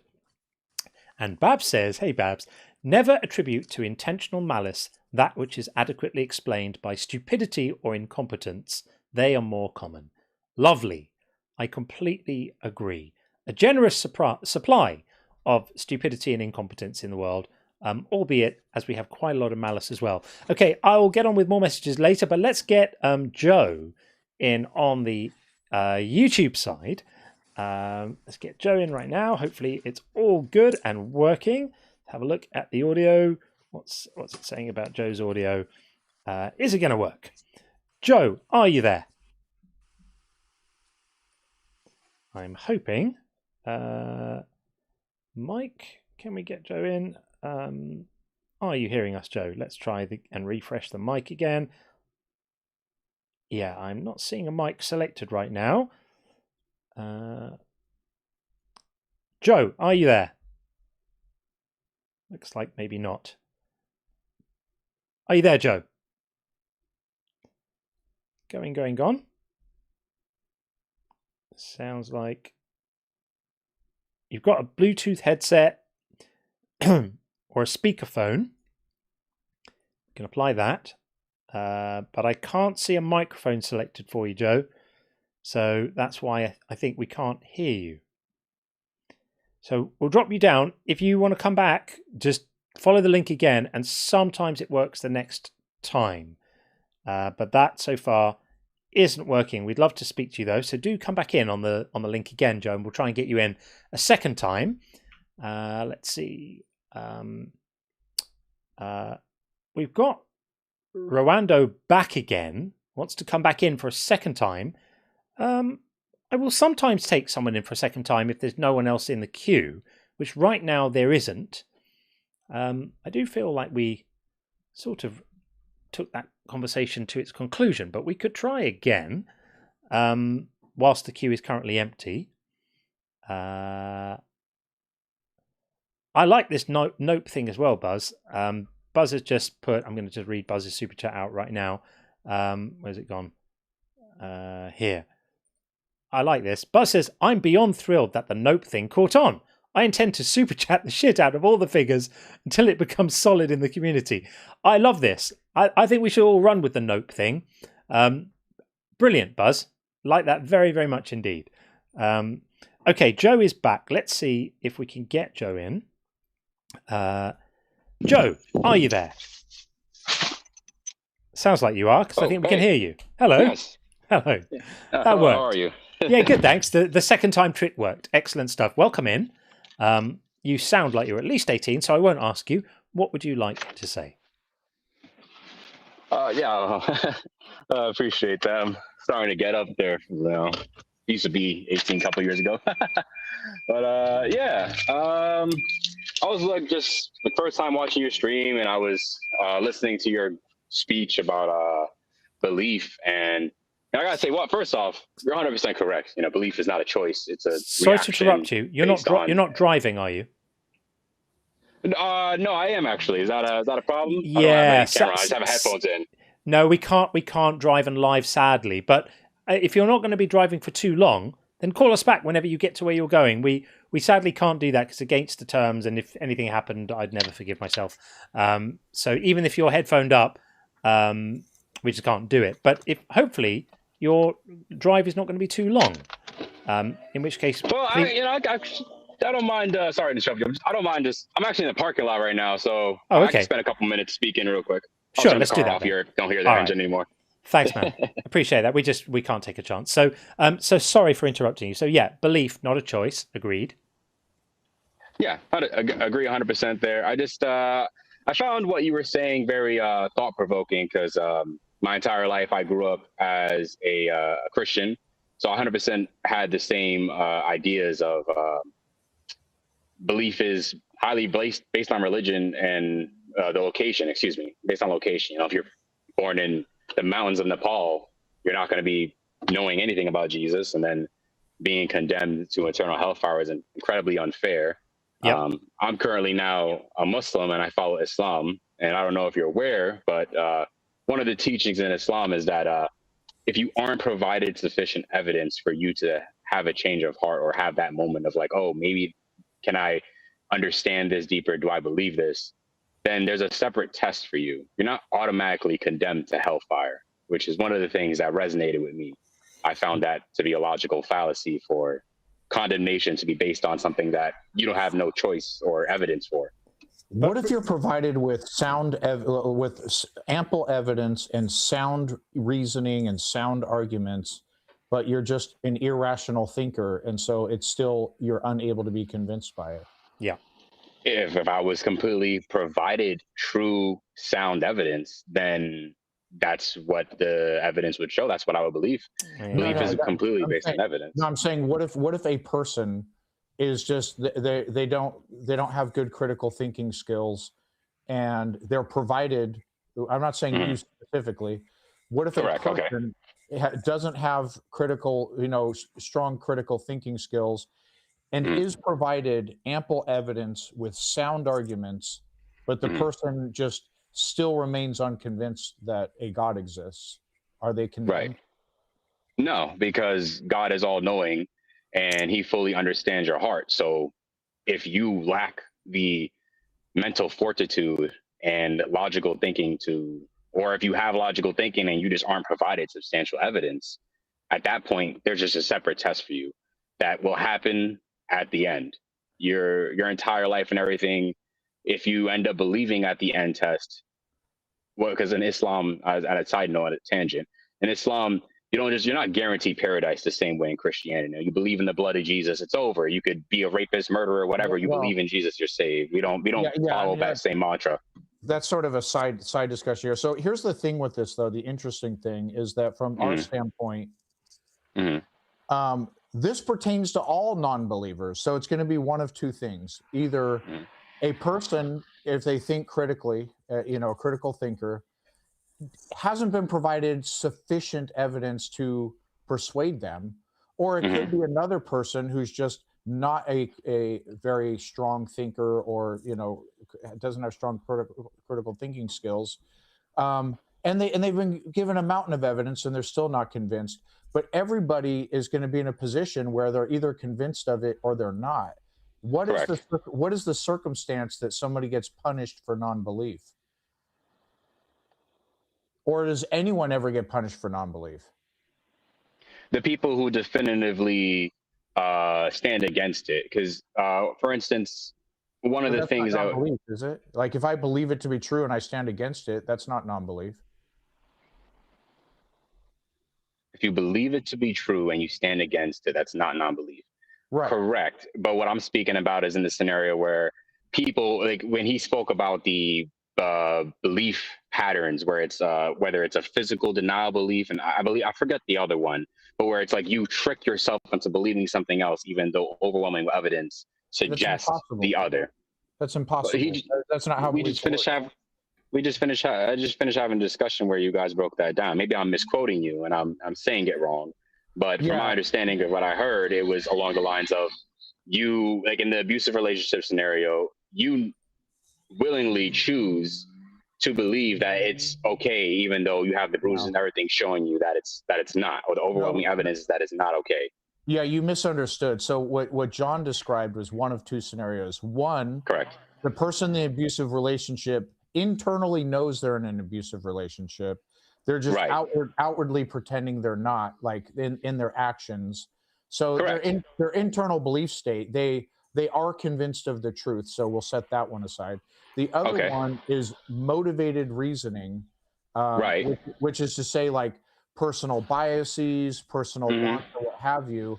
It's not in motivated reasoning if you come to a conclusion based on that, because we're not perfect thinkers as a species, right? That's still not like a decision someone is making. Like no one ever is convinced of X and then for any reason just decides to believe Y, because belief doesn't work that way. It's a perception. So if you have a cutout, I'm trying to come up with a scenario that exists in real life where somebody under your paradigm gets punished for non-belief. Right. So I think what you said right there at the second portion was 100% like what I was speaking about. Like, if the person in their heart truly believes so, but they won't just choose not to believe something at the same time. But where it is that an act of disobedience or act of disbelief. If you fully acknowledge this, but then you choose to go against the grain, you know, like so there's people out there who, well, yeah, but you're essentially, but you're a non-believer through action, right? So essentially, like there's people out there, they have, you know, like a serial killer, for instance, like there's substantial evidence to prove that there's certain serial killers who they knowingly know what they're doing is wrong. They have full awareness that what their actions are doing are heinous, but they can't stop themselves, or they still choose to. Some of them they can't stop. Some of them choose to do it just because they enjoy it. You know, they're willingly choosing to kill at that point. So that's the paradigm where somebody is automatically punished in this life, where you understand what it is you're rejecting and you believe it. And you're like, you know what, I'm going to willingly choose to go against this because I don't like this rule, or I think this is better because it fits my lifestyle more. So it's a more personal decision for me. I'm going to choose to do this, that, and the third. You get what I'm saying there? It's not, you can't just. The Quran does not make a distinction that you're making here. The Quran is fairly clear.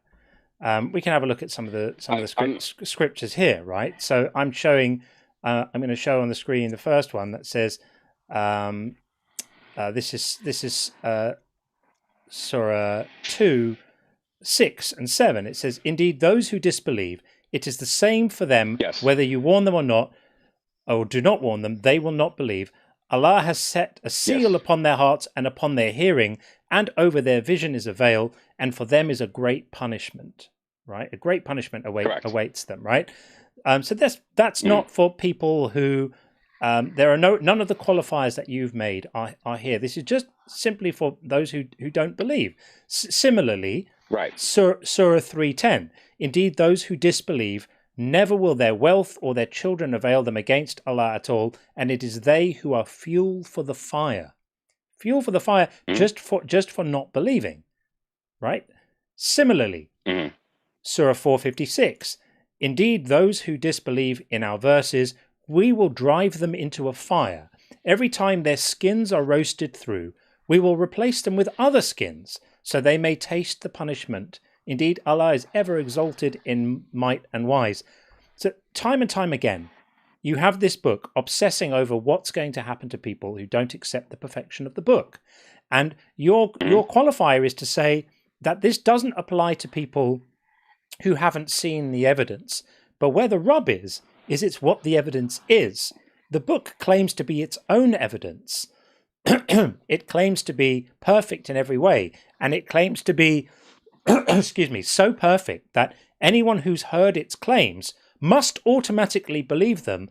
Otherwise, they're turning away in willful defiance. And this is extremely immoral.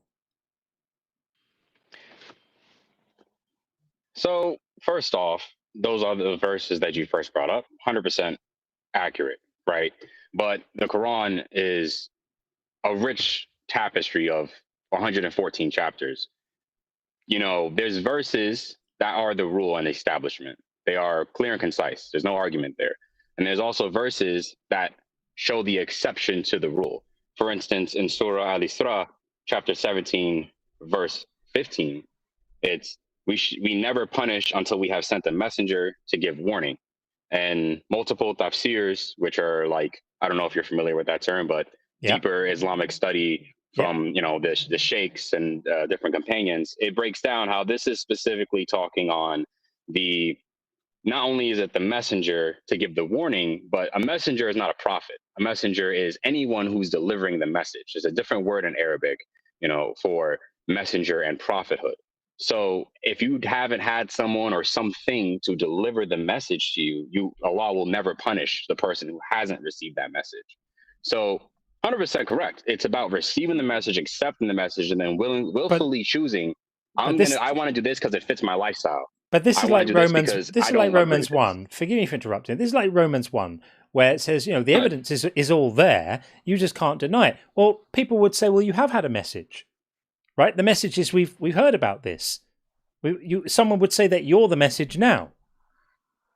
No, I'm not. I'm not the message unless I can deliver something to you. But it's about your internal thoughts, your internal processes, and how it hits you, what you do as an individual to research it. Only God knows about the message. I'm putting a message out there, but I am not definitively the message to you that determines, oh, you've heard it now, that's it. So will you join me then in condemning God for punishing people who honestly disbelieve? They've heard the message, they just don't believe it, that it's true. Join me now in condemning God and saying God is bad for doing that. They genuinely heard the message. They believed and they said, you know what? I'm going to go against this because I want to do X, Y, and Z. No, not that. No. Someone who just hears the message and doesn't believe it. Like I've heard the message. I don't believe it's true. Would you agree that a God who punished me for that should be condemned?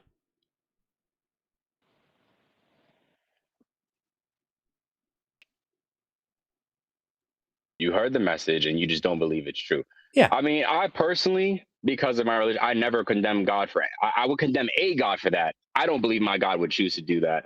But if your God has his own dedications for that. If your God condemned me for my non-belief, you agree that he would be wrong, right?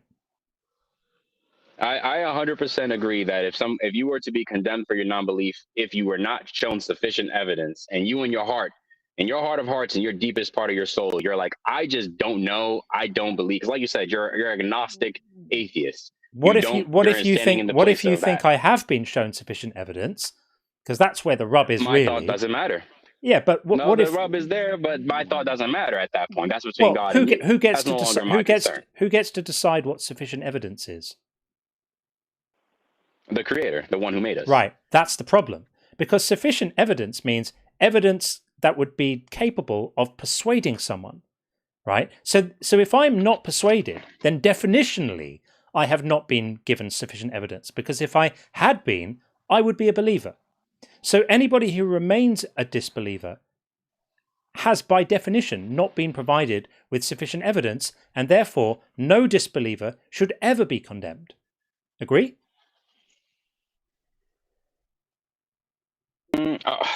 Sorry, 1 second. I'm getting a phone call. Give me 1 second. I'm so sorry.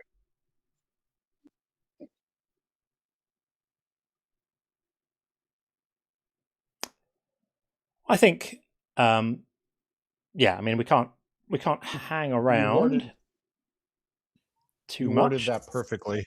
Thank you. Yeah, I'm so sorry. That's right. Joe, it sounds like you're a bit in the thick of it. Why don't you call us back another time? Yeah, Joe's just dropped down. There you go. I don't think that he would have had a sufficient response to that argument because it cuts the whole idea of this sufficient, insufficient evidence off at the knees. If you don't believe, it means you've not been given sufficient evidence, and therefore God would never be able to condemn any non-believer. So that sorts that out then, doesn't it? That's done. Thanks for the call, Joe. Appreciate it. Okay, we are going to get in Son of Tarkata. Looks like Son of Tarkata on TikTok. Rwando is still back in the queue again. We will always prioritize people who are new rather than guests we've spoken to already. But let's see how it goes, Rwando. We might get you in later if there is room. Right, Son of Tarkata, how are you? I'm good, John. How are you? Very good indeed. Just getting your name up on the Malarkogram, as they say. Son of Tarkata. There we go. Right, welcome in. What would you like to say? Yeah, by the way, I'm struggling really badly with hay fever at the moment, so if I mute, it's probably because I'm coughing. Me I too. don't want, Me too. It's yeah, it's grim at the terrible. moment. Yeah. Pollen Oh, is God. crazy around here. I feel you, man. I feel you. I just wanted to briefly just say, John, that if I'm not mistaken, would you agree that belief in God, like faith, and is somewhat of a byproduct of evolution? Loosely, not really. I mean, it's a byproduct in the sense that evolution shaped our brains, and our brains are optimized for pattern detection and agency inferral. And so the brains we have are the brains that we inherited from our ancestors because they were the brains that gave them the best survival chances. And one of the things that happens to brains like this is they often end up developing religious ideas. But I don't think our brains aren't optimized for religion. It's just a thing that happens to brains. Yeah, because from what I understood, obviously religion being such an observable, psychological behavioral pattern for most of human history, science would have to give an explanation for that, right? Why has this been a global phenomena for so long? The explanation lies in anthropology more than evolution. So it's fairly simple, right? We like to have explanations for things. Human beings are not good when there's not an explanation. It's a bit like nature abhors a vacuum. Human beings abhor a lack of understanding. So when there's a lack of understanding, like there's water falling out of the sky and we don't know why, and it's making loud rumbling noises and this light is flashing, we want to know what that is. So that's the first thing, is we have an instinct to understand stuff, and when we don't understand it, we make up stories to fool ourselves into saying that, well, now we understand it. It's obviously an angry being of some sort. The other thing that happens is that we infer agency.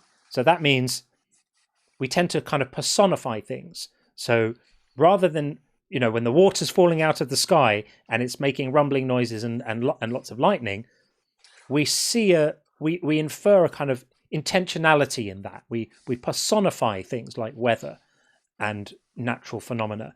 And in that process of personification and explanation, invariably you get story making.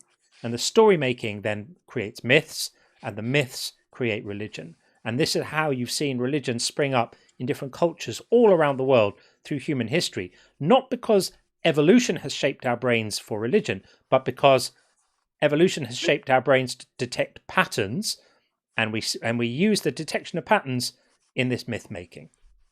Right. Because interestingly, we're both from the UK, I presume, right? Yeah. If I was to do like a social experiment, which I do intend to do soon, most people in the UK now, they don't really like subscribe to a mainstream religion. A lot of people are like agnostic / atheist. Yeah. But if I was to ask most people, you usually get the reoccurring beliefs within human beings, even if they haven't grown up with like indoctrination. Yeah. People usually believe in some sort of a higher power. They seek purpose for their life in this world. And most people do believe in some kind of an afterlife. They don't know what it is, but it's just, they believe that they'll go to a good place and like their nan will be there or something, right? So these seem to be like reoccurring beliefs that human beings have always maintained. And yes, I would agree with you. Off of those foundations, people then start to mythologize a lot of things, probably given their geographical location and their ethnicity, right? Like it all differs depending on where you are. But the point that I'm trying to get at is just this reoccurring belief through like observable human history. Let me ask you something on that. Sure. Yeah. Are you inferring that the propensity to believe these things is suggesting that there is truth to these things? So it really goes by like your margins of like determining truth. So me personally, I think feelings and belief matter. If I'm speaking to someone who goes primarily by like observable data, i.e. proof, then we're gonna knock heads on that. But yeah, go. So is that a yes? So basically, can we say what you're arguing is people tend, tends to be human nature, or throughout history, most people believed in some kind of God. Therefore, some kind of God must actually exist. Yeah, I mean, yeah. So when observing nature, I just don't see an instinctive behavioral pattern that doesn't serve a function. So it's like, why? I mean, the host has given a pretty good explanation why. He could be right, he could be wrong. But what we do know is that human beings, for most of our history, this is what we do, and it begs to question, why is that? So if you're going to sort of tie it to evolution, the only thing there's no evolutionary benefit whatsoever. The only evolution doesn't give an F about an afterlife or a soul or anything like that. The only thing that natural selection selects for and against pertains to allowing a species to live long enough till sexual reproduction so that they can have offspring. Other than that, if we have a soul, it's completely irrelevant to biological evolution, or if there's a God or an afterlife. Evolution would not select for believing those things. It would select for things like avoiding fire, not wanting to eat rancid or rotten foods. Things like those have to do with actual survival, living long enough to reach sexual reproduction. But God belief is completely separate and apart from evolution. Do you guys mind if can I be given a minute or so to explain why I disagree with that? Do you mind, host? Go for it. So I personally think that's wrong, Sean. Like, I think that human beings as we are, we're like bipedal hominids. We're considered like megafauna. We're pretty big. Our reproductive system kicks in at around the ages of between like 12 to 20. And given that with proper food and hygiene, we can essentially live up to a century. I feel like human beings pretty much clock the game very early. We're pretty like overpowered as a species. There's not many predators that can take us out, and even those predators that can, we can just pretty much build walls like very easily. So I think that human beings, we're pretty safe as a species on this planet. The biggest threat to a human being is unfortunately another human being. So essentially, we don't really worry about food, water, other predators.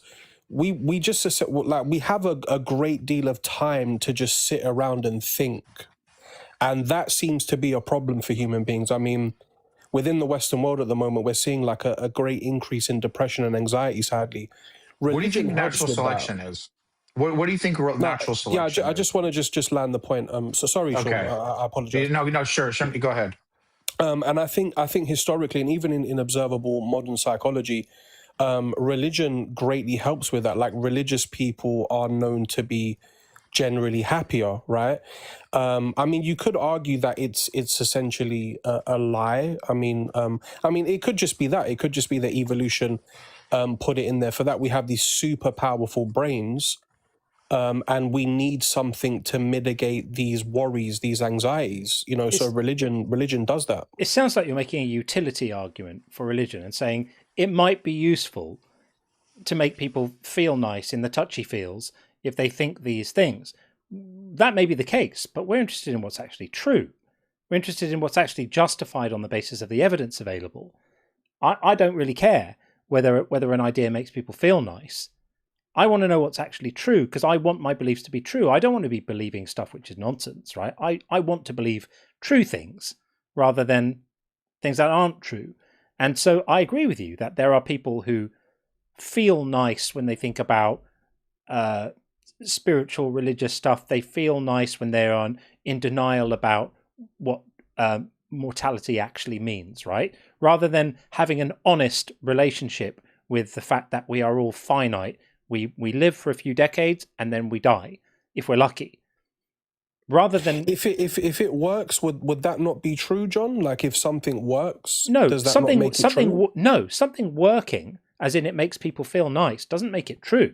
It just means it makes people feel nice. I mean, it might make me feel nice to think there's a I don't know, £1 billion in my bank, but it's not actually true, right? Like I'll give you an example, John. Right, I thank God, by the way, but I'm pretty in a financial good position in my life at the moment, and I've got a home gym.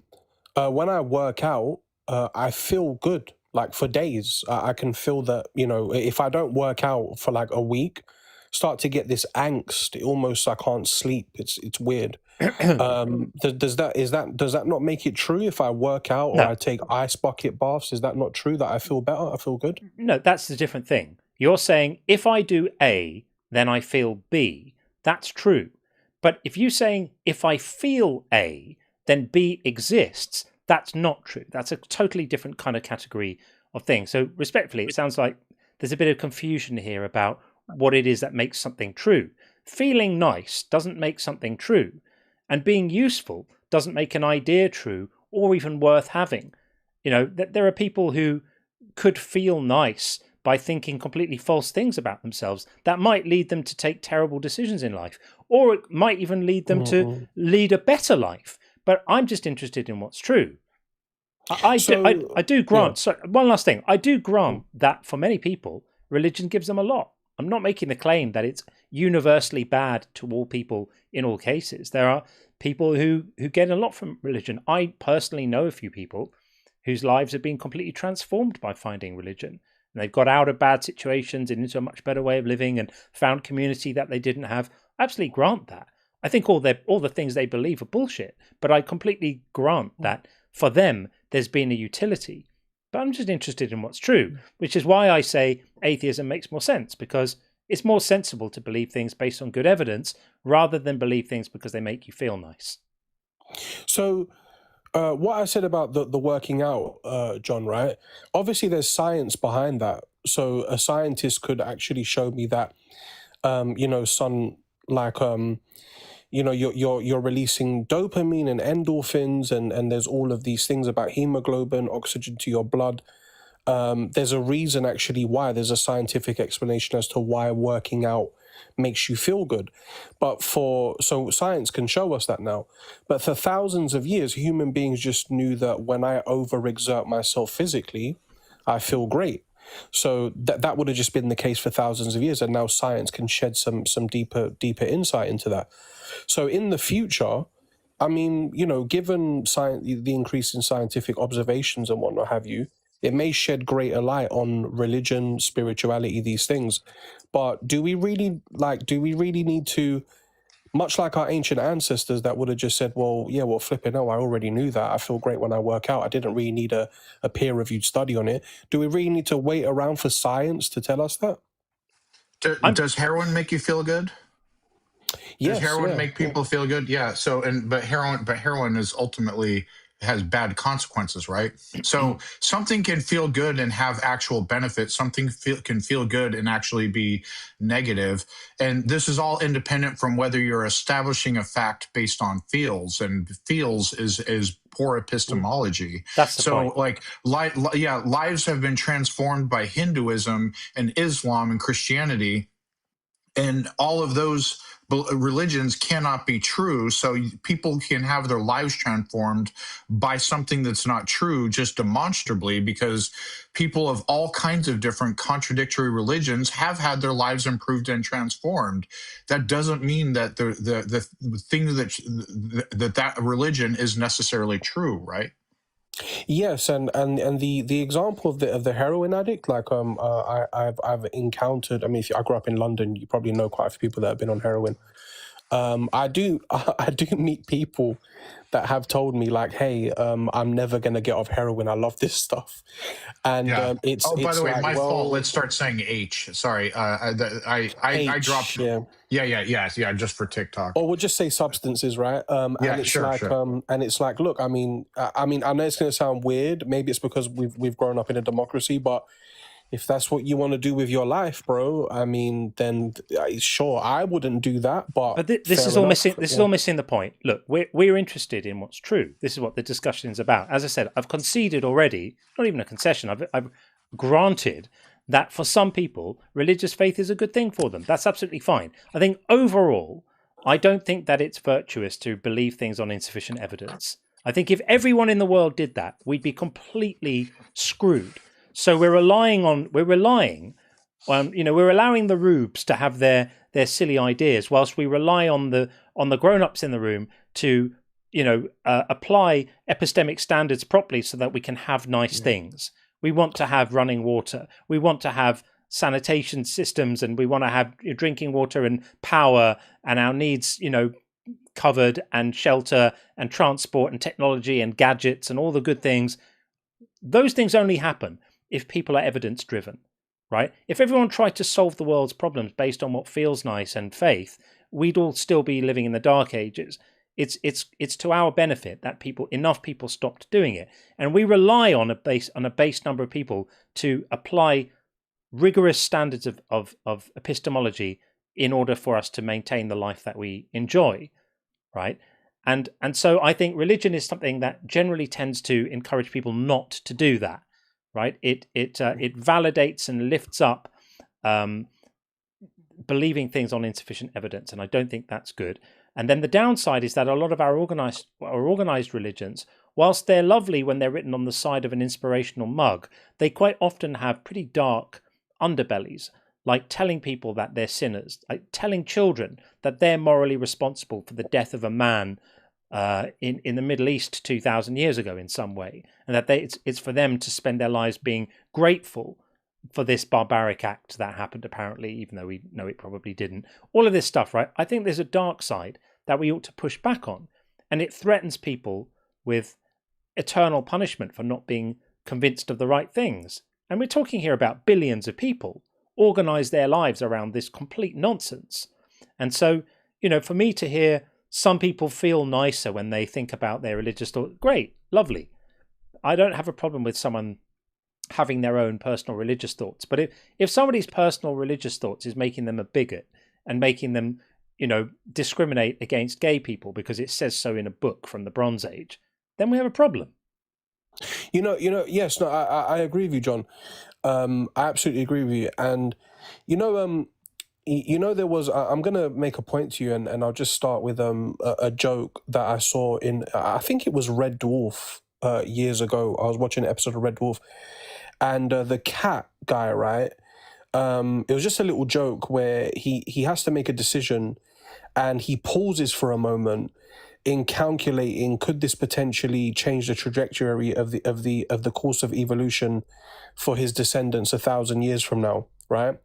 And the reason why I'm saying that is that, let's just say hypothetically we move towards like a Star Trek future where human beings throw off the shackles of superstitions of religion, and we go primarily by science and evidence-based decisions, right? I just think that inevitably human beings we're just doomed to repeat this process where you would have groups of human beings that would gravitate towards specific theories, maintain those theories for some times, and at some point they will cause division and arguments that could potentially even result in catastrophic wars. I just think this is something that human beings do, whether it's religion or it's science, that this is just, it's the bane of our species. It's just what we do. I agree. We're tribal, and that accounts for much of this stuff. Dude, we're going to wrap it up here. We'll keep things moving along. Thank you, John. Thank you. I appreciate it, Sean. Thank you, John. Thanks for coming up. Thanks, man. Cheers. Okay, there we go. I don't really care whether it's useful. I'm interested in whether it's true or not. Okay, let's read out a few more super chats, and then we'll get to our next guest. At the moment, we have Rwando is still waiting the TikTok queue to come back in for the second time. If we don't have another guest up by the time I've read a few super chats, then we will get him in and see what he's saying. What have we got? Matthew says, I apologize in the name of all Matthews. Well, you're a good one, Matthew. No apology needed. And Winstead says, Jesus said his parables were specifically for the purpose of keeping his message, salvation from certain people. That's top level hiding. Right. Yeah, it couldn't have just been clear about things, right? Had to talk in parables and riddles and so much hiding. So much hiding. JL Warren says, thanks JL, if he thinks he can actively choose beliefs, ask him to choose to believe the resurrection didn't happen. He can always switch back. I mean, I guess he would have just said, I'm choosing not to believe that, right? Or I'm going to just choose not to. Yeah, it's a silly one, really. Babs says, Judge Jesus Dredd, I am the law. 2000 AD, NKJV. Love that. Yeah, yeah. Remember Judge Dredd, people? God, that takes me back a bit. The second one was good. The Sylvester Stallone one, I didn't see that, but I heard that one was terrible. Terrible. Yeah. And Buzz says, at JC Blomqvist is too scared to call in. This is what happens when people go and tough it out in the chat, but won't come up and speak to us. There's a guy. I think I've read his comments out before. Jim. I always forget his name. I'll get it in a minute. He comments under every single video I post on YouTube. He's like a devoted little servant at this point. He turns up to comment to say how terrified I am and I won't engage with him because I'm running away from his devastating examples and arguments. And every time he does, I respond exactly the same way, which is to say, here's the link to the show again for the 5th or 7th or 9th time. Please call in. I'll jump you to the front of the queue if we see you. You'll get the Rolls-Royce treatment straight up and into the show. Come and make your arguments. Somehow he's never able to read when that happens. So yeah, these keyboard warriors, but they can't bring it in person. Not good. Jesus is not going to be impressed with you. Remember? 1 Peter 3:15. Always be ready to give a reason. And they're just always cowards. Nolan says, can the caller choose to believe that Allah is the true God? Right. And again, they would lie and say they can, but they're not willing to. A lot of people suggest when we offer people, the sort of the test to choose to believe things that go against their religion. I never go down that route because they have too much plausible deniability. It'll be against my values to choose to believe this other thing or what have you. I'm just throwing that out there. Yeah, for sure. And equally with the Superman thing, they can always say yes. They could just lie and say yes, I believe in Superman, or which is why I quite like saying, choose to believe now that the building's about to fall down. And I've been using that a lot. Watch their behavior, right? Yeah, that tells all the story you need to see. JC Blomqvist, too shy. Encourage him to call in. Well, you are encouraged, JC. We would love to talk to you. I'm looking at the empty YouTube queue right now. If you call in on YouTube, you'll be in seconds. So why not do that? Okay, and we'll just read a couple more, and then we'll get our next guest up. Bethos, Sean is a hero of reason and a raiser of BS. W. Sean. Well, I completely agree. Sean is a badass. Absolutely no question about it. And Buzz says, I'm beyond thrilled that the Nope thing caught on. I intend to super chat. Oh, I read this before, didn't I? Intend to super chat the shit out of it, of all the figures, until it becomes solid in the community. I think it's an excellent mission, Buzz. I fully concur. I love this. I love it. We can have a I don't know, what's it called? Like a when all the religious leaders get together to elect the new pope, whatever that's called. We can have one of those for electing the new Nope. Alex D says, do you believe there's an even number of Tic Tacs in this box? No. Then do you believe there's an odd number? No. I haven't counted them. Okay. Choose to believe it's even. I can't. I don't know how many there are. That's exactly it. That's exactly it. And the other subtlety there, of course, is saying I don't believe it's even doesn't commit you to saying I do believe it's odd. This is the disconnect that people always miss. That saying I don't believe it's even though it must be either even or odd. If you say I don't believe it's even, you're perfectly entitled to say and I don't believe it's odd. That's not the same thing as saying I believe it is neither even nor odd. That would be different. That would be impossible, right? It has to be one or the other. But you can say, I have no reason to believe it's even, though it might be, and I have no reason to believe it's odd, though it might be. That technically makes you a non-believer in the evenness without asserting the oddness. And the parallels to God belief should be Pretty obvious there, people. I know you all get it. Why do the believers struggle so much with this? It's basic stuff. Godwin says, caller ran. Was it heads, tails, or both? Who knows? Who knows? Okay. I'll leave a few. There's a few super chats still in the tank, but we'll get them a bit later. Brian is in the queue, but Brian, why don't you call us tomorrow on the After Hours show? Because we're just trying to keep this one to debates, to keep it a bit more focused.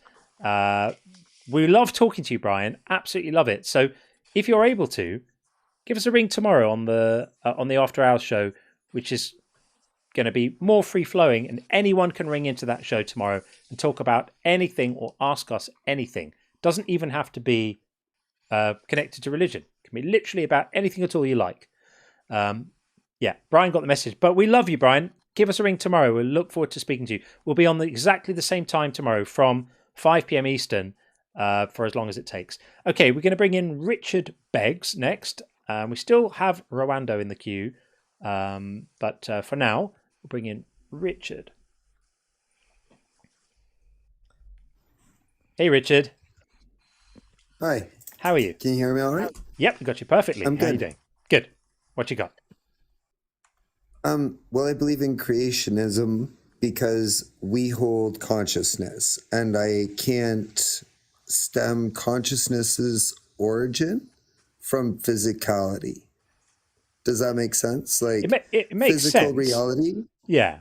didn't stem consciousness. Why would you think that? Why would you think that something as complex as a human brain can't produce consciousness by natural means? Why would I think?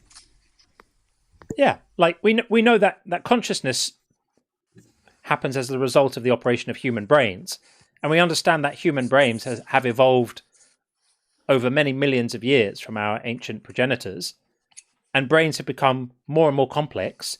We have other things on the planet that have smaller brains than us, and we are able to see evidence of consciousness in those, and then other things that have smaller brains yet, and we see much simpler forms of consciousness, and then we have things that have very tiny brains, and it's hard to tell whether there's conscious or instinct. You think, is a worm conscious, or a snail? They have brains, but they're not, they're not reflecting on the meaning of life. So we understand that there's a correlation between the size of a brain and the richness of the experiences it can have. What's controversial there? What do you struggle with about that?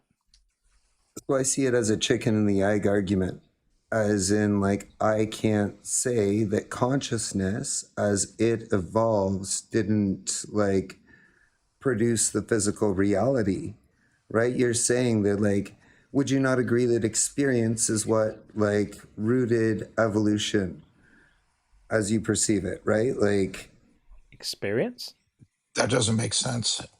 Oh, apparently I misspoke, by the way. Snails do not have a single centralized brain like a human. They possess a cluster of nerve centers called ganglia. Okay, I was wrong. Snails don't have brains. I stand corrected. Forgive me. Sorry, back to the main program. So Richard, in essence, what you're saying is I can't understand how consciousness came about. We can argue about how strong the evidence is that it came about from brains, but let's say we don't understand it. Are you familiar with the term "God of the gaps" fallacy? What that is?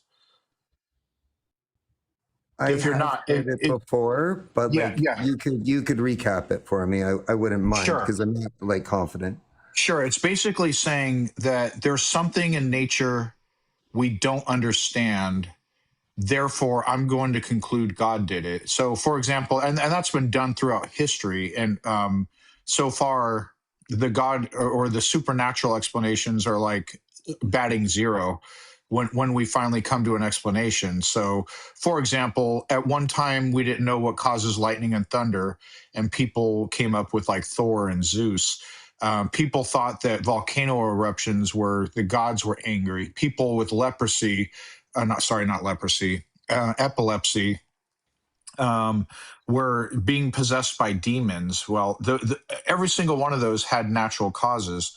So when you have an unknown, and it's not just in science or nature, but just as sound epistemology, if you don't know the answer to something, the rational thing to do is leave it at, I don't know, I can't explain this, until an explanation, there's positive evidence for an explanation.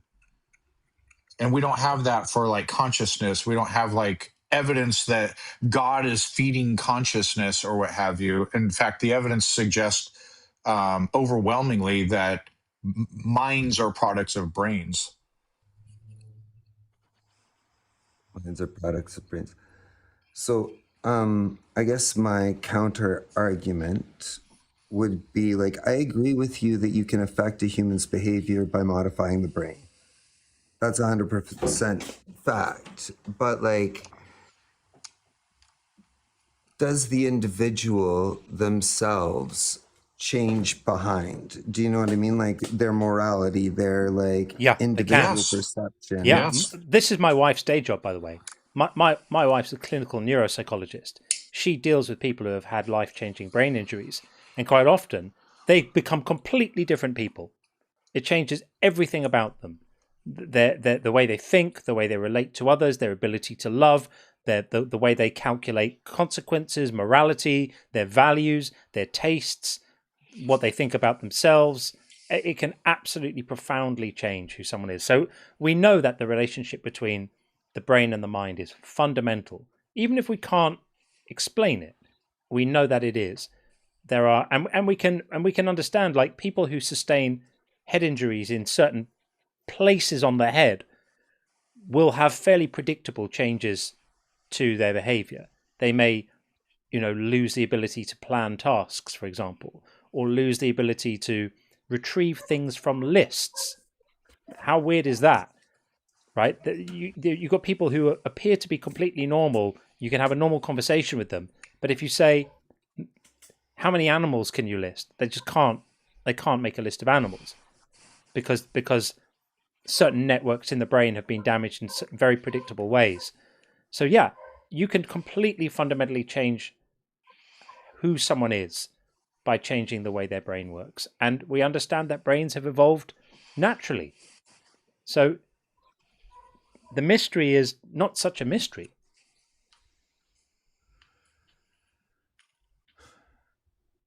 I guess, like, how would I explain the paradox where, like, this doesn't necessarily convince me still. Despite it being, like, a strong argument, I don't think that causation and correlation are clearly defined. And I found myself wanting to, like, I don't want to segue away from your point. I want to, like, give you validity that, like, that's valid.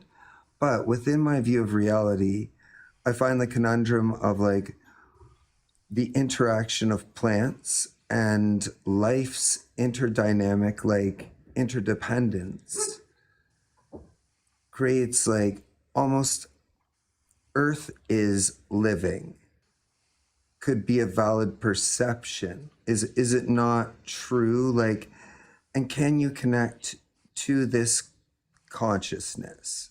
Is my perception of reality. I think that you can. I think that there is, like, an internet, if you will, of consciousness. Sounds like you're describing Avatar, Iwa, or what have you. Is it something along those lines that you're? I know you're not referring to the movie, but are you talking about, like, this grand network of consciousness, like, throughout the world?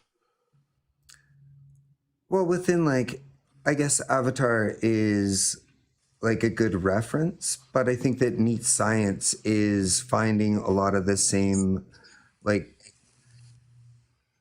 plants have eyeballs is something that science found recently. Plants and the mycelium networks is something that science has found recently, and the, like, depth of our interconnection and, like, are you doing in that science? If we grant all of that, which I don't necessarily, but if we grant all of that, are you not just doing God of the gaps at this point? I don't understand this thing. Yeah, because you keep bringing up unknowns, and like we're giving you explanations that you haven't been convinced by, and that's fine that you haven't been convinced by them.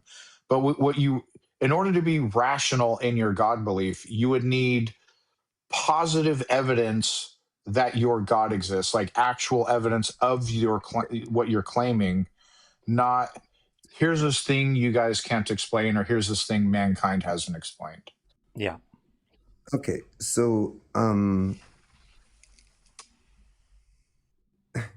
I guess you don't validate personal experience within your worldview of what's true, right? So like that's where a lot of my argument is invalid to you. Your personal experience wouldn't do much for me. Also, plants don't have eyeballs, by the way. I don't know where you got that from. So there's a vine. There's a vine that mimics leaf patterns of the like thing it's climbing up. But science had it like climbing up a plastic plant, and it still mimicked the leaf. At which point they found like there's not eyeballs, but there are receptors where the plant can they might have perceive they might have visuals. light sensitive cells in the way that plants can sense where the light's coming from and grow towards it. It's just chemistry. No, look up the vine that like mimics leaves, but then mimicked a plastic leaf, and then they looked into how it mimicked the plastic leaf, right? Because they thought it was pheromones. They thought it was like the classic, like really cool, but like they thought it was. I'm looking it up now. That's Bacilla maybe I'm wrong. trifoliolata, or often called the mimic vine. It says it can alter the shape, size, color, and orientation of its leaves to resemble nearby plants. This likely reduces herbivory by making it hard for animals to identify, but this is not evidence of eyes or vision. There are hypotheses: chemical cue detection from the host plant, microbial transfer, shared endophytic bacteria influencing morphology, a controversial idea that it may detect light patterns reflected from nearby leaves. That third idea led some people to sensationalize it as plants can see, but that's a huge leap. So I don't think plants have eyeballs. I think we can put that one to bed. But more to the point, how would any of this be evidence for a God? As Sean said, let's imagine we just throw our arms in the air and say we don't understand about anything in nature. Let's give up all our understanding of nature and imagine we don't understand any of it. How would that be evidence of a God? And how would it be more than evidence of just a lack of our own understanding about something? I guess in our culture, there are people who like we view as broken. Like I'm bipolar by scientific definition, but my own like struggle and perception of whether I connected beyond myself or not. I guess that's where I've struggled. Like, I don't want to like make it about like I'm bipolar or like any sort of side tangent away. I just like, I'm completely discredited in experience. And there are so many people who share inexperience and tell you like, yeah, you can feel this connection, you can reach it. And like, despite the numerous names and people like latching to these nouns of control and causing harm in like organized religion, I do think if you look at them, there are underlying principles that seem consistent. I think there's lots of myth making, and you have commonalities across cultures. When people are invoking a creator, you're going to find consistencies there. You're going to find similarities, and you're going to find differences, and that's exactly what you do find. Yeah, Richard, I think we're going to move it on. But thank you for coming in and calling. We appreciate it. Oh, thank you. Take it easy. Thanks. Okay. There we go. Right. I was about to get Corey in, but I just realized that I had said to John Damon on the YouTube side that they would be next. So I, true to my word, will be bringing in John Damon. Are you there, John? Thanks. Hello. Okay. Hi there. You're going to need to turn the stream off the speakers. Otherwise, it's all going to be very bad. All right, there we go. There we go, indeed. Yep, we can hear you, and we can even see you. There we go. So how you doing? I'm good. So I dabble in philosophy, and I've been somewhat interested in the new atheism movement. I don't think I'm going to make any direct critiques of the actual tradition, but I do have an issue with I wouldn't call it a habit. I would say like the innate, the being of a lot of these new atheist thinkers is that they're divorced from the philosophical tradition, and that their arguments, they seem, I wouldn't call it sophism by nature, but it seems like they don't have a strong knowledge of the actual philosophy of religion. And I feel like a lot of these arguments have been addressed like 1,000 years ago, and the atheism movement just refuses to actually engage with the philosophy. Rather than worrying about the atheism movement, which I'm not really sure what that means, let's talk specifics. If you're asserting, hang on a second, if you're asserting that theism is true, then you're making a positive claim, and I'm responding to your positive claim by saying, okay, show me the evidence for it, right? Okay. Would you agree that that's a reasonable response to a positive claim? Yes, Okay. I would agree. But my issue here is not that that inherent response to me making a claim is wrong. It's that the claims that I make have been responded to, and then therein have been responded to, and that new atheism, I mean, let me define that more clearly, would be the philosophy perpetuated by like Sam Harris, Richard Dawkins, Christopher Hitchens, Matt Dillahunty, these like prominent thinkers. They seem very intellectual, and then you can make the same argument about the Christian apologists. We're not worried about them respectfully. They are. No one's interested in your critiques of atheism, the new movement. Your opinion. Hold on. What do you think? Okay, I was trying to.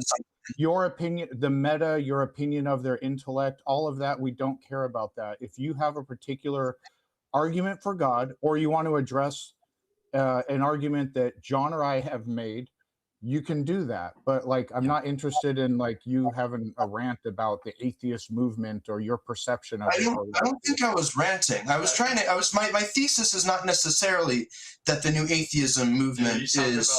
Yes, I know. It's not necessarily that the new atheism movement is flawed.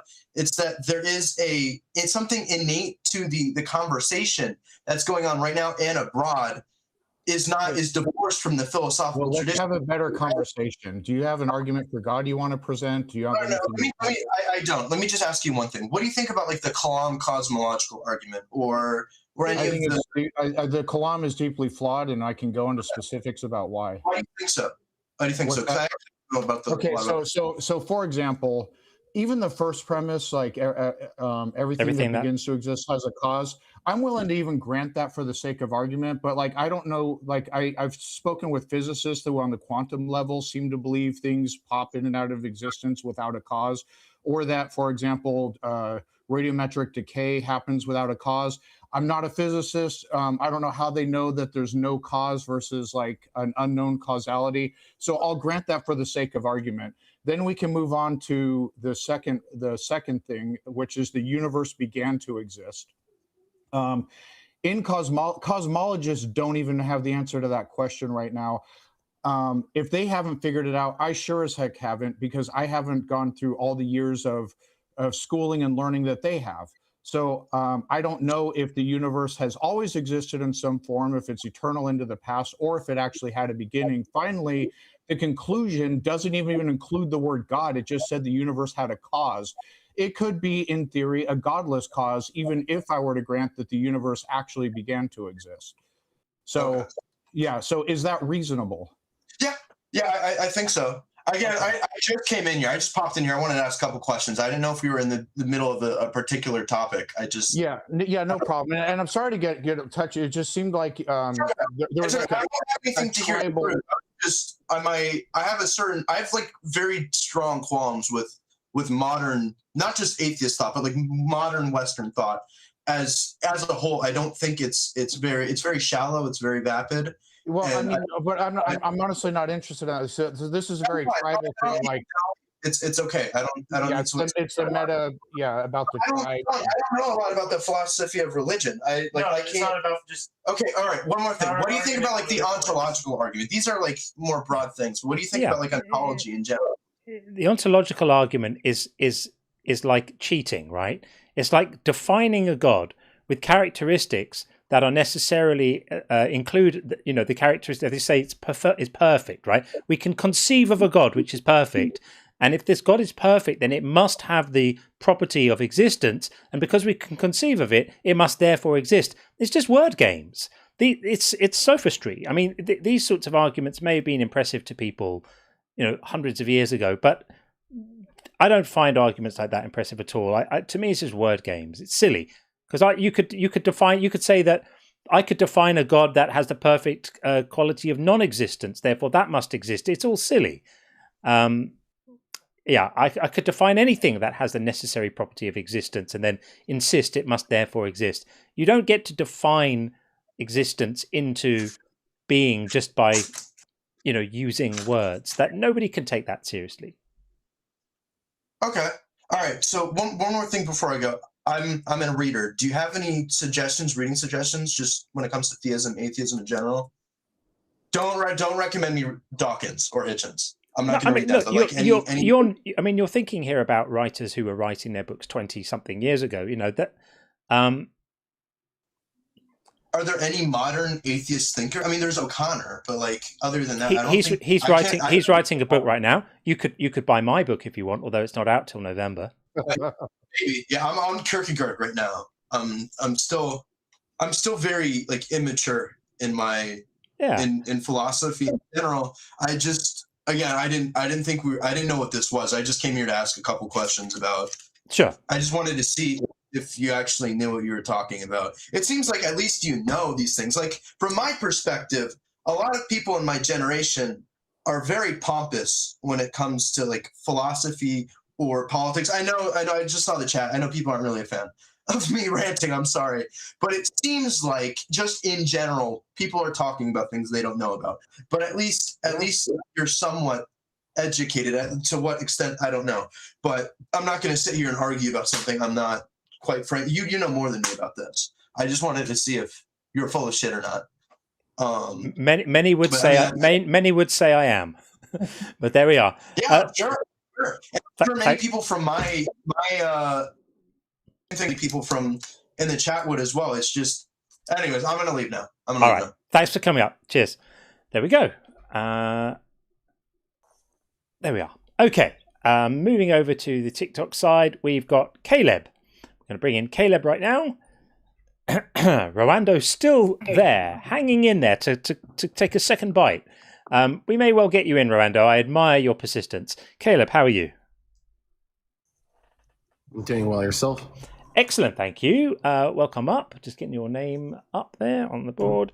What would you like to say?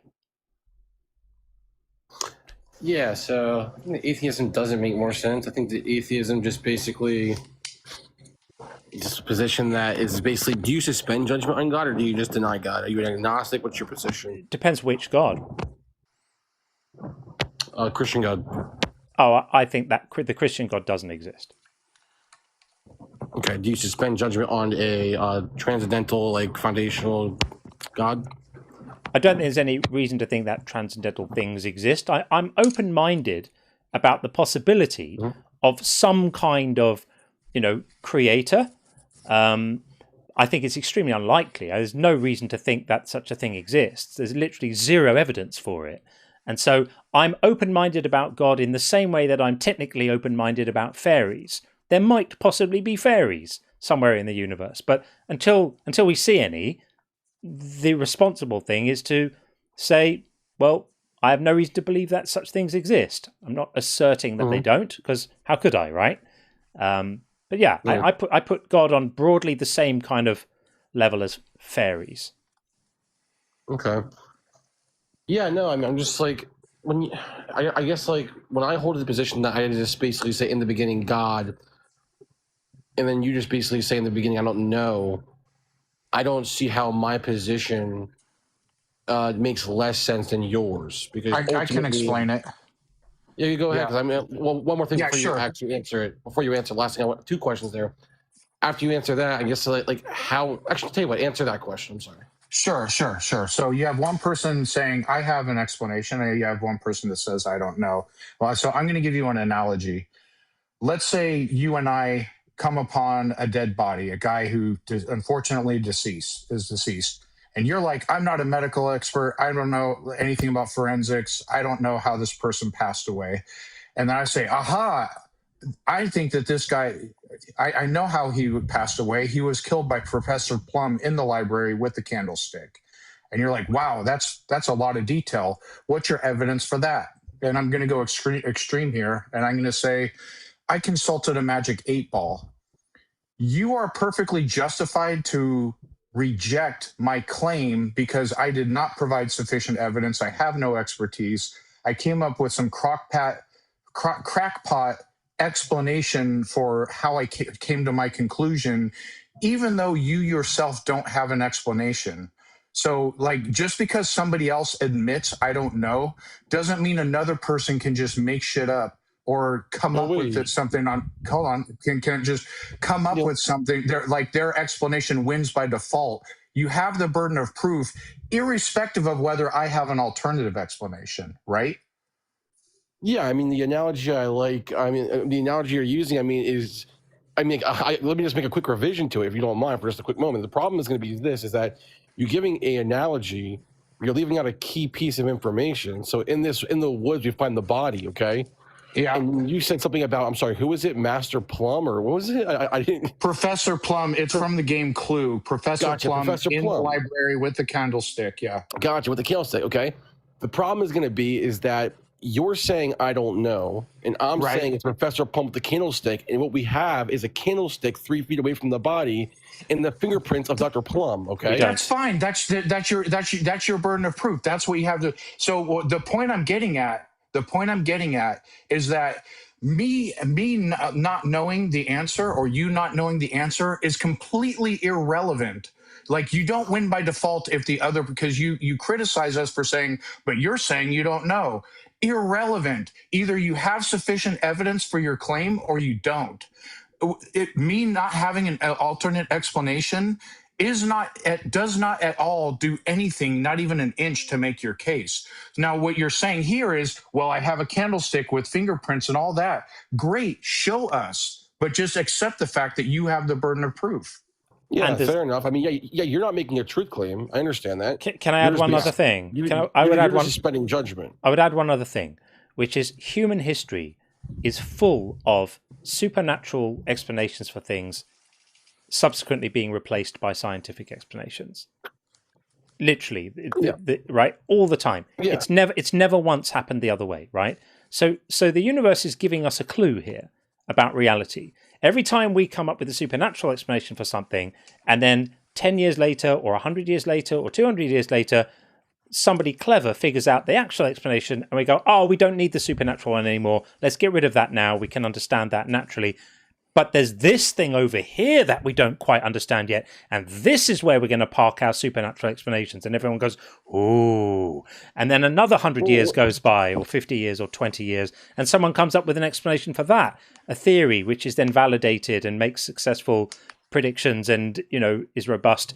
And we go, oh, okay, well, we don't need that anymore, so we're going to take away the supernatural explanation for this, accept the natural explanation, but there's this thing over here that we haven't quite explained. And this is what goes on. And the more and more we learn, the smaller the space is available for hiding our gods in. And I'm like saying, let's look at the pattern and realize that the pattern is flawlessly consistent in one direction only. It's telling us something. We should be ready to learn and go, okay, time for us to stop these silly childish games. We currently don't understand the ultimate origins of everything. And it's possible that we never will. But that's not a license for making up magical claims and then saying, well, there's just as much chance of my magical claims as there is of, anything else. That doesn't not really how it works. Well, yeah, but I mean, there's certain well, the problem is going to be is that no matter the evidence I present, whether it be scientific, I mean, obviously, I'm not going to give you the theological evidence. Okay, I'm just saying any there evidence isn't any presented though. to you, There is no evidence. Well, there is some evidence. There's some none. things we can point to. Yeah, There's none. There's no evidence for any gods. What have you got? No. We can get to God with certain things. The problem is going to be is that you just made the statement yourself. Is that even if I give, let's say, the second law of thermodynamics, okay? So it's like matter cannot be created or destroyed. You're just going to say we haven't, or you're going to give the argument that we can create matter, but we create it with like a quantum level, okay? The problem is going to be is that even at a quantum level, we're creating matter with other matter. So matter itself can be created with other matter, sure, okay? None of this is evidence for a god. This is just an evidence for perhaps your lack of understanding of physical processes. Well, no, hold on. Wait, but do you agree that matter cannot be created or destroyed? Not necessarily, because I heard Dr. Blitz talk on this, and he actually pointed out that a while back, somebody won the Nobel Prize because they found an exception to it. Physics gets really complicated, and like so many theists are like, oh, this in physics proves a god. But when you actually look at physicists, they are far less likely than the general population to believe in any sort of god, especially a personal god. I'm not a physicist, so I don't know how the second law of thermodynamics would show God. But, it does. Well, let me give the argument, because you're asking. Well, I'm saying that you can bring Blitz in here if you want to. I debated Blitz before my main account. Okay, this is one of my alts. But the problem is going to be he mentions that you can split things on a quantum level. Okay, the problem is going to be is that isn't creating matter from pure nothingness. The reality is that we know that the second law of thermodynamics says, okay, you cannot create matter cannot be created from nothing, and it can be destroyed, okay? If it necessarily follows that if you cannot create who said it came from nothing? But hang on, none of this is evidence for a god. You can talk about these things that you personally don't understand, or I personally don't understand all day long. None of it will ever be but none of it will ever be evidence for a god. All it is evidence for a lack of understanding, either your lack or my lack or communally our human lack, right? That's all it's ever going to be. There's no valid inference rule that gets you from I don't understand how this could have happened to therefore a god exists. Yeah, well, wait. Okay. That in and of itself isn't the argument that gets you to God, but it's a starting point. But it doesn't really matter, because again, you're just going to say ultimately everything I bring to the table, you're just gonna. I know how it's gonna be answered. It's gonna be ultimately I don't know. So I mean, there's no. But that's valid, dude. But that's valid. That's called intellectual honesty. It's called intellectual honesty. It's valid. Wait. It's valid until you get to a point where it's like I'm gonna say to you, "What's 2 + 2?" And then I say it's 4, and you say, "I don't know what it is." I'm not going to say that. No. If you ask me what 2 + 2 is, I'm going to tell you it's 4 also. If you ask me why is there something rather than because that's what we label those quantities. But if you ask me why is there something rather than nothing, I'm going to say, I don't know, and neither do you, but only one of us is claiming to have the answer. And whatever you say, you could then point the same questions at whatever God you propose. Putting a God in as an explanation, this unfalsifiable magic wizard, doesn't actually explain anything. It just relocates the question away from the phenomena that we know exist, that we're trying to understand, towards a phenomenon that we don't know exists, and that is supposedly immune from scrutiny because special reasons. This is not how explanations work. This is why this line of arguing is always going to be silly. Just accept. Various is a physicist, and he said in the chat that's not even what the second law of thermo says. So Various, do you have an input here? Yeah, there's no law in thermodynamics that matter is a conserved quantity. Matter is basic. Yeah, no, there's no law in thermodynamics that says that. The matter can't be created or destroyed? Yeah, no, there's. If you'll let me finish, I can get to it. The idea of matter is like something that has mass and occupies space. So all of the bosons are particles that other than light and gluons. The rest of them have mass, but they don't technically like occupy space because something else can be in the same space at the same time as them, and that doesn't create any problems. All of the fermions, the rest of the standard model, they have mass and they, in some sense, they occupy space. They take up that space and nothing else can be in that space at that time. But these fermions, they're not conserved. Like the charm quark, for example, is unstable and it decays into there's different products it can decay into. We also have things like the Schwinger effect. If you have strong enough electromagnetic fields, there's no matter in that region. It's just electromagnetic fields, but when they're strong enough, they actually pop matter-antimatter particle pairs into existence in that region of space. Yeah, it's a law of conservation of mass. I'm asking you, are you explaining this? No. The amount of mass changed in that scenario. We had electromagnetic fields, which had no mass, and then we had a matter-antimatter pair, both of which have mass. Okay, what are you getting at? That matter isn't a conserved quantity. Matter isn't a conserved quantity, so then it can be destroyed? Yeah, so if we have an electron and a positron, these things both have mass, and they're both fermions. They're subject to the Pauli exclusion principle, so they take up space. If we let this electron and positron come into contact with each other, they annihilate and turn into just photons, which don't have mass. Yeah, but photons are energy. Yeah, but they don't have mass. They're not, like, matter. Right, but they're energy. Yeah, I wasn't addressing energy conservation. But you're right about matter. But matter, okay. What is matter comprised of? Matter has energy. Right. Energy so it is conserved in this scenario. Wait, stop. Energy is conserved in this scenario, but the amount of matter isn't. Listen. Energy plays a factor. Okay, when I'm saying, okay, matter cannot be created or destroyed. I'm saying all that creates what it is to be matter. Okay, all that matter is, you can't be destroyed any of it. So it can be broken down into different actually what if you want to call it a subcategory of what matter is, but it still exists. So yes, I'm aware of what you're talking about, but the matter still isn't destroyed. All it is it's broken. That's like saying to me, ice. When it melts, okay, like ice can be just completely destroyed. No, it can't be. It can just be melted underwater, and then water can be evaporated. Like, come on, man. See, but there's a break in the analogy here. In the ice thing, ice isn't conserved, but the amount of mass of H2O is. Okay. Whereas in my scenario, the amount of mass isn't conserved, and so the amount of matter isn't conserved. Okay, so you're just making an argument that basically, in layman's terms, it shrinks. It isn't conserved to the same quantity. No.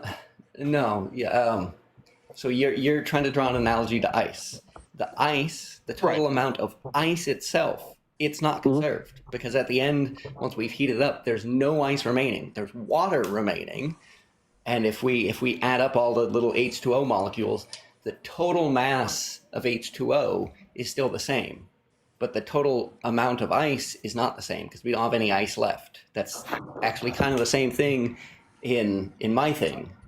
The total amount of energy at the end, that's conserved. But the total amount of mass has changed. We don't have any mass left, and so we don't have any matter left. Okay, but that would just be a shift in form of the matter, right? No, there's no matter remaining. Sorry. What we have left is photons. Right, it's a shift in its don't have form. mass and they don't occupy space, so they're not matter. Right, by definition.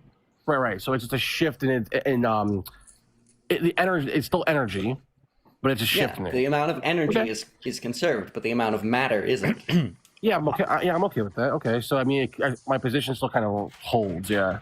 I respectfully remind you again, this is absolutely nothing to do with the God at all. just a discussion. Hey, listen, we're having a good I know, convo. I know, but respectfully as well, we have an audience here who've tuned in to hear discussions about atheism and theism, and this is a little bit out of scope, I think. But all right, fair enough. I could just make one more comment. I'll head out. You can bring the next guest up. I just wanted to chat for a little bit. Sure. Thanks, Caleb, and All right. thank you, Various. Yeah. Appreciate you, man. You guys take care. I just want to make Cheers. one more comment. This scenario, matter wasn't conserved, but energy was. There's other scenarios, like in general relativity, where the total energy isn't conserved either. In general relativity, the total energy of the universe actually can increase and decrease.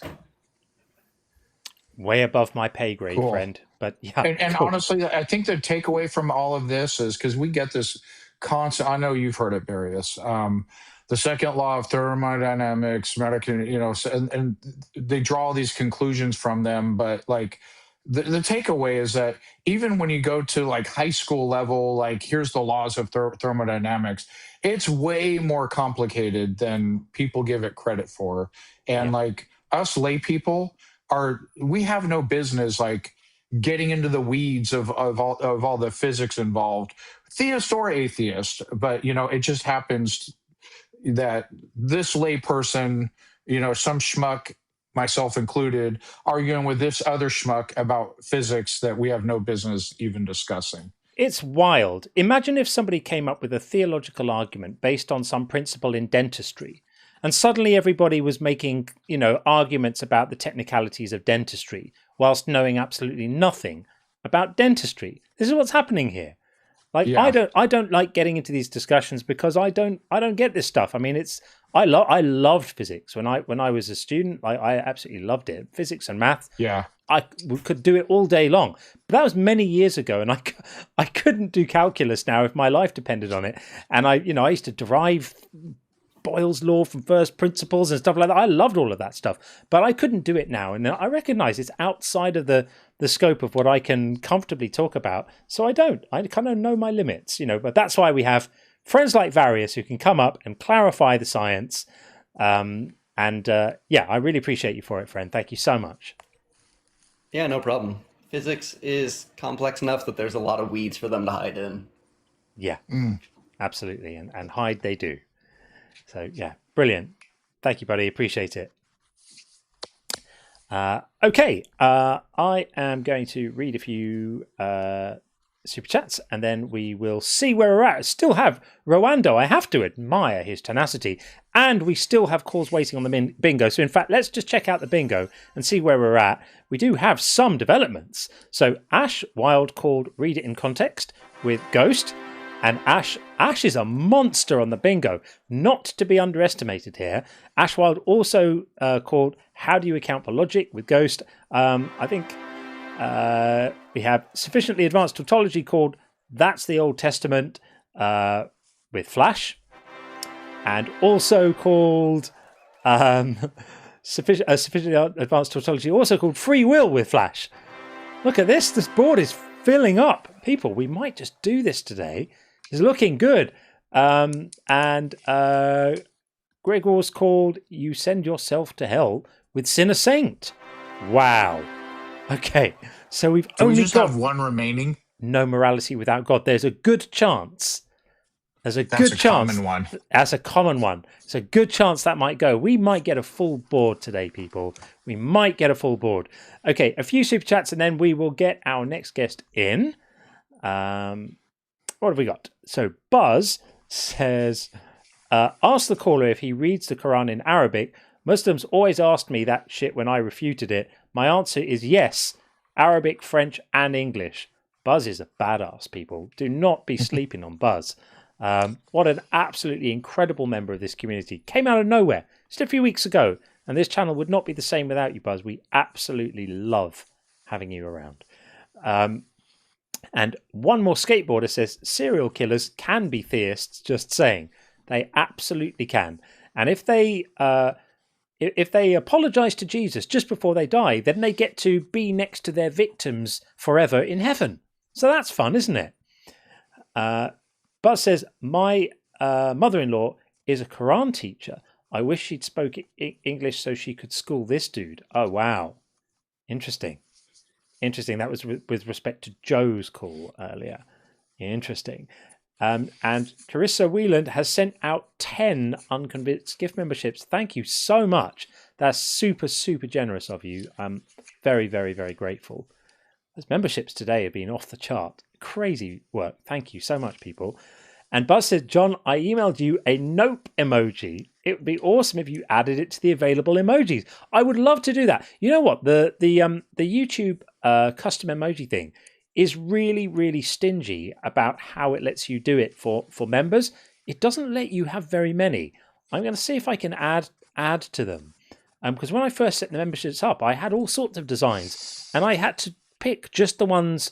I had to like narrow it down to just the ones I was allowed to put on, and I had to leave a bunch off. I'll have a look at it again and see if I can add any more in. I'd certainly love to do that, and I've got a few ideas for some other ones that could go in too. Custom emojis are fun, so I'll see what I can do with that. But I look forward to picking up that email. Buzz, thank you for that. And Bab says, the mass is under human control, so is a spoon. I'm trying to remember what that relates to. What does that relate to now? I can't remember, Babs. Forgive me. I can't remember what the context for that was. Buzz says, agreed, TBI, that's traumatic brain injury, changed my anger management and memory. It does. It does. This is my wife's domain. She's dealing with this stuff all day long with people. Traumatic brain injury will change you for life in many instances. And sometimes the changes are subtle. It could just be like struggling to organize tasks or struggling to remember certain types of things. Definitely. Sorry to hear that, Buzz. Hope you're doing okay, friend. And Fliberty says, you didn't know snails didn't have brains. How can we trust you on the plant eyeball situation? Fair. That is fair. I as I said it, I thought, I've just made a bold claim here about snails. And I thought, but do they actually have brains? And I looked it up and I was completely wrong. Snails don't have brains at all. Brainless things. And Buzz says, take more dollars. You guys are doing Nope's work, John, for Nope. Well, thank you, Buzz. I'm very, very pleased about this. I'm looking forward to T doing some AI art in the Discord soon, showing us in our Nopely gowns with Nope hats on. I'm up for that. And Niddy, good to see you, Niddy. Eastern Orthodontist Church. Fair enough. I like that. I'm not sure what it means, but nice. Better than Eastern Orthodox, I guess. Good to see you, Niddy. Niddy's great. Okay, let's see. Where are we? It might be time. We will get Rwando in after this. I know that it's a debate stream and not doing friendlies calls, but I have to take a call from Lacadian because he is the mod of all mods, long-time dear friend and supporter, and I couldn't run this thing without Lacadian, so he gets a pass. Always. How are you doing? Well, I'm good, but I requested by mistake. Did you? I'm sorry, yes. Oh, goodness me. I'm sorry. Well, in that case... I hit the button and I didn't want to. Oh, fair enough. In that case, can you request by mistake again tomorrow and come and hang out with us on the After Hours show? I definitely will. Good. Thank you for the gifts. I'll wait for the gifts to end. Okay, thank you, Annabella. Just hang out and collect all the gifts. That's awesome. I love that. Okay, bye. We do love you, buddy. Take care. Take care. Love you too. Take care, brother. Thanks. He is all sorts of awesome. All sorts of awesome. Okay. Well, I have to give it to Rwando. He has been waiting patiently to come back in for a second time for well over an hour. So I have to bring him in. Unless it turns out that was a butt dial as well. Rwando, you're back. Yes, sir. I'm back, man. All right. Well, I have to say I appreciate your tenacity there. It must be rewarded. So in you come. Truly, trying to be good faith here, you know. Of course. I've just typed your name in wrong though, so it's come out wrong with the wrong spelling. Let me put it out correctly. There we go. That one. There we go. Right. Right. What would you like to say? All right. So, you know, I don't mind getting dropped down for the sake of time, but like, hey, if we go in a circle, I promise you, I can find where we go in a circle and we can figure it out. I know we can. Don't drop me down for circles, please. Well, I will. It's more just not wanting to keep relitigating the same parts of the conversation because it gets boring for the audience. So That's fair. I'm mindful of trying to keep the stream interesting. And what you find is I keep an eye on the analytics all the time. I can see the concurrent viewers all the time. And when those conversations start happening, you just watch the numbers fall because people get bored. So I want to keep it interesting. Live. Yeah, I respect we have an audience that we want to serve. But so go for it. For the sake of your audience, let me present my point. Okay. So we left off. Basically, my point was, by definition, choice and belief are not, you can't equate the two. If I remember correct, what your last thing was saying is that choice does entail belief. And I didn't hear the explanation as to why that refutes my claim about it being definitionally, if that's even a word, definitionally correct. My claim is not that choice entails belief. My claim is that belief is not a choice. Right. So, and I was saying by definition, that doesn't follow, because by definition, it's talking about that you agree, and you choose what you agree to. You choose to agree or you choose to reject. So belief, it says what you agree to. It depends what you mean, because agree generally means verbalize something, right? Agree is normally an act of expression, right? If you're saying you choose what you're going to agree with, I take that to mean something's about communicating what your thoughts are. Communicating is an action. Yes, you would agree. You would choose to agree, but you don't choose to find it convincing. You evaluate whether you find it convincing. You self-examine to see whether your brain is giving you that sensation of agreement. So are you not equating being convinced with belief? Yes, I am. Okay, that's what I'm saying you can't do definitionally. Can you explain why I can't? Make your claim again so I can make sure I'm understanding exactly what you're saying. So I will apologize. Earlier I said agree. The definition says to accept as true or real. You choose what you accept and you choose what you reject. It depends what you mean by choose, right? So if you mean that it's your brain that's doing the determining, yes. Yes. And that's where perhaps that's where the confusion lies, because I'm not suggesting that it's anybody else's brain. I'm saying that the mechanism by which that determining happens isn't volitional. It's not. You can't direct it. You can't choose. You can't decide what the outcome is going to be according to your will. No, I disagree. You discover. You discover. What you choose. You cannot. You discover what the outcome of that processing is. You can't direct what you choose. You can't direct if I choose chocolate ice cream over strawberry ice cream. No. That's an action. That's a different thing. That's a preference or an action. You can't. That's a choice. You can't. Yes, you can choose whether you want chocolate or ice cream. You can't choose whether. You look at two objects and one is bigger than the other one. You can't choose to see the smaller one as bigger. Yeah, I agree with that. So it's a perception. So belief is more like a perception. I cannot. So there's no belief. There you go again. You're equating belief. You're equating belief with what you're persuaded by and what is true. Yes, it is possible to believe something that's not true. Is it not? Yes, it is. You could be mistaken. Okay. So that point doesn't work. I cannot choose. So there's a pen in my hand right now. There is nothing I can do that would convince my brain that this pen is not in my hand. You're saying don't say convinced. It just doesn't matter. I'll say what I'll use words for what they mean. The bottom line is I cannot choose to believe that there's no pen in my hand right now. I cannot do it. It's physically impossible. It's not. You can because belief is a choice. All right. You can choose so what you believe. Are you willing to test this right now? Let's test it because you gave me Superman example. All right, cool. All right. Choose to believe that in 1 minute, the building that you're in, whether it's a house or office, it doesn't matter. The structure you're in right now is going to collapse on top of you. Go. Let us know when you believe it. So my decision to choose to believe that does not mean I cannot choose to. I can. No, you said let's do it. So you're refusing. Yes. No. I can choose. I can choose to. I will not. Do it. I will not. Okay. Because if you realize I'm being dishonest to myself. Okay. So if you realize you can't do it, please. No. I did not say that. Oh, no. I know. But what I'm saying is, you said let's do it. You accepted the challenge. I accept the challenge. You accept the challenge. Okay, so if it turns out you realize you're wrong, please let us know by making an excuse not to do the challenge. You're giving me a challenge. You're challenging me. It's the opportunity to prove your point, dude. Can you do it or not?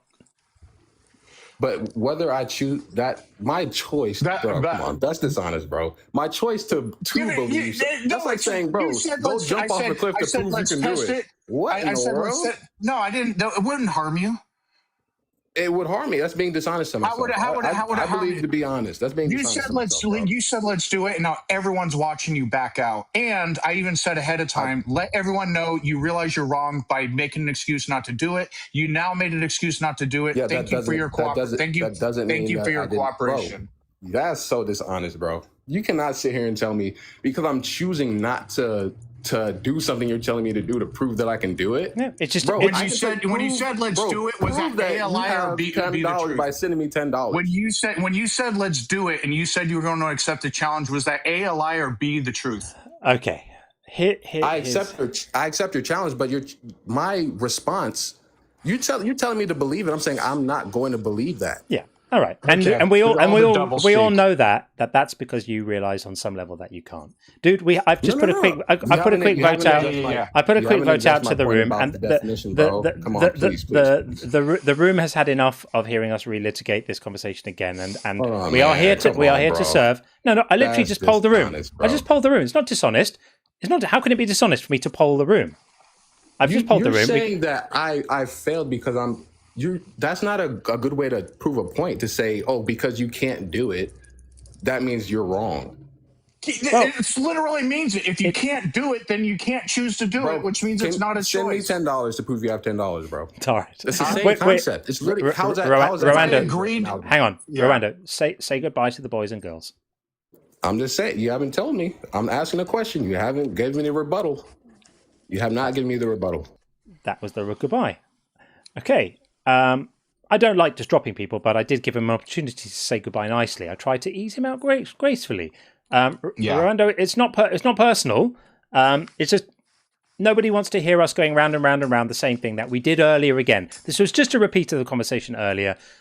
If you really had wanted to demonstrate your ability to talk yourself into deciding to believe something, you could easily have done it. The fact that you weren't willing to shows that you realized the game was up. So there we are. But thanks for coming back. I appreciate that you waited around a full hour. I hope you don't feel that it was time wasted. Okay, we are going to get in Abe next, and then Mikey after that, and we have Son of Scotland as well. We'll try and get through the calls in a efficient way. Abe, how are you? Hello there. Good day, gentlemen. Hello. I am very curious about the statement of atheism making more sense. Yeah. How could you elaborate on that, please? Just to preface my own background, I'm a theist. I'm a Shia Muslim specifically. Great. Okay. Well, atheism makes more sense because there's no evidence for any gods, including yours. Right. So here's the deal. I totally get that perspective, and I actually did try. I was in an atheist phase for a while. I really did try convincing myself that, there's no gods, there's no supernatural stuff, all those things. But in the end, I just couldn't convince myself of it. I couldn't find it in me to just believe that, we're a collection of atoms and we're gonna rot and that's it. That's an argument for personal incredulity. That's just you not being personally psychologically able to accept something isn't evidence for your God. It's just evidence of your state of mind, right? That's not going to be a compelling argument to me. You personally struggling to accept reality is never going to be an argument for me that your God exists. Is that fair for me to say that? Yeah, that's fair. So what reason would I have to think? Because I'm saying atheism makes more sense. I'm just saying it makes more sense to me, and inviting people to disagree. What would be a good reason for me to think a God exists? Well, to be clear, I'm not trying to provide evidence that my God or my religion is real. And nor do I think that you should have to abandon, quote unquote, your atheism. I mean, if you believe that to be true, then by all means, man. I can't abandon. Hang on, I can't abandon atheism.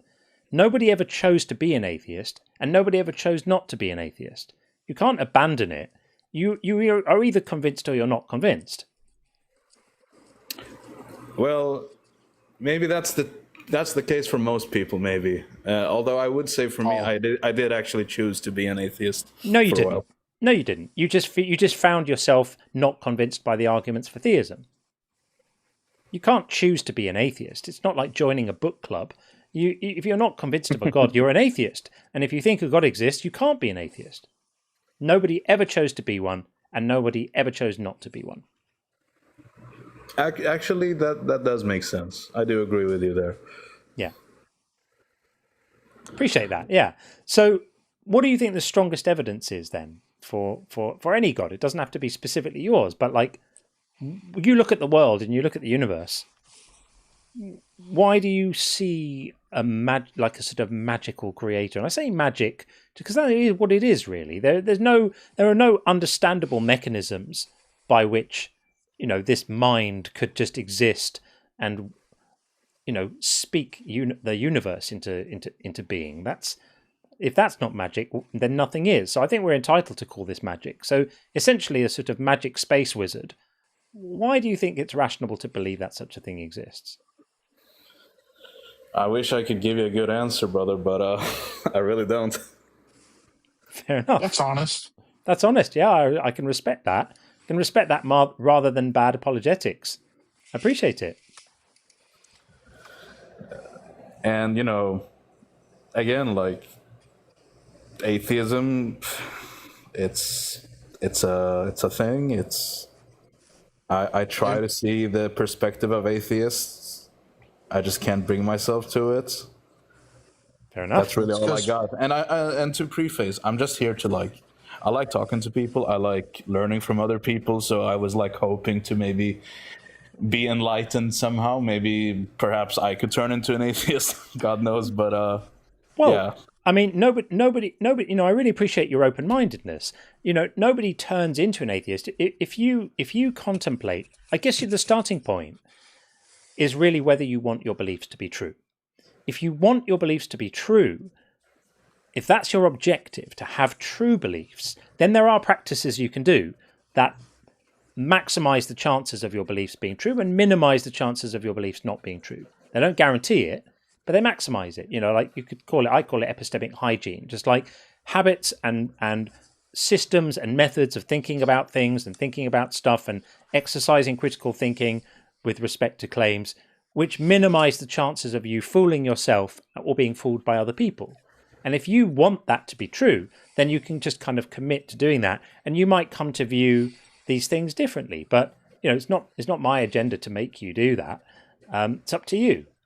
But I do think it's a lovely phrase, though. What did you call it? Epistemic hygiene? Yeah, epistemic hygiene. Epistemology is like study of truth and how we know it's true. Hygiene is like what are the practices you do to make sure that you're not falling into fallacious arguments and being persuaded by things that shouldn't persuade you. And it happens to all of us. And some of these things actually happen. Are more likely to happen to smarter people, by the way. They're being referred to as cognitive tunnels, like ways that your thinking can go wrong. I recommend a book called, I think it's called Inevitable Illusions, How Mistakes of Reason Rule Our Minds. I recommend that book very, very, very highly as a way to just learn to think a bit better about stuff. It's not about religion at all. It's about cognitive psychology, but it's really interesting. So what would be an example of epistemic hygiene? Would that be like, for example, not believing in things without sufficient evidence? Would that be an example? 100%. Yeah. And applying standards of evidence consistently. This is a really big one, right? Don't have a certain standard of evidence for your own beliefs and then a different standard of evidence for others. So, for example, if somebody's saying, I believe because I had a personal experience and that counts as evidence for my God, well, if you're counting personal experience as evidence for God, then you're obligated to count everybody's personal experience, not just your own. You don't get to keep yours and discard everyone else's. That would be an example of applying standards of evidence inconsistently, and you're likely to end up fooled, right? Things like that. And understanding the reliability of things. Extraordinary claims do require extraordinary evidence. If somebody makes a mundane claim, if I tell you I had eggs for breakfast, then you're justified in accepting that without demanding to see a very high level of proof, because me having eggs for breakfast isn't going to change anything drastic about your perception of reality. But if I tell you that, I flew around the neighborhood this morning flapping my arms like a bird, then you would need to have a much higher level of evidence to be warranted in accepting that claim. You'd kind of need to see me do it. You'd need to know that it wasn't an illusion. There isn't a crane with cables holding me up and all of that sort of thing, because it's an extraordinary claim. And so the more extraordinary a claim is, the more demanding you should be about the evidence for it. That's a good rule. I mean, that's, as a rule of thumb, gets you a lot of the way there, to be honest. Mind if I ask a couple of questions about your own beliefs? Sure. So, how do you, for example, believe that the universe came to be? Or maybe, perhaps you think it's eternal. I don't know. Yeah. You tell me. I don't see any evidence that there was ever a time that the totality of things didn't exist. If we're calling the universe the totality of things, I see no evidence that there was ever a point that there was nothing. And so I'm inclining towards there was never a time when there wasn't a thing. And so I don't think the universe came to exist. I think it changed its form. Obviously, we had the rapid expansion, which started 18 odd billion years ago. But I would say, as we have already a couple of times in this conversation, in this live tonight, even if my argument was I have no idea, that wouldn't be evidence for God. It would just be me saying there's something in science we haven't figured out yet. That wouldn't count as evidence for God. Evidence for God would have to be something like, here is some specific evidence that a mind did this, and here are the properties of that mind. Here's some evidence that show that this mind has these properties, and we're nowhere close to that, right? Even if I said I have no idea where everything came from, that's not evidence of a God. It's just evidence of a lack of my knowledge, right? I do agree with you there. And I want to point out, one of the people in the comments said something, and it's probably good to tell you that as well. When I ask such a question, I don't mean it in the sense of, oh, therefore God exists because you don't know how the universe came to be or whatever. Like, no, that's not my intention. It's purely like curiosity on my part. Hey, no, you've been great. You've come in with a lovely manner and an open mind. I really appreciate that. But yeah, I don't really think I have anything more to add. Honestly, All I right. think it's good to give some time to the other people who want to Thank talk. you, but Abby. Thank you for your lovely course. manners and for the time. And Call good back luck with anytime. everything. Thank you, friend. Thank you, Matt. All the Bye-bye. best. All the best. Okay, we will now get in. Nice guy, by the way. Let's get Lavi in next on the TikTok side. Bringing in Lavi right now. Hey, Lavi. Hello. Hello. How Hi. are you? I'm good. How are you? Fabulous, thank you. What do you think? You have a cross in your title, so I'm going to assume you possibly disagree with me about atheism making more sense. Would I be right? Yeah, I think the best cause of explanation would be the Christian paradigm. I was wondering what your best argument is against the Bible. Oh, there's zero evidence that any of the magic stories are true. Like some elements of the story of the Bible might be true in terms of places and times and stuff like that, but the Bible makes a load of absolutely preposterous claims, and there's no evidence for any of it. I mean, yeah, you can say there's claims in the Bible. I wouldn't say we worship Christ because he turned water into wine. I don't think that's the case of any Christian. We'd say that we worship Christ because he's the most perfect example. And even in Eastern Christianity, when you look at EED, energy at essence distinction, the best kind of life to live, the most peaceful life to live is through Christ. Well, I mean, try telling that to all the people who died under the Crusades. I'm not sure about that at all. You know, Christ, if you think Christ is God, then all the barbarism of the Jewish war god is Christ also, right? The commands to kill children, genocide, absolutely horrific. So yeah, we can go into each one of those genocide. G-side claims. We can go to Isaiah, or we can go to Deuteronomy, Numbers, 1 Samuel 15:3. We can go to any of them. Most of the time, you're going to see that God's foreknowledge is being used there for the best case scenario. If God does exist and he has knowledge of all things, you can also argue it's for the best case scenario. You can also argue that, for example, in the 1930s, if you wanted to stop that radical group in Germany, that would have been the best case scenario. No, because an all-powerful God would not need to enact barbarism in order to achieve the best case scenario. He could achieve the best case scenario without ordering human beings to kill children and without making idiotic laws that would have led thousands of innocent women to be stoned to death, and without condoning slavery, and without specific enjoinments to ethnic cleansing. This is nonsense. These are the copes that religious people have come up with to deal with the absolute horrors that are in this book, by trying to justify them on the basis that there was some greater benefit to be derived from doing them. This is nonsense. Well, you made 4 claims there. I just want to focus on the G-side one. When you said it'd be nonsense, what's your and said that God could have done another way, how do you know that? Well, is he all powerful? So you don't think God's all powerful? Yeah, then? He's all powerful. Yeah. Well, no, clearly not. Okay. No, if you're does achieving the greater good without the atrocities fall into the subset of all? Like I said, it could be best case scenario. Is that yes or no? Is that yes or no? That's a false dichotomy. Does achieving no? It's not a dichotomy. It's a yes or no question. Does achieving the greater good without the atrocities fall under the subset of all? It either does or it doesn't. What do you mean by subset of all?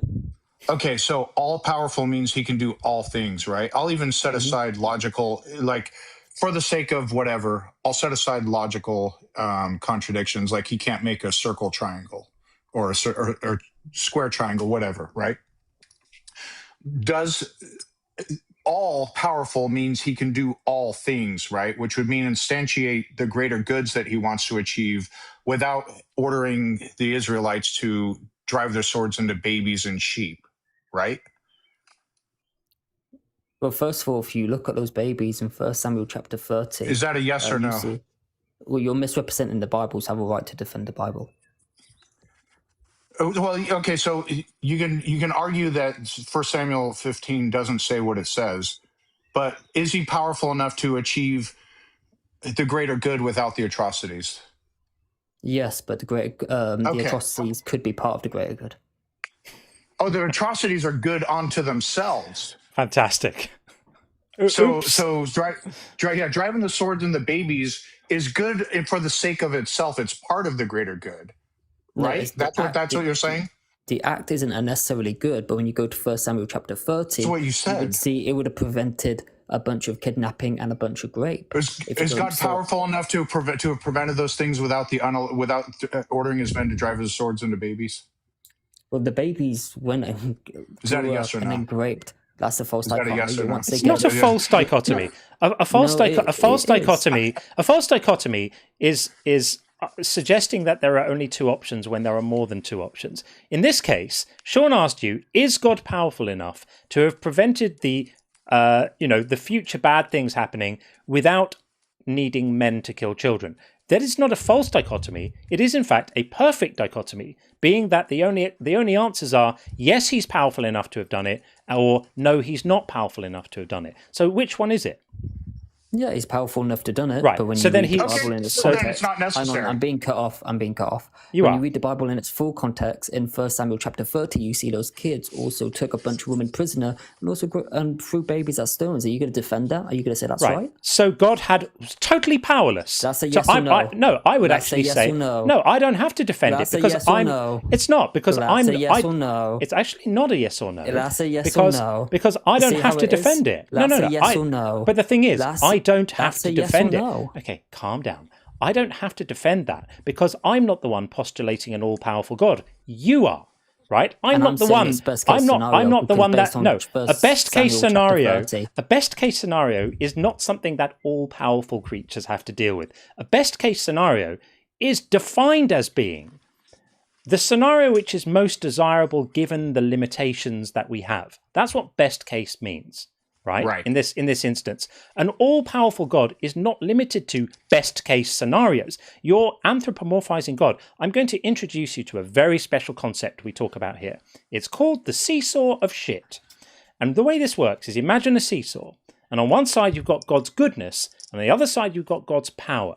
Everything you say to justify the barbarism that your baby Jesus did in the Bible, by making him seem better because he had to do them, because he had to achieve the best case scenario, elevates his goodness. But look what happens to the seesaw. As his goodness goes up, his power goes down, because every time you make such an excuse for him, you are admitting, whether you like it or not, that he was powerless to do it another way. Because if he wasn't powerless to do it another way, he could have done it without the suffering. This is a problem you have that you're not going to be able to disown or discharge. No, because that's just going to be an emotional fallacy, because you're trying to say because people it's were not an unalived, emotional fallacy. Therefore, it's a bad thing. No, Yes, because for example, would you say? Oh, so would you say to stop the radical group in Germany in 1930? Right. If to God, prevent all them? Yes, God. That's another powerful evidence, by the way, that God doesn't exist, because the Jews, who are supposedly God's people, who suffered at the hands of that radical group, right? We don't say that. Yeah, the chosen fine. people. So you're misrepresenting the Bible for the third time. But God could have intervened to save those people, and didn't, did he? So if you're asking me whether I would, I'm not a. You can talk a little bit less and listen a little bit more. That'd be delightful. So I'm not an all. I'm not in the Bible. You can talk a little bit less and listen a little bit more. That'd be delightful. So under the situation you've proposed, where I'm in charge, would I intervene to stop those atrocities happening? Yes, I would. But I'm not an all-powerful God. An all-powerful God could stop the atrocities happening without having to kill children. An all-powerful God wouldn't have to tell men in 1 Samuel 15 to go and slaughter babies and infants. He could just click his fingers and make those people not exist. Or he could just send spirits to give them a different... That's wiping them out. So you're...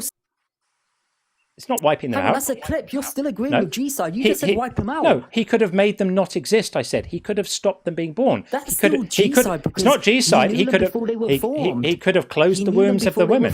No. And you're still saying let's wipe them out. No, we believe that they were saved through Christ when Christ went to Hades. You're the one saying they should be wiped out. They weren't saved through Christ. They were massacred. They were massacred because you can't defend your position. They were massacred. I'm muting you because you can't stop talking. They were massacred at the specific command of your God, who delights in seeing babies smashed against the rocks by his own words. He absolutely loves defending babies to be from. He loves it. He absolutely loves. He loves it. If you actually see in 1 Samuel chapter 30, he loves they actually it. go for the babies, don't they? Which is why when he's talking about punishing the Israelites in Hosea, he says Samaria shall bear her guilt because she's rebelled against her God. They shall fall by the sword. This is God's plan. Their little ones shall be dashed in pieces, and their pregnant women ripped open. This is God's plan for his people. Yeah, he's given a prophecy. He absolutely love it. He's going to make it happen because he loves killing children. No, he doesn't say he he's going to make it happen. He's saying loves about it. Why does God give children bone cancer now? Why does God give focus up? Why does God give children bone cancer now?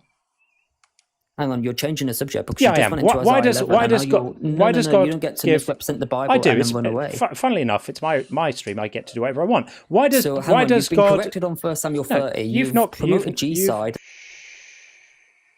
You've not corrected anyone on anything. You're just trying to make excuses for the horrific barbarism in your book. So now we're going to pivot away from the Old Testament barbarism because all of your horrible excuses for that are failing. And now I'm asking you about the modern day suffering of children that your God invigilates. And I'm asking you, why does God give babies cancer now? And you can answer that. You said you'd wipe out babies. That's No, what I you said. didn't. You said you'd click your fingers and stop them from being born. Even though God knew these people. No, before he they were said formed. God. Okay. No. I said- This is what you're not God knew getting. these people before they were formed in the womb. and you said Hold up. you'd wipe This them is out. this is what you're not getting. John wasn't. If you keep muting me and misrepresenting the Bible, I'm going to have to leave. Just Now, I talk. wanna talk about- Then leave. Cry you can about leave it. if you want so to. I'm trying to clarify something you're not getting. John wasn't suggesting that clicking his. He said God could have clicked his fingers and just made the babies disappear instead of having the men drive this. I actually meant even more. I actually said. You're talking over people. I actually said made it so that they were never born. I actually said he could have made it so that generation was never born, is what I actually said. And he wasn't even suggesting that's the most ideal situation. He was giving examples of ways that would have been better, still not perfect, but better. Yeah. For example, in Noah's flood, instead of drowning all the kittens, he could have snapped his fingers and just did the Thanos thing, and they disappeared, and then the kittens wouldn't have to suffer. That's still a G side. So you're saying Thanos didn't do a G side? You're talking over me as a defense mechanism. The point isn't that that's you're the just rambling. The point isn't that that's the ideal situation. It's just showing how trivial easy it is to have a better solution. And even if it's not perfect, if it's better, it means God didn't have the perfect solution. These are nuances that you're purposely ignoring. You're not a dumbass, you're just dishonest. I'd love to know why God gives babies cancer. Please explain that to us. Yeah, we're talking about 1 Samuel. Yeah, 15, we've stopped talking about that now. No, I'm not running from it. No, your excuses are pathetic. You're trying to change the subject. No, I'm trying to change the subject because we're all bored of your excuses. Your excuses are pathetic. Your excuses are pathetic. So you literally said you'd wipe them out. What are you talking about? I didn't say that. The thing you accused God of doing, you said you would do. Okay, I'm going to clarify this for the last time. If you choose to continue to ignore it, then everyone's going to know that you're being dishonest.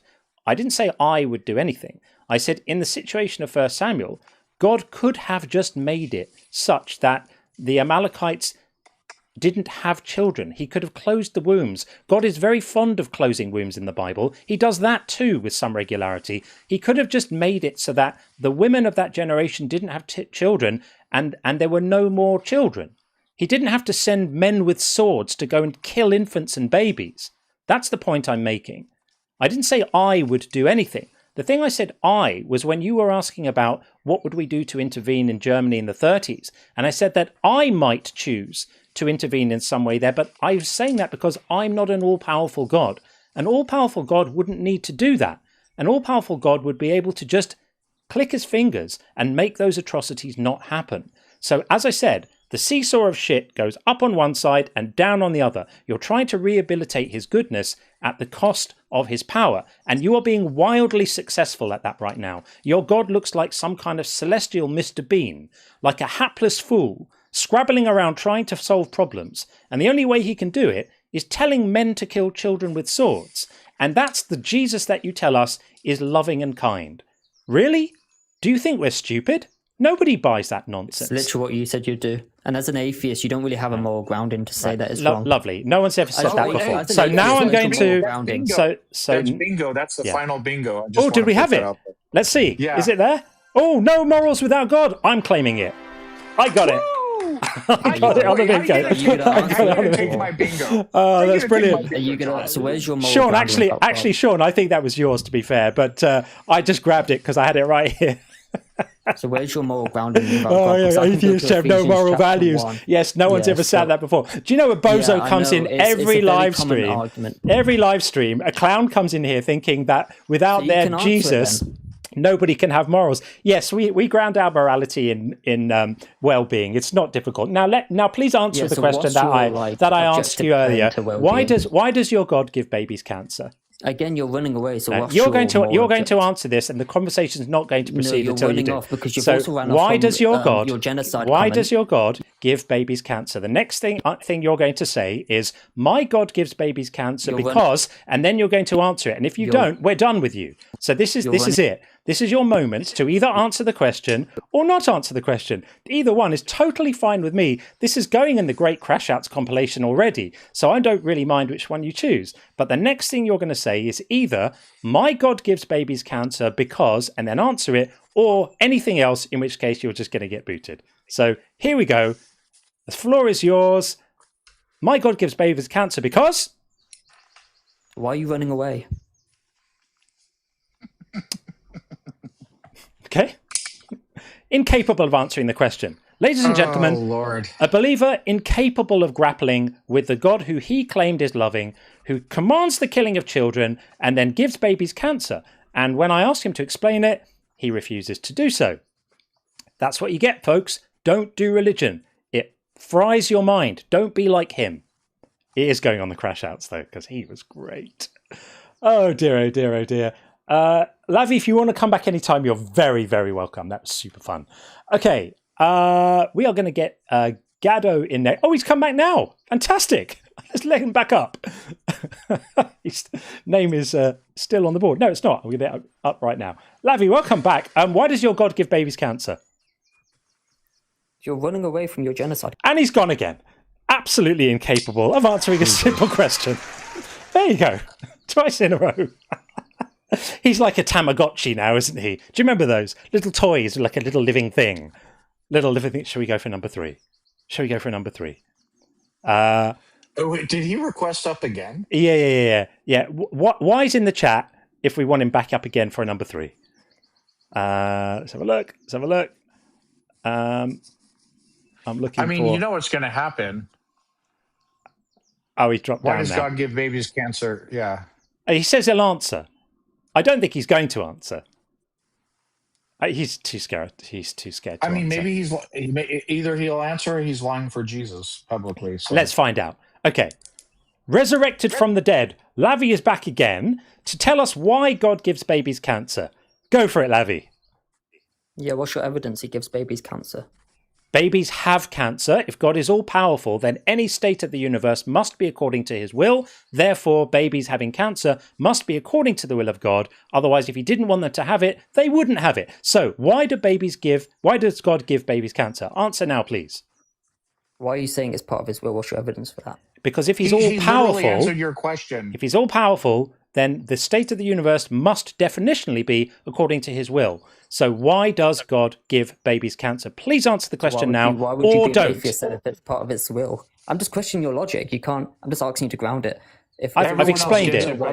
Everyone else got it. If you don't understand it, then rewind the tape later when it's on YouTube. You can't answer it. You can't. I've just answered it. If it's part of his will, Literally then why would there be so many evil in the world that goes against his will, like racism, Exactly. financial inequality? That's called the problem of evil. That's exactly it. Almost as if Christ is the perfect example. It's almost as if your God is useless. Or is God powerful enough to have instantiated a world without babies getting cancer? Yes or no? Yes. Yes. Okay. So therefore, and God is all knowing. So he purposely configured the world in such a way that he knew babies would get cancer. So here's a question for you: Why does God give babies cancer? That doesn't follow. Because it follows exactly. It's got nothing to do with evil in the world. Why does God give babies cancer? And if you don't answer it now, you are done, and there ain't going to be a fourth time. So explain. Answering it. You just want a 30-second TikTok clip, and it's not going to work. Oh, it's going to work so well. Clips of you. We got the one where you said you were going to do genocide against babies and click your fingers, even though. All right. Even though in the Bible, you came back up saying I'm going to answer, and then proceeded to not answer. So this is really your final chance because you ain't getting resurrected after this one. You didn't answer. You didn't answer. You waffled on and made nonsense. So last chance to answer. Why does God give babies cancer? And your answer is. What's your best evidence God gives baby cancer? I've given that to you already. So, okay, he can't answer. I didn't think he would be able to. Off he goes. Brilliant. That was super fun. Super fun. I love that. That's going to be such a good clip. Oh, Lavi, thank you so much, friend. Brilliant stuff. Okay, we've got a couple of super chats to read, and then we're going to get Gaddo in next. Oh, this is brilliant. So much fun. Look, dude. Religious believers, think about it. Engage your brain. If you propose a God who is infinitely powerful, subject only to the laws of logic, where God can't produce married bachelors or square circles. We get that. But anything that's not a violation of the laws of logic, if you're claiming God is all-powerful, then it follows as a necessary entailment of that the condition of the universe is the exact condition that God wants. Because if he wanted it to be different, it would be. That's what being all-powerful means. So you are stuck with that. That's not my fault. It's not my fault that you've got a silly concept and that you're now stuck with the implications of it. That's precisely one of the reasons why I don't hold to such a silly concept, because I wouldn't have to deal with justifying the nonsense that flows from holding these idiotic views. So if you believe in an all-powerful God, it's on you to explain things like the deaths of children. You have to explain this. You don't get to run away from it. Well, you do actually, because that's generally what happens. They run away from it. Anyway, just a couple of super chats, and then we will get our next guest in. Bab says, in the beginning was the word, and the word was oops. I love that. Oopsie daisy, seem to have made a world full of sick children. And Hotep says, thanks to caller, I'm converted deeper into atheism. Brilliant. Yeah, I mean, I will say, Lavi, if your intention is to follow the Great Commission and win souls for Jesus, God is looking down at you right now, not happy. That was not a good display. Coming in to defend infanticide and sick children. Not a winning look, is it? It's not fantastic. God is not going to be best pleased with you at all. Okay, let's get in Gaddo right now, who has been waiting patiently. Hey, Gaddo, how are you? I'm doing all right. How about you? Very, very well indeed. I'm having lots of fun in my happy place. What would you like to say? Well, I would like to pick up on your last conversation because I can answer the questions that the last believer could not answer. Oh, okay, great. Why does God give babies cancer?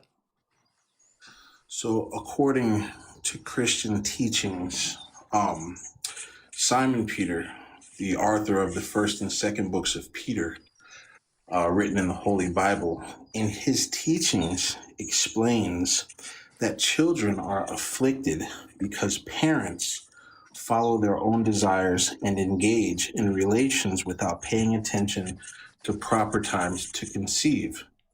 And so if you dive deep and you observe these scriptures in Exodus 20, verse 8 through 11, and Isaiah 66, they explain that new moons and Sabbaths are holy days.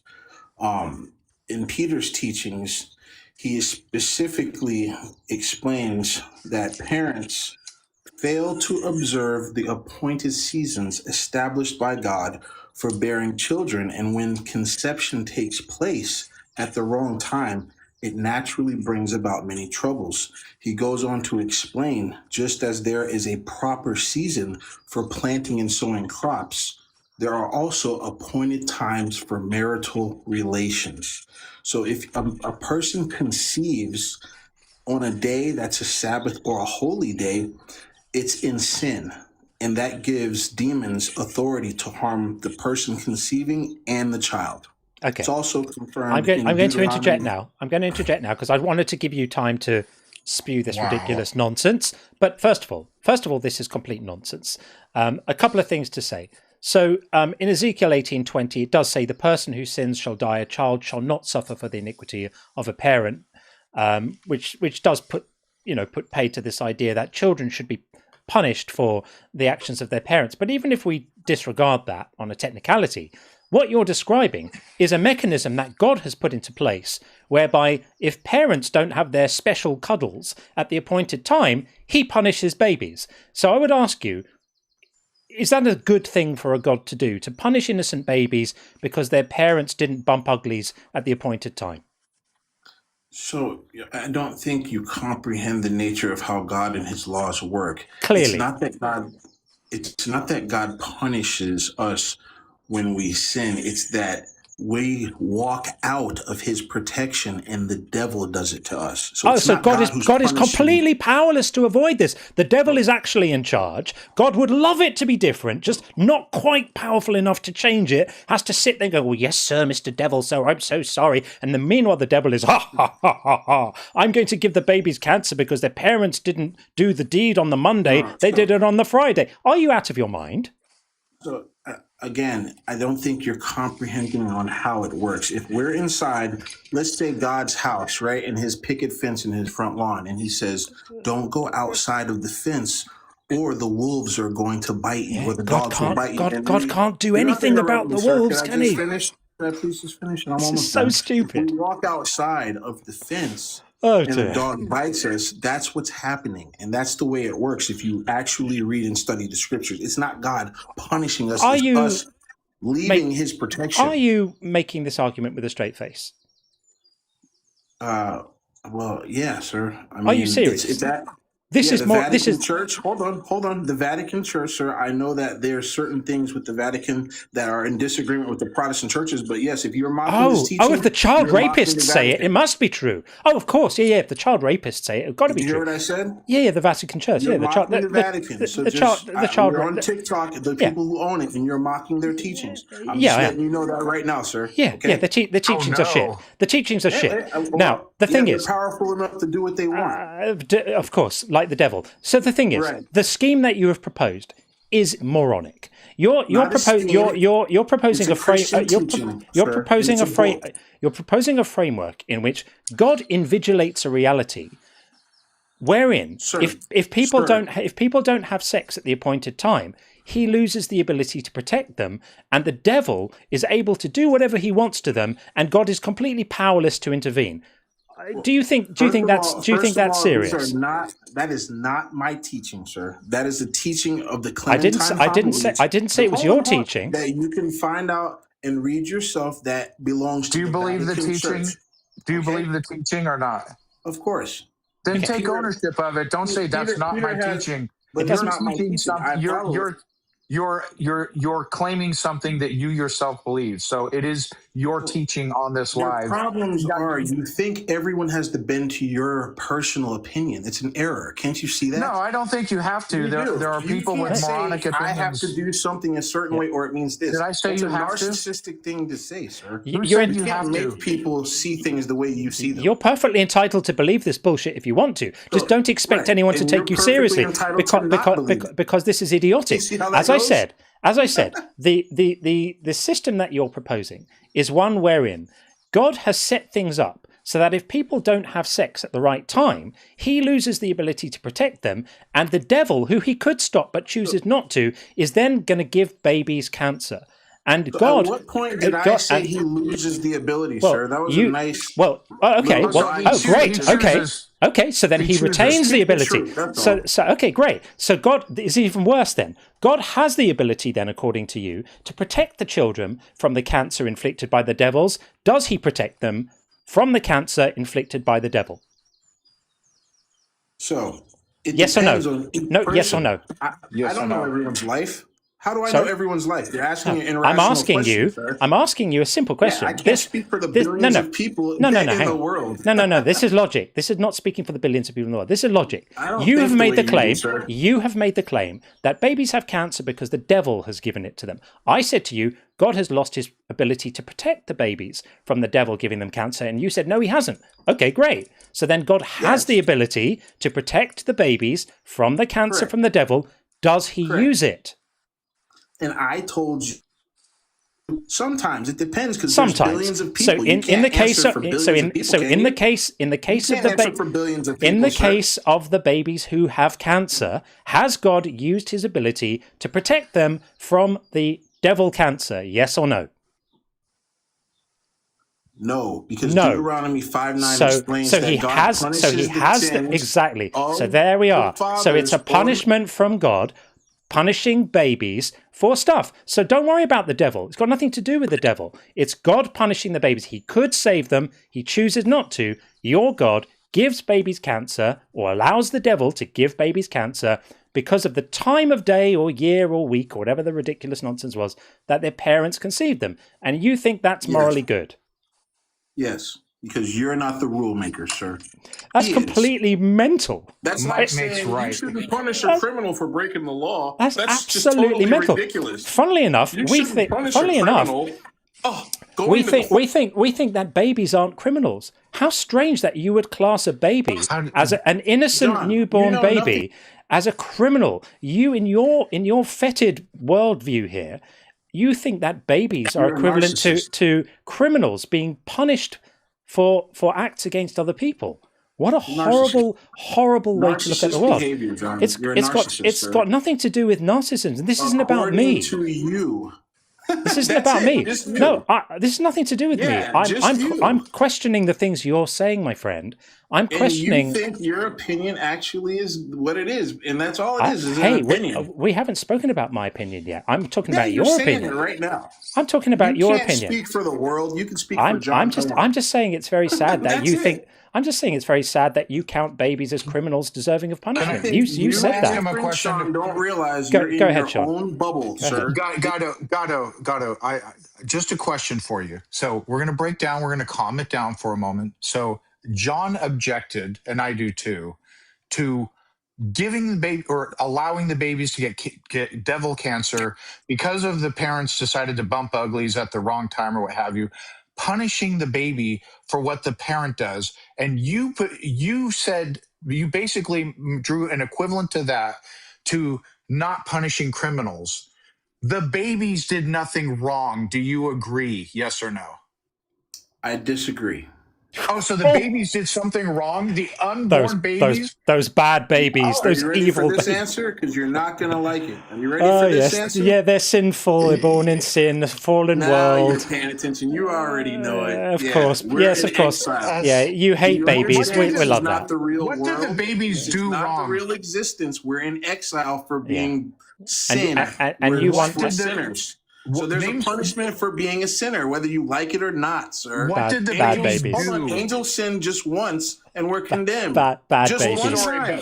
but- Did you Cool hear story, that, but what John? did the baby do? What did the Angels babies sin do? Just one time, and we're condemned. You What don't did the understand your babies reality. do? What You did don't the understand babies your do? reality. What did the babies do wrong? So again, sir, where do babies come from, Sean? Your seed. It isn't. Aren't you the that's one who's giving seed? Cool story. What did the babies do All right. wrong? I'm answering your question. You're the one who gives seed. You asked me a question. You didn't. Okay, You're gonna let me answer. Let me just answer. being You're not gonna born. interrupt Go me. ahead. Go ahead. Go ahead. So if you're the one who gives seed and it's in rebellion to God, and the enemy attacks your seed, it is your fault, Sean. You've not got to kill those God's. babies. Absolutely. It's no different. Make than them a suffer. criminal committing a murder and getting arrested, sir. Do you understand that or no? Gaddo, I'm going to tell you something now. I'm going to tell you something. Narcissist. I'm going to tell you something with as much kindness as I can muster Narcissist at this point. You can cry narcissist all you like, but It is. I'm That's going all to tell it you is. that a religion that makes you delight in the punishment of innocent babies and not even reflect for one moment on how twisted and obviously horrendous that is so awful. It's so horrible to hear a human being speak with such indifference about the genuine suffering of children. We have people in the community, some of whom are listening right now, who have actually lost children to sickness, right? Who have actually lost children to disease. And the real tragedy of this is that we focused on one example, right? Babies with cancer is just one example of the instances in which God invigilates the avoidable suffering. No, of and people. Satan harms us because we don't listen to God. We could easily have said, an animal trapped under a fallen tree in a forest, right? We could easily have said wildlife or people killed by an earthquake. We could have said the 300,000 children a year who die of malaria spread by mosquitoes, and you would have come up with different apologetics and different excuses. But the thing that they all would have had in common, and I know this because I've been doing this for a while, is a complete indifference to the suffering. You know what you have in common? You all people who think on your line, and I'm not going to call you wicked because all of us are born that way, right? But you all simply want there to be no consequence for wrongdoing. It's very interesting. No, All of that's you not have true. the same issue. Yeah, You all don't like the punishment for doing wrong. You all just want this pardon, and you want there to be no judicial type of system or governing power or authority with God. That's a ludicrous. You want to be able to do what you want, and that's a ludicrous if you straw can't, man. you have a problem with it. That's a ludicrous straw man because Not how the law works, man. God has laws too. Funnily enough, I don't think that innocent children should be made to pay the price for. But you're not the creator of innocent children, John. Correct. You correct. are the one who makes them. God makes them. And that's So why you I have to say use that's why I say that my morality is better than God's morality. All right, I've had enough of you talking over him. So go ahead, and it's significantly better than yours as well. Sadly, what your religious faith has done is it stripped your morality away from you. You don't have morality. You've just got obedience. That's all you have. You're I like to call a good little God puppy. Good little God puppy, good puppy. That's all you have. You don't have morality because morality involves some semblance of an understanding of justice, some semblance of an understanding that when punishment is dished out, it should be to the people who did the crime, not to their innocent children, or not to innocent people on the other side of the world getting caught up in an earthquake or a flood or a tsunami. No, I don't need your favors. It's fine. I think that this conversation's probably run to where it needs to. You've just demonstrated yourself to be completely unmoved. Didn't get very far. I got half into my sentence, and you've been talking ever since. That's true. Yeah, you didn't hear very much. There's a lot more to it. If you give me 10 seconds. There's a lot more to it, but it's going to be equally idiotic and toxic as the other bullshit Why don't you've experienced. you hear it before you form an opinion about it, sir? Wise Must people we? do that. Must we? Unless you're defeated already and you give up. Oh, I'm deeply defeated right now. Then Okay, give us the rest of your baby killing apologetic. Go for it. So, if you get time, pull the book out and read it, and it's the Clementine Homilies. Peter addresses this very thing very intimately. Okay, he goes. So that's all I'm going to say about that. The other thing is in the Bible, it explains we're not supposed to go into a woman when she's unclean in her menstruation. Okay. Oh my God! So hold on. That I'm not going to stay on that. I just wanted to get that out. You're right that you're not. Should we lose it? Because this is just dull. I have one more thing to say. Not clean. Are you out of your fucking mind? Yeah. Who do you think you are? Jesus. Wow. What a fool. Okay. I just want before he went down that disgusting misogynist rabbit hole. I wanted to ask him for you're allowed to bang calendar, you know what I'm saying? Can we get a calendar of when it's okay? That shit was wild, crazy work. Anyone who wants to rate that caller, I'm going to leave that open for a few seconds. We're going to get MK in next as the next call. But I think, I should have given him Justin's version of 2 minutes. That was a definite miss. I'm sorry, guys. I was just so revolted at his use of the word unclean about a women's fertility cycle. Absolutely disgusting behavior. I don't know what century he thinks he's living in. Completely crazy. People, this is what religion does to you. If you're watching this stuff on YouTube later on, this is why we do this, because it turns people into lunatics like that guy, right? It's all very well to say, what harm does religion do? And, look at the side of an inspirational mug or something. It turns normal people into raving lunatics like that man. Listen to what he was saying. Babies deserve to have cancer because of the time of day or month or whatever it was that their parents conceived them. And so God's going to punish the babies because they come from the seed of the man who did the deed in the wrong time. This is indiscernible from legitimate mental illness at this point. Absolutely horrific. Okay, I'm going to take his name off the board. That's going to lock in the rating. That was pretty special, wasn't it? We've had a couple of doozies up here tonight. Amazing stuff. Amazing stuff. Just when you think that the world isn't completely bonkers, you get people like that. Okay. Coffee Mom says, brain scans have revealed that when someone describes their God's qualities and nature, they use the same regions used when they describe themselves. I think that's quite interesting. Interesting. So projection of the self onto the deity. and identification with it. I think that's really interesting. I think I've heard that before, but I've kind of forgotten about it. That's really interesting. Thank you for such an interesting post, Coffeemon. That's brilliant. Appreciate the comment. And then Algovurich said, "What are Gado's pronouns? He keeps calling you guys sir like an insult." I have no idea. What an absolute weirdo. Complete crazy dude. I am so sorry. Right. We did have MK in the queue, but MK has now dropped down. So the queues are currently empty. What's going on with the time? How are we doing? I've still got some in the tank. I'm happy to keep on going if we've got callers, but none right now. Let's have a look and see what we've got. Oh, God. Got one in the queue. Yeah, you see who's back.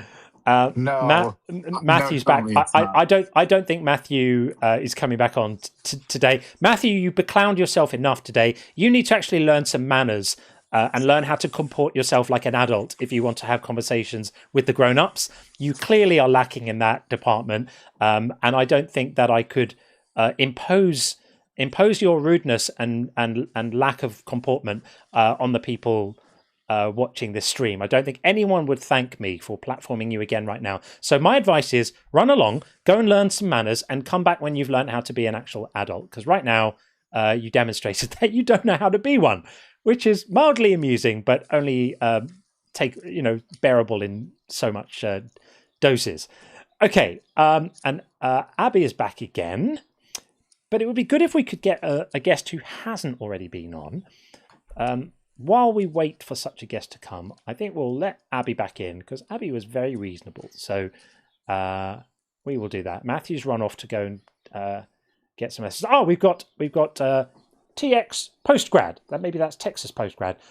Abby, hold fire for a moment. We'll get TX postgrad in. Let's see. Hey, how you doing? I'm doing well. Thank you for taking my call, so to speak. Of course. Is it okay if I start with a question, or is that okay? Great. Sure. So, do you think it's possible for somebody who believes in God to be smarter than you? Sure. Yes. Or lots of people who believe in God are way smarter than me. They've still got shit arguments, though. What is that? It means that means that their arguments are fallacious, even if they're smarter than me. Their arguments are fallacious.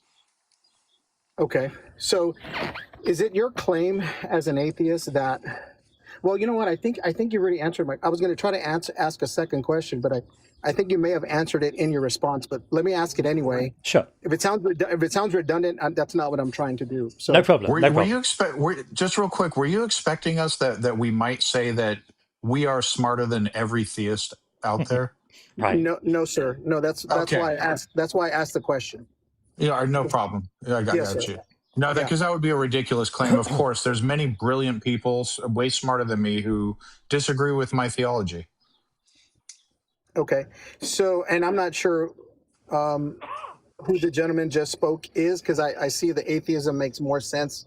But are you guys a team, so to speak? We are. You guys are. Okay. Gotcha. Okay, so I'm John, and that's Sean. Okay, gotcha. Okay, so is it your belief, Mr. Cohen, that if you trace back your ancestry, that it's a mutation of an ape? Do you believe that you are a refined animal in its own kind? Is that who you are? I wouldn't say a refined animal. I would say we are all members of the ape kingdom, and that we share common ancestry with other primates, and we ultimately share common ancestry with all life.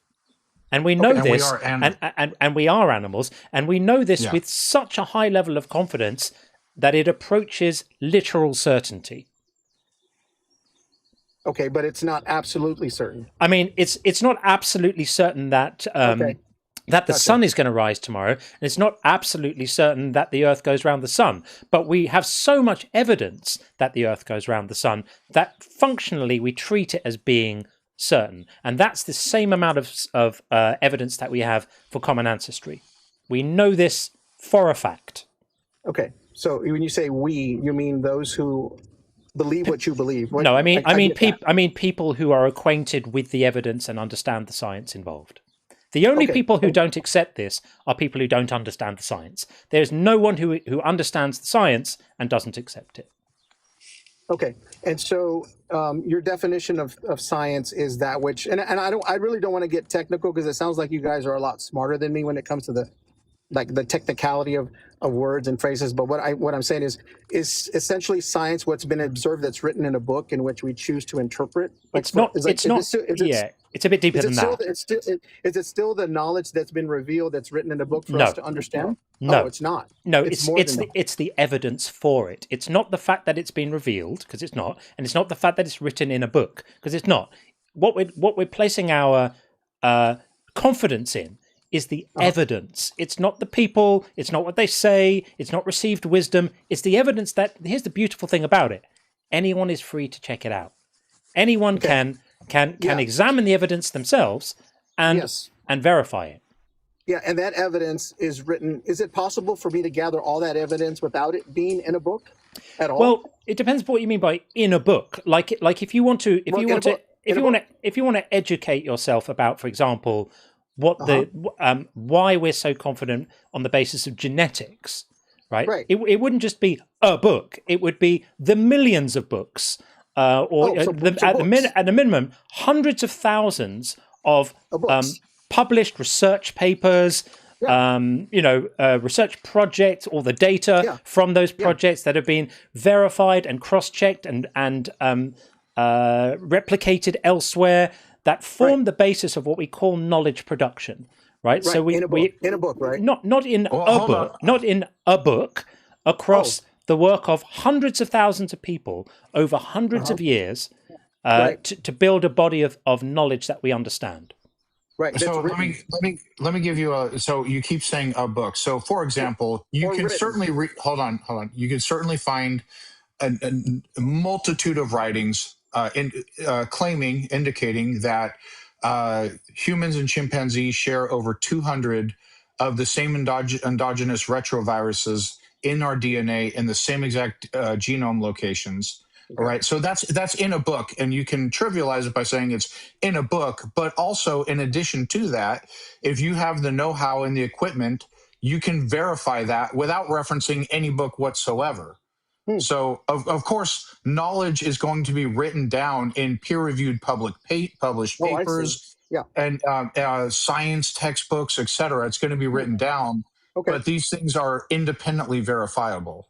Yeah, and I asked that question not if it sounds trivial, that's not my intent. My intent is just to state a fact I get based on what you're telling me is that knowledge on peer review, evidence-based, randomized, all these things are essentially knowledge that's gained written in a book for somebody else to interpret. So I just wanted to establish a baseline. Yeah, so true things and false things can be in books. So that's why things that it's important that things are independently verifiable. Yeah, and the important point here, and the key point, and this is what separates scientific claims from religious claims, is we don't believe it because it's in a book. We believe it because we understand, as Sean said, that if we were so inclined, we could go and gather that same evidence ourselves. It's easily done. And also because if somebody produces a scientific paper, they have to submit it to people whose job it is to poke holes in it, right? And to show what's wrong with it. And then if they're unable to do that and it passes that process of peer review, it's not really accepted until other people have verified it and duplicated it too, right? So there's a reproducibility built in to the method of science where these things have to be reproduced, and only when these things have got to a point where there's such a broad basis of evidence for them are they taken to be, held as factual with a high degree of confidence. So it's not that they're not believed because they're in a book. Now, what religions do is that they do just write stuff down, funnily enough, in a book. And then those books say that you are obligated to accept the claims therein as a measure of your virtue, right? Not based on any evidence. In fact, in the case of Christianity, you are specifically enjoined to ignore evidence and praised for the belief in things unseen, the evidence of things unseen, and having faith, which explicitly means believing in the absence of evidence, and to lean not on your own understanding, and to believe like a child. All of these things are commandments in a book to tell you to believe the things in that book, which is the complete antithesis of how science works. Okay. So is it your belief, and if I'm using the wrong words, I'm just trying to articulate whatever thought I have, right? So just bear with me as I get this out. Is it your understanding, or is it your, I say belief, right? That's just the word I'm using. That, you can say that. That everything was formed out of nothing? Is that your understanding? Absolutely not. I've never heard such poppycock in all my life. Okay. So, and mind you, I'm not a science, I don't have a science background. So my question was, is it your belief, and you already answered it, but I want to make sure that I'm answering it the best way I possibly can. Is it your belief that the earth, could you dumb down your perspective on how everything began real quickly? Because I think it's possible to at least summarize it. Could you do that for me? By everything, what do you mean? Well, the universe? Let's start. Well, yes, sir. The universe, or Earth, or the things that surround Earth. Or do you mean absolutely everything that exists in the entirety of all of reality? Is that what you're asking about? I'm asking you to summarize what your understanding is of how things came to be, and I'm not looking for a dissertation. No, that's fine. We would need a bit more specificity on what you mean by things. Okay. By things, do you mean people? Do you mean the planet? Do you mean the solar system? Do you mean everything? Be a bit specific, because they're different answers. Okay, great. Let me just make a general statement. Everything, right? So here we are. Everything is. I'm on Earth. The moon is there. Blah blah. How? What is your understanding of how this was formed? How did everything come to be? So everything meaning the totality of all things that exist. I don't think that the totality of all things that exist, which by the way would include a God if such a God exists, I don't think that the totality of all things that exist ever did come to be, because if it came to be, it must have been as a result of something else, which would also have to be included in the set of all things that exist, and therefore there could never be a time when something didn't exist. And so I don't think that it's meaningful to even ask the question, and I don't think it's a problem that even needs to be solved. I don't think there was ever a time where the totality of all things that exist wasn't a thing. Interesting, but you believe in evolution. Evolution is a thought process you have about how things either died and evolved. No. Yeah. So now we've switched. We've switched focus from speculation about the totality of all things to evolution, which is a principle in biology. Evolution is just a principle in biology which explains how populations change over time. Okay. You know, evolution doesn't state that there is no God, right? In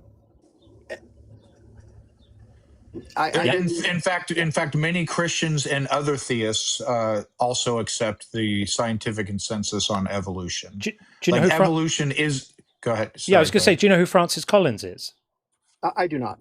Francis Collins was the head of the Human Genome Project. He is one of the world's most celebrated geneticists.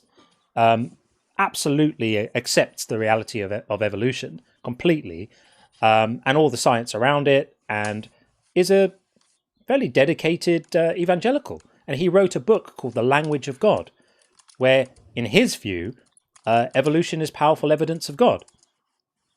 Gotcha. Yeah, no, I'm not familiar with who he is, but I'll take a look. I would say read that book. I would prefer you to just stop believing in fairy tales and read science books by scientists who don't believe in magic. But as a midway point, I would say read The Language of God by Francis Collins, because it will back up exactly what Sean was just saying, that accepting the science of evolution does not preclude God in any way at all. Kenneth Miller's another one. Kenneth Miller. Yeah, he's an evolutionary biologist and a devout Catholic. Yeah. Okay. So, yeah, you don't have to ditch your theology to accept science, and I wish more Christians understood that, and many do understand that. But yeah. Okay, and then I think this is going to be my last question to Sure. Mr. Cohen. And we'll get Steph in next, just so you know. Steph, you're up next. Yeah, go ahead. Sorry. This will be brief. Yeah. Sure. So, Mr. Cohen, at any point in time in your life, did you genuinely think that you had the knowledge that God existed, that you had faith at some point, or is this something from the time that you were a child that you completely decided when you were able to comprehend there is no God and nothing's going to change my perspective? Like, how could you share that with me real quick before I get off? Of course, yeah. The answer is neither. So I never said there is no God and nothing's going to change my perspective. When I've never believed in a God, but I've always been open to one. So it would be silly to say anyone who says nothing's going to change my perspective is closing themselves down, right? Everyone should be willing to say this is what would change my perspective and be able to specifically identify that. That's the essence of intellectual honesty, right? And integrity is to say this is what I think at the moment. But if I saw this, or if I can tell you right now that if I saw convincing evidence for a God, I'd believe in a God. And if you ask me what is that evidence, I'm not quite sure. But I could probably come up with something as a starting point. You know. Yeah, and what I would recommend before I get off is I appreciate the dialogue, guys, 100%. And if whatever it is you need to say within yourself, that this is what I need. And if you're genuinely, don't say God will give it to you, please, because that's going to really insult a load of people if you say that. Well, that's okay, because I know that I this is what I know is that, and I'm not trying to one up and end the conversation on this. That's not my heart. That's not why I'm saying this. But I do know that when I speak to my dad, I typically humble myself when I'm speaking to my dad, because I respect elders, submit to, like, authority, like he's my dad. So I don't ever disrespect him when I talk to him. My tone of voice is always in humility because he's my father. And so I can't approach my dad in a way that's like, hey man, I don't demand anything from my earthly dad because he's my dad, right? So at least that's how I see my father, because me and my dad have an amazing relationship. So if I approach God with a question, let's assume that God exists between us three. Let's assume he exists. Then I have to approach him like a child, and that may offend some because we're taught to think I'm not a child. But if I approach him like a child, if I'm willing to humble myself, if I'm willing I did all that already. No, hold on. I'm almost done, and I'll let you guys wrap it up. But I do that with my earthly father every time I see him. I don't just do it once and expect him. But you know your dad exists. That's the difference. Here's the thing. You don't know that. Right? It's a big difference. I don't mean to cut you. Here's the thing. Here's the thing is that I don't expect you guys, I don't expect you to believe me. Like, I don't expect you to. And I'm perfectly okay with that.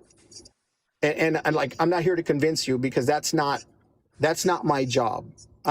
I'm to bear witness. But hang on. This isn't respectfully. This isn't a platform for preaching or bearing witness. This is a platform for having conversations, right? Yes, and I believe that's what's happening. I genuinely believe that's what's happening.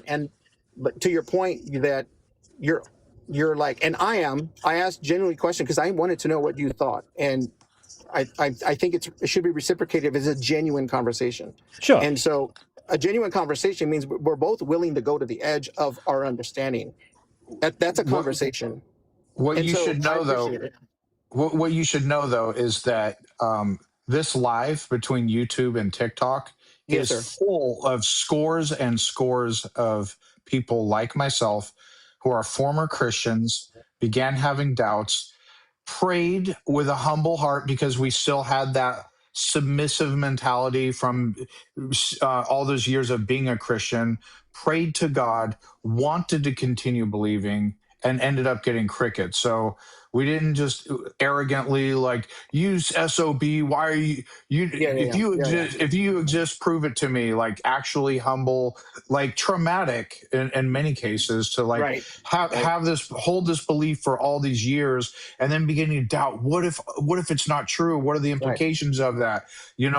So just be aware that what you're saying isn't anything new. Right. And you're right. It's not new, and I'm okay with it not being new because I'm not trying to be new. And I think sometimes it's not supposed to be new. It's not a new revelation. It's already been established. But it didn't work for us. It's a broken promise.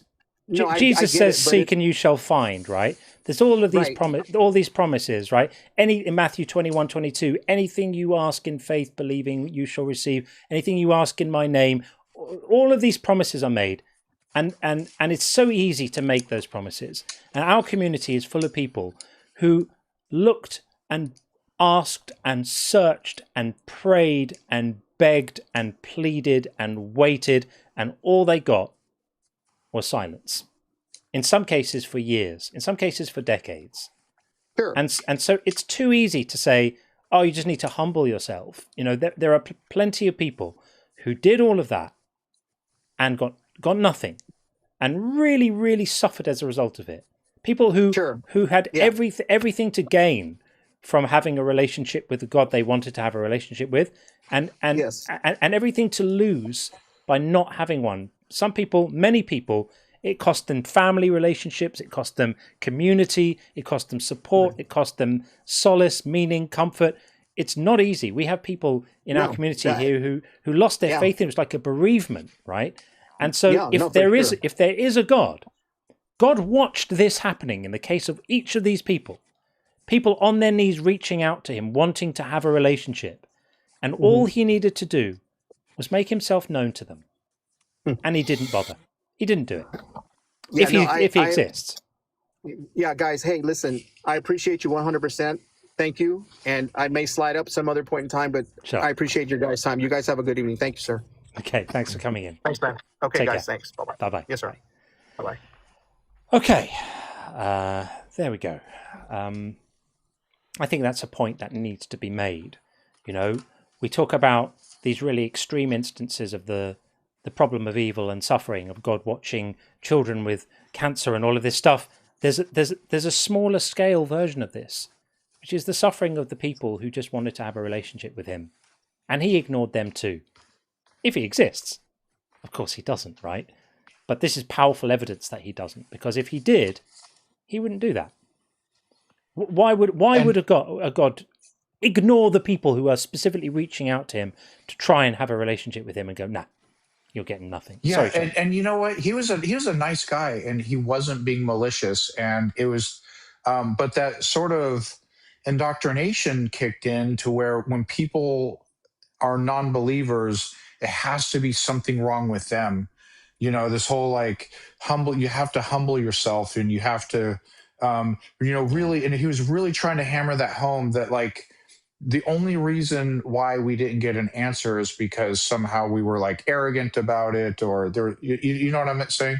And he wasn't being malicious. It's just been like that message has just been so hammered into like Christian culture.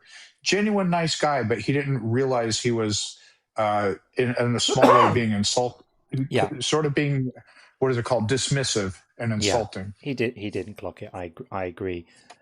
Steph, good to see you on the TikTok side. Always lovely to see Steph around.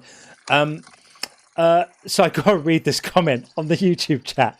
So Crown Cobra 9 says, atheism is the same as a satanic ritual putting candles in a star to summon something not there before.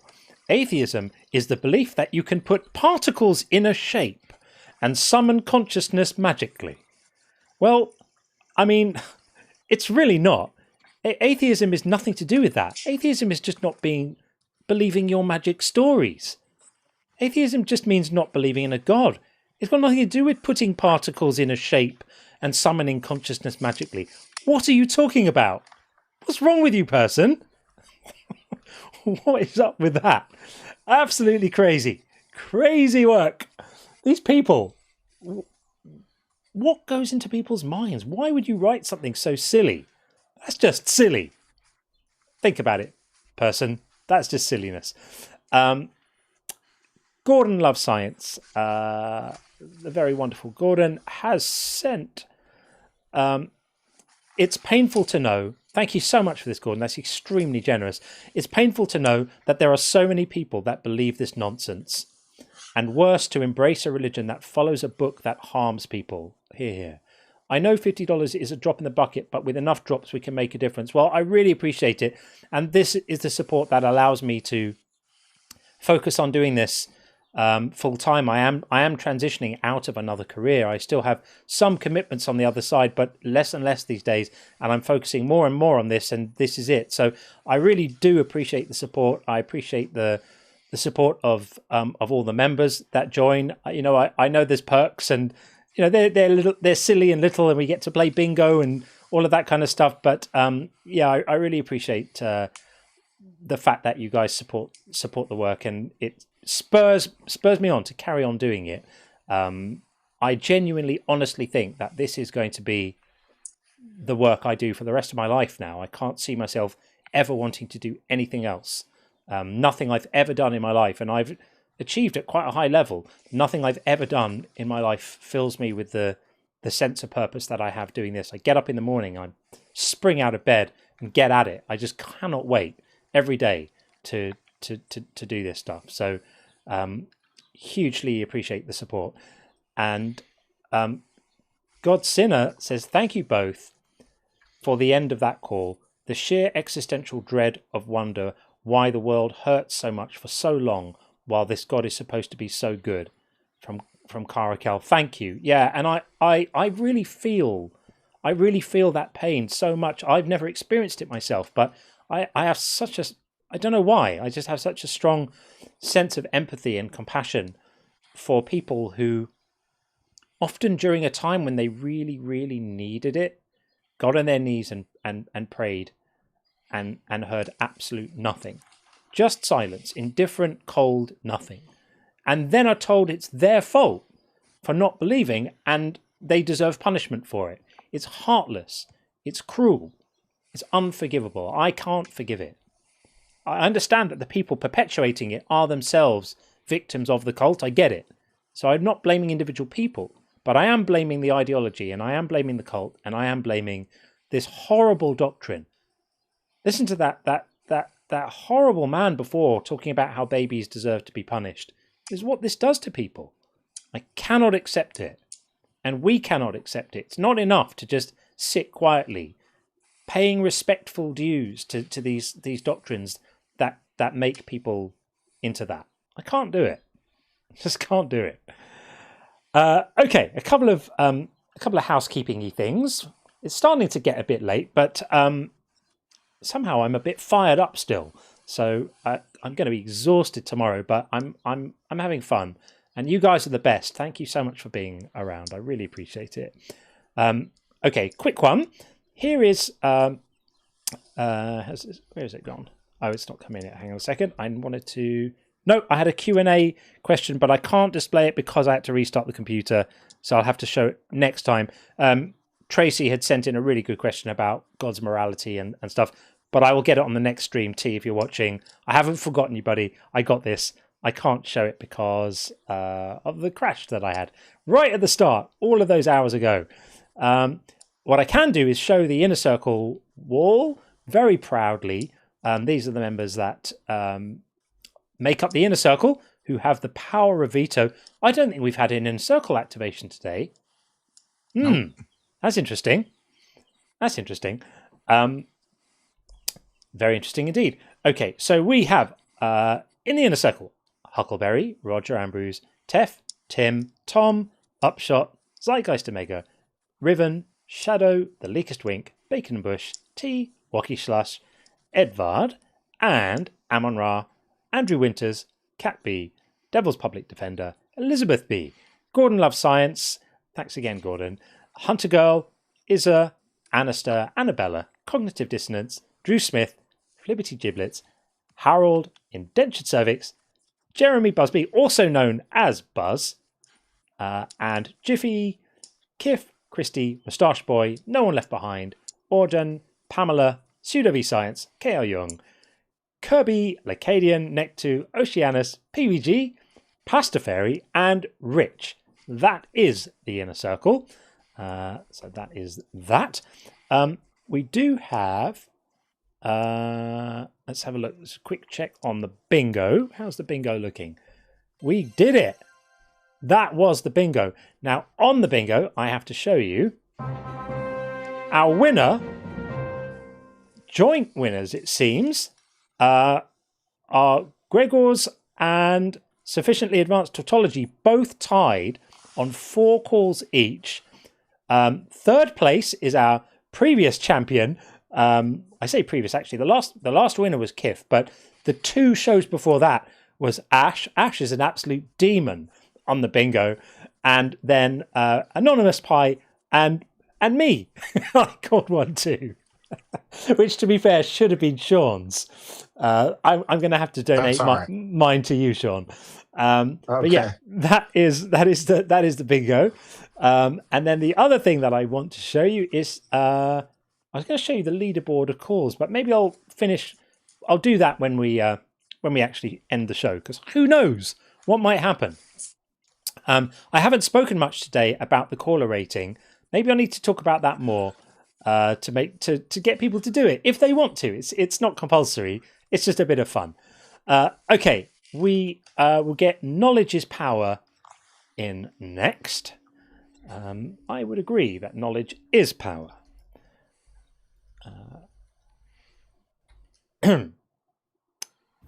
Knowledge is power. Joe, can you hear me? Hello, yes. How are you? I'm doing really good. I'm more here to kind of agree with you. I'm not in disagreement with you. And Okay. I've been listening for like the last, I say, hour and a half, and you're doing a really, really, really good job and everything. And I think the capacity for like a person to disregard the suffering of another human being, especially innocent children, and trying to justify that because of some it's something that needs to be observed and everything. And I feel that like I thank God that I opened my eyes. Okay, sorry, that was a Slip of the tongue, right?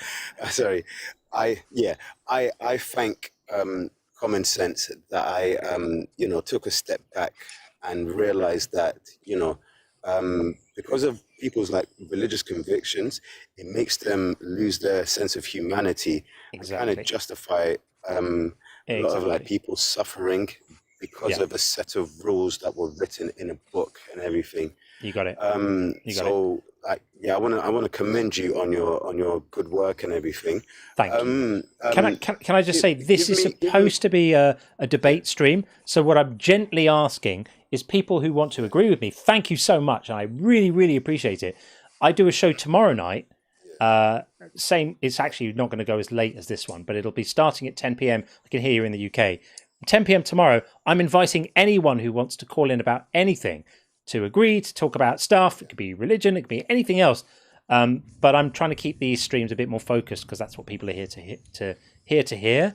So yeah. I really appreciate your kind words. But if you want to carry on chatting, please call us back tomorrow night. I'll be really happy to hear from you. Talk about anything you want. Okay, can I leave you just with one question though? Yeah. When I get asked the question of morality, I kind of fumble and everything. What would your best description of the origins of your morality? So what I say is that I base my morality on well-being and harm. And that morality only makes sense when it's to do with well-being and harm.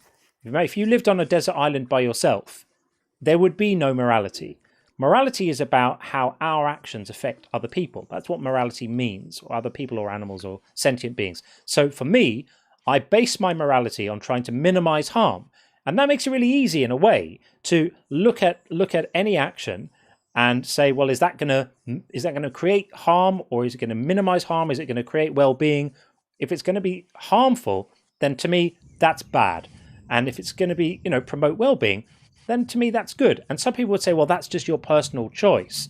Yes, it's my personal choice to base my morality on well-being of others, in the same way that it's somebody else's personal choice to base their morality on what a God wants.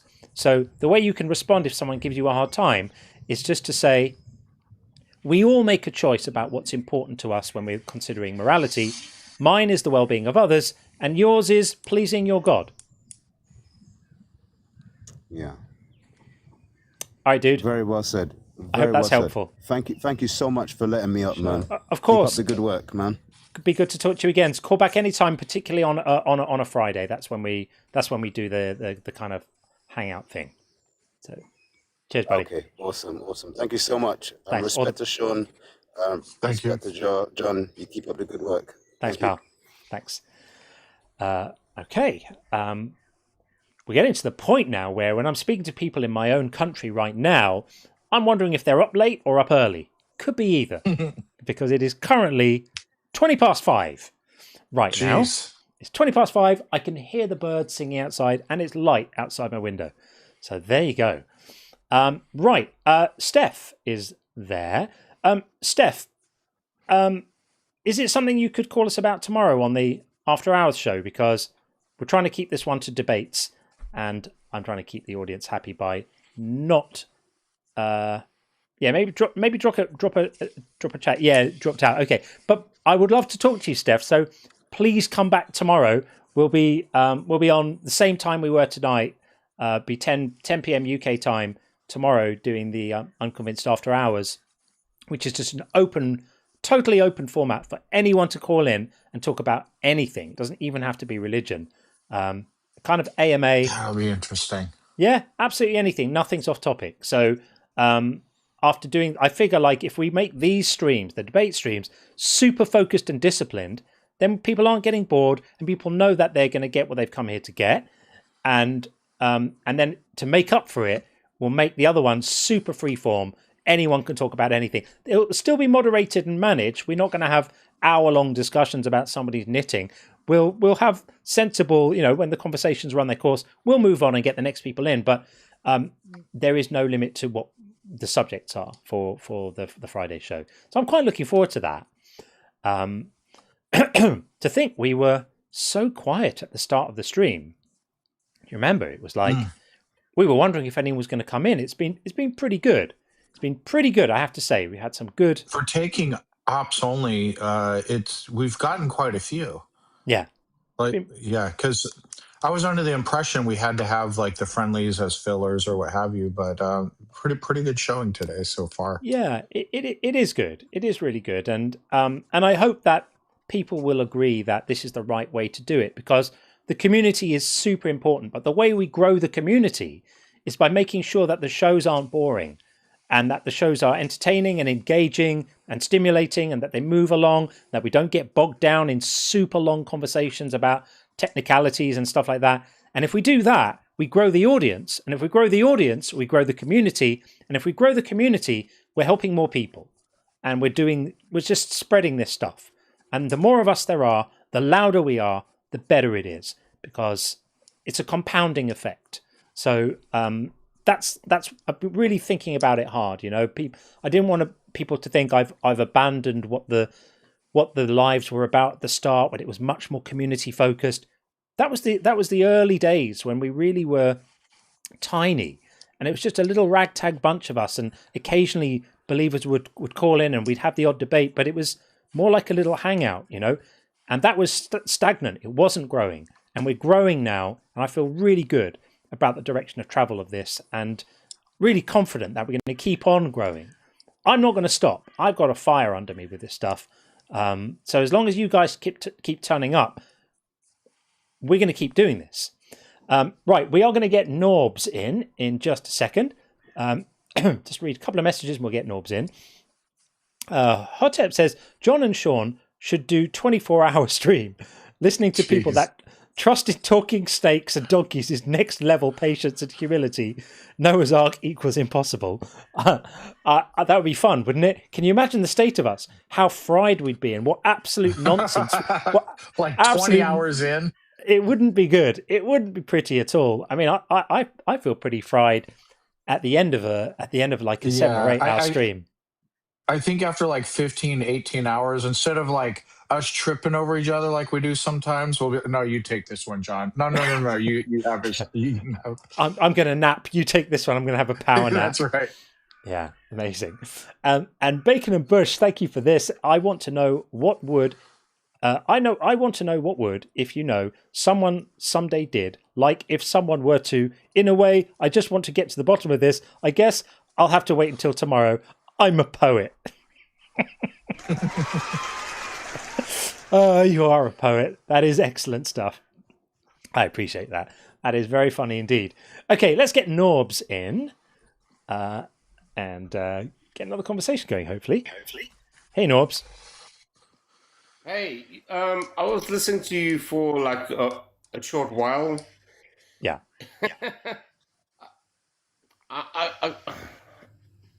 You're actually, you know what? You're spot on. You're actually really good. You know that. So thank you very much. I appreciate that.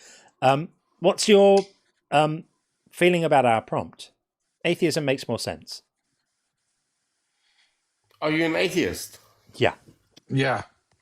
Oh my goodness. Here we go. Okay. Right. You know what? You're a very good atheist.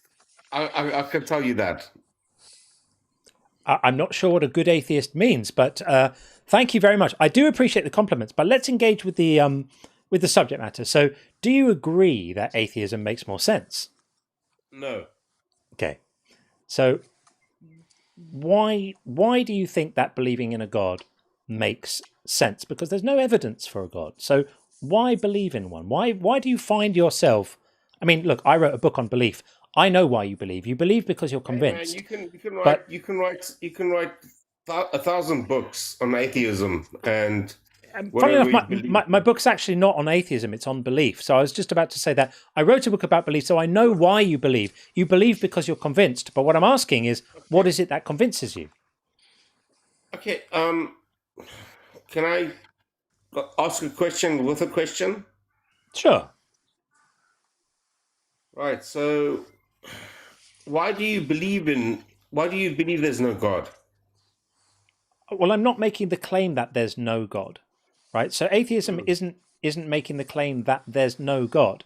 I just don't believe. I don't believe that there is one. Like I haven't been convinced that there is one. There might be. But why?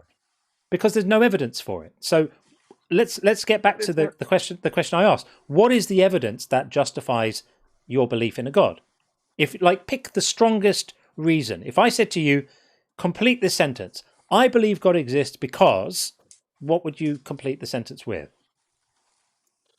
I believe there's a God because no one can explain the Big Bang Theory. Is that it? Is that really why? Like, if someone could explain the Big Bang Theory, would you be like, oh, okay, now no more God? It depends. It depends how plausible that is. And when you say no one can explain the Big Bang Theory, do you just mean that we don't currently have a model of exactly what conditions caused the Big Bang to happen? Say that again. So when you say, basically what your argument is basically saying, you're taking a gap in your understanding or in our understanding. Let's say we grant you that we don't know exactly what it was that made the Big Bang happen. We know the Big Bang happened. The Big Bang is just a word that we give to the expansion of the universe, right? We know that this is still happening now, right? Still happening now. So we don't know exactly why it's happening. We don't know exactly what made it start happening. But all that is a gap in our knowledge. How does a gap in our knowledge get you to believing there's a magical being who lives in the sky and likes foreskins? Who likes what? Foreskins. Foreskin. What does that mean? The little bits on the end of your penis that people cut off. God loves them. He soaks them in vinegar and has them as a little snack or something. I don't know what he does. To be honest, I don't know what he does with them, but he's very enthusiastic about them. He loves them. Wow. Communion. Wow, my That's- goodness. That's honestly true. Where do you get that from? It's all over the Bible. Oh, so you read the Bible? Yeah. Okay. Okay. Interesting. Yeah. I mean, did you know that God tried to kill Moses? Did you know he was about to? Have you read Exodus? Yeah, in Exodus, yeah. Yeah, so you know in Exodus, when they're on their way to deal with Pharaoh and to talk to Pharaoh about freeing the Israelites. Okay. Do you know what happens in Exodus when they stop off to rest for the night? I don't know. Tell me. Have you read the Bible? I've read the Bible. So not all of. Wait, hold on. I haven't read all of the Bible. Okay, so this is one of my favorite parts. This is absolutely awesome. When they make the film of it, this is going to be my favorite scene. So on the way, this is on the way to go and meet Pharaoh in Egypt to try and talk about freeing the Israelites, right? The slaves, right? On the way, at a place where they spent the night, the Lord, this is Moses, right? Traveling with his family and stuff. The Lord met him and tried to kill him. God tried to kill Moses. Did you know this? His own guy. Doesn't say why. Like they've been pals, they've been walking around together, having meetings, planning what, all the stuff. And God, it says, the Lord met him and tried to kill him. But Zipporah, do you know who Zipporah was? Oh, you actually put the scripture on there. Yeah.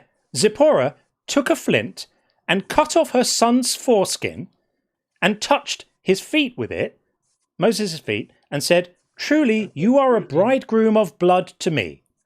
So he let him alone. So in other words, God just suddenly randomly decided he was going to kill his own guy on earth. No reason. He just decided he's a bit touched, that God. He's a bit crazy. He just suddenly decided he was going to kill Moses. So he tried to kill him, and then to save her husband, Moses' wife cut the skin on the end of their child's penis off and touched it on Moses' foot, and God was so impressed with this, he decided not to kill him after all. Isn't that an awesome story? Can you put, what was it? You put 24, 25, 26 there. Can you put the rest of it? What, the entire? No, You want all of Exodus? All of Exodus 4, or? Well, you need to get the context. You want the context. You want the context. I'll give you a clue to this one. There is no context for this. I can give it to you if you want to. There's no context for this. Really? Yeah. I can show you some more of it. Where is it gone? Let's go there. Yeah. So, where's it gone? So he let him alone. It was then that she said, "A bridegroom of blood," because of the circumcision. And then the Lord said to Aaron, "Go into the wilderness to meet Moses." So he went and met him at the mountain of God and kissed him. Moses told Aaron all the words of the Lord, which he had sent him, and all the signs which he had charged him. Then Moses and Aaron went and assembled all the elders of the Israelites. Aaron spoke all the... We're not talking about foreskins anymore. That episode's finished now. They've moved on from the attempted murder foreskin incident, and they're moving on to the next thing. There is no context that makes that verse about the foreskins not sound completely unhinged. Okay. That you got to admit, that's pretty cray-cray, isn't it? Yeah, but you have to understand. God is nuts. He's no. He's off the reservation, dude. Come on. No. You have to understand, bro. Ahmed, bro, you know it's true, eh? Listen. I understand what you're trying to say. I understand exactly what you're trying to say. Yeah, he's nuts. Who was it that saved him again? Moses' wife saved Moses by cutting the end of their child's knob off and touching it on his foot. And God was so enthralled by this, so delighted at the circumcision and foot combination, he decided to not kill his own guy after all. But he's totally... I'm glad she tipped him off and thwarted the plan there. Oh man, So can you see why I say, like, when you're an atheist, you don't have to make sense of this nonsense. You just get to laugh at it. It's awesome. You should try it. It's awesome. Okay, you know what? There are people that can explain that, exactly what that means. I'm not one of those people, all right? Right. Maybe you can speak to God logic and he'll destroy you, but that's another. God logic won't be able to explain it either. Yeah. I mean, he'll try. He'll come up with a cope, like he comes up with all the copes for these things. All right. Let's just put that. Okay, fine. Sure. Do you want to hear about another time God did something crazy? Wait, before you do that. Yeah. There's some really weird stuff in the Bible. I got to share this one with you. Now, this is enough. I just got to share this one with you. Guys, the Old Testament. Okay. Look, you know what? I don't know everything. I don't know the Bible 100%. You're a Jesus guy, aren't you? Of course I am. Yeah, you're a Jesus guy. I mean, we can look at some New Testament, Cray. Have you heard about what's going to happen in the Book of Revelation? Locusts with the head of the 5 months. You're talking about the 5 months. No, I'm talking about the locusts with the head of a lion and lady's hair. Yeah, the 5 months tormentation. Yes, I know. The crazy business. Those guys were, and then we're going to get locusts with like the head of a lion and lady's hair. That's what's going on with that shit. Do you know what the Bible says about mockers and scoffers? Moccasins. I like moccasins. I love moccasins. I've got mockers and scoffers. I love moccasins. So then, right, there was this other time that they were carrying along the ark, right? They were carrying the Ark of God, right? The Ark of the Covenant, right? They were carrying it along, and they came to some uneven ground. Yeah, and they were walking along, and the floor wasn't level, right? This is a crazy ass story. This is another moment where God completely loses his shit, right? Unbelievable behavior, right? They came to the threshing floor of Nakon. Uzzah reached out his hand to the Ark of God and took hold of it, for the oxen lurched. They're carrying this precious ark along, right? And the floor is very uneven. And the oxen lurched and the ark started falling over. And Uzzah reached out to grab it to stop it falling off. And God killed him. The anger of the Lord was kindled against Uzzah, and God struck him there, and he died there beside the ark of God. So why? Why did he die? Because God was angry that he touched it. That's all it says. Well, I mean, you have to read the whole chapter to understand why. Trust me, reading the chapter doesn't make that verse sound any less batshit either. It's just nuts. And remember, right? If you think Jesus is God, this is Jesus doing this stuff.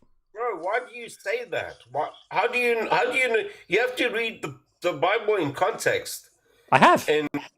He's bonkers. No, you haven't. I have. He's nuts. What context is missing that changes the meaning of what this actually says? Because there's a reason for God's action. What is that? There's a reason for what he does.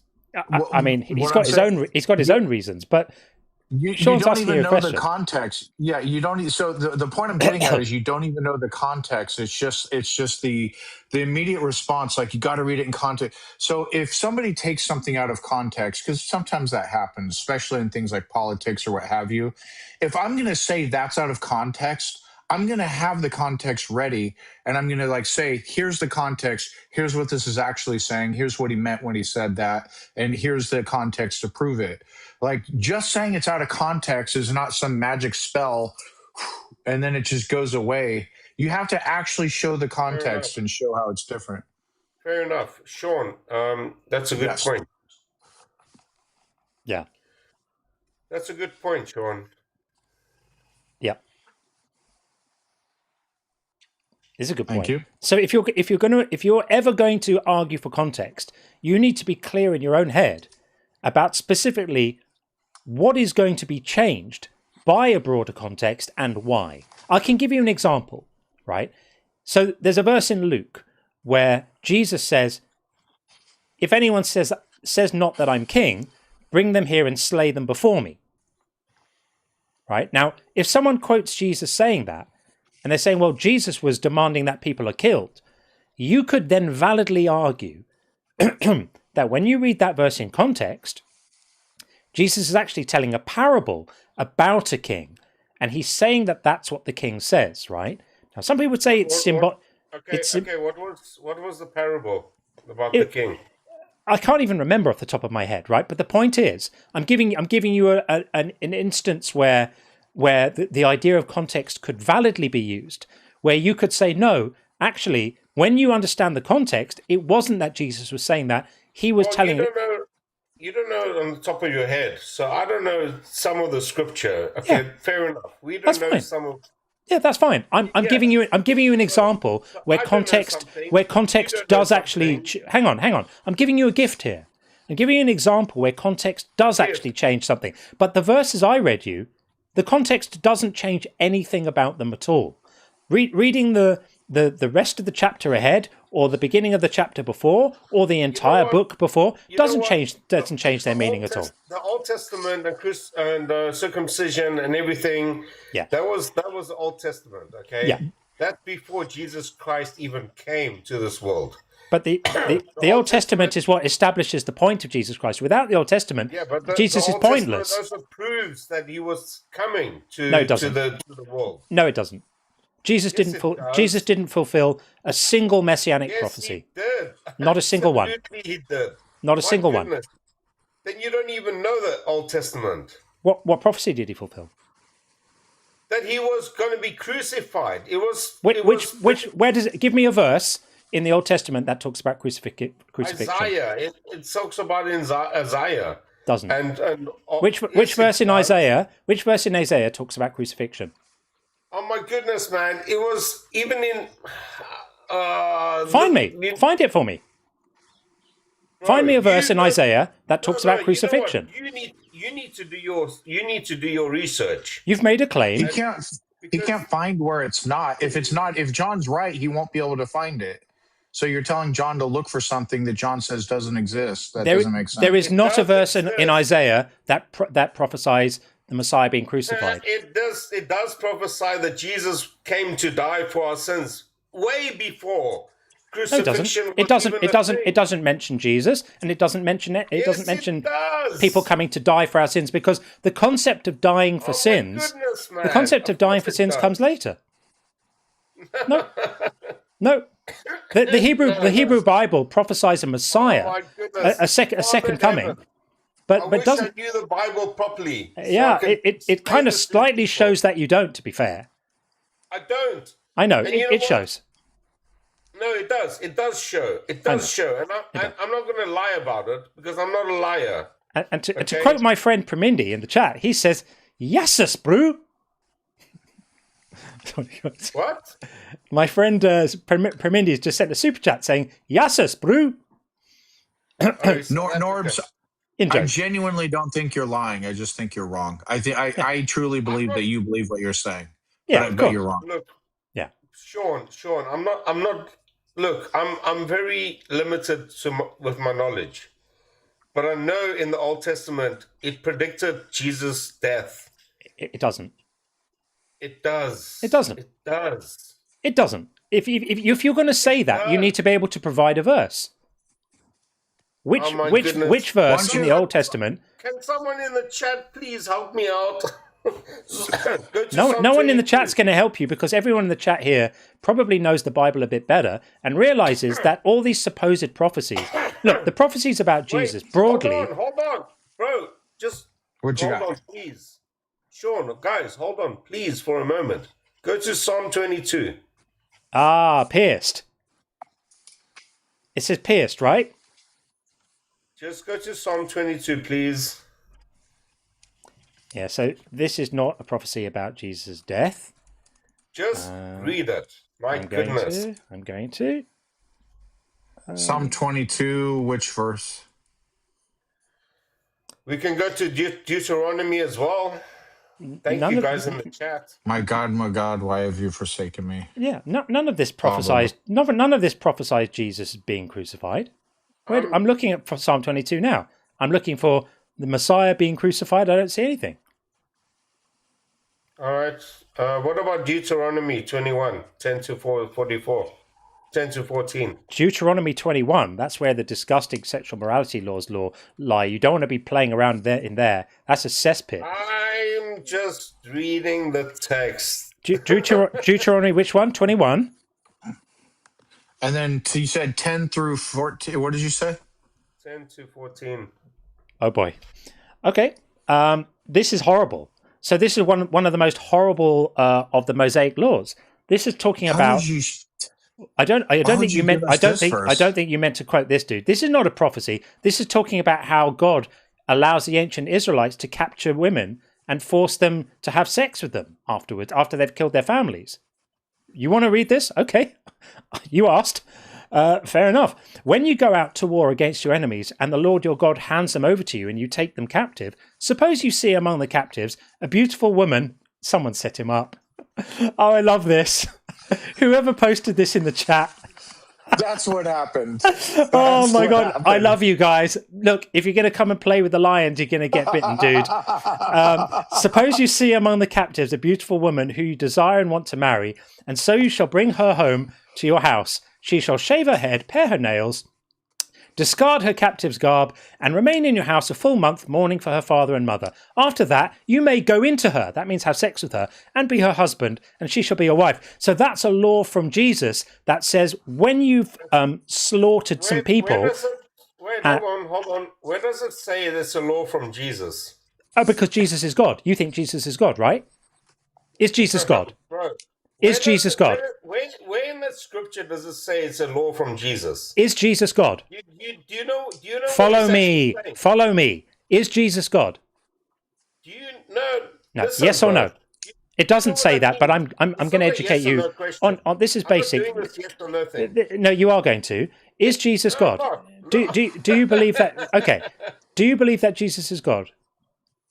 Do you understand what that means? Do you believe that Jesus is God? Yes or no? It means that people were tormented by evil people. No. That's what that verse You're means. making this so much worse for yourself. This is a law.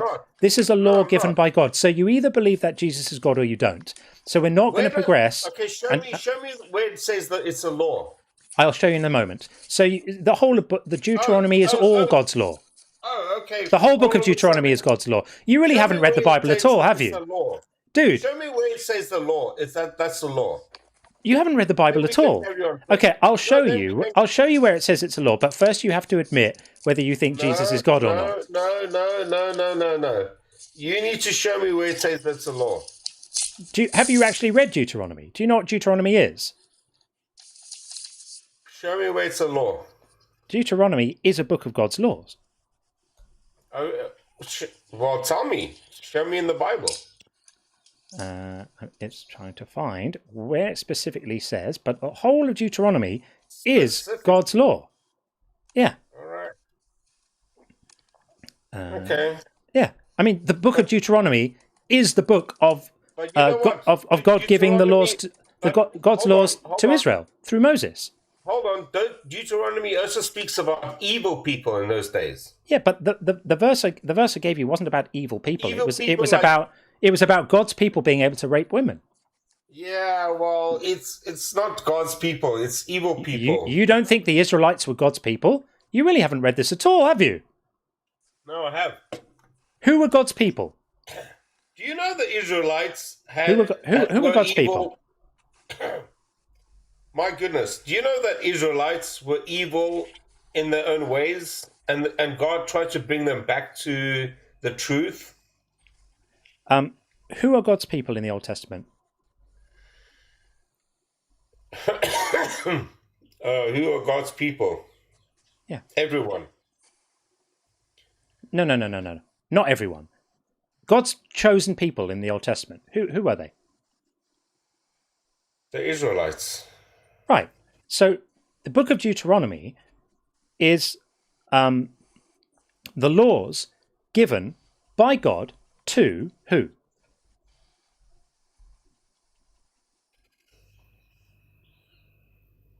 The Israelites. The Israelites. So anything you read in Deuteronomy are the laws given by God. Now, you wanted me to show you where it says so. It says so here. It says Deuteronomy 5:31. But you stand here by me, and I will tell you all the commandments, the statutes, and the ordinances that you shall teach them. This is God speaking to Moses, so they may do them in the land that I am giving them to possess. So God is saying to Moses, here are the laws that I need you to tell the Israelites, my people. All right. That's how they need to live. This is some good Bible study. Thank Right, you. but why? But you should know, if you're going to be a Christian, don't you think it's incumbent on you? If you're going to organize your life around a book, don't you think you should read it? Yeah. So that would be my advice to you. If you're going to be a Christian, read your book. Don't get educated on the Bible by people who don't believe it. I don't get educated by people who don't believe it. I mean, you should make it your bit. Look, if I was a Christian, if I believed that this stuff was true, and I was organizing my entire life around this, I would not stop reading it. This is apparently the most important book in the entire universe, and you're It is massively unfamiliar with it. God for that. But you're saying thank God for that, but you've not bothered to read it, clearly. That's crazy work. I haven't, and that's my problem. Dude, I'm going to give you some advice. My advice to you is get out while you can. You're obviously not that sucked into the cult that you can't find your way out. Dump it. It's rubbish. It's a full-on cult. You know what is a cult? Islam is a cult. Also, but just like yours, they're all cults. They've just been wildly successful. Nah. You know what? There has to be a beginning and there has to be an end, and the Bible explains that exactly. Yeah, the Bible also makes lots of false claims about science, so we don't want to. You know what? You also make a lot of false claims, and who am I going to believe, God or you? What false claims have I made? Well, I mean, you didn't even know where you came from. That's not a false claim. That's me admitting the limits of human knowledge. That's a true claim. A false claim would be pretending to know. Oh, here we go. The limits of human knowledge. Yeah, it's called intellectual honesty. That's called honesty. Pretending to know the answer would be a false claim. Admitting that there are some things we don't know is true, right? That's actually called stupidity. Is it called stupidity to accept that there are limits to human knowledge? Stupidity is not realizing that. Yeah, the Bible actually explains that as well. That's it. How many mistakes do you think there are in the Bible? None. None at all. No. You sure? Why do you attack the Bible so much? No. Let's look at this, right? So if I can find you a contradiction in the Bible, will you change your mind about that? And I'll answer your question about why I do this afterwards. So John, if I can show you where the Bible makes a mistake, will you revise your view on that? John, can I ask you a question? I heard your question, and I said I'll answer it. But first, we're going to talk about whether the Bible is reliable. No, you've already talked about the Bible so many times. I'm going to ask you. I've said that I asked you. I heard your question. I will answer it. But we're talking about whether the Bible's trustworthy. So you said you don't think it contains any mistakes. What about the contradictions in the Bible, where it says one thing and then contradicts itself? I know what you're trying to do. You're trying to trap me. I'm not trying to trap you. I'm asking you how you resolve the contradictions in the Bible.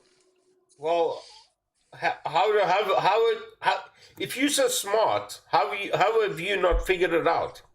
Well, I'm not the one claiming the book is inerrant. It's nothing for me to figure out. I figure it out by saying it's myth. I'm not claiming it's inerrant. You are. Look, I know you're trying to trap me, and I know that for a fact.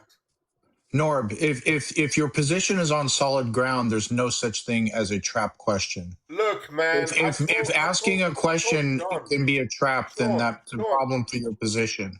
Sean, listen to me. I told John that I don't know the Bible entirely. But then why are you saying you think it's completely inerrant and has no errors if you don't know it? On what basis are you making that judgment? Look, man, it's not exactly.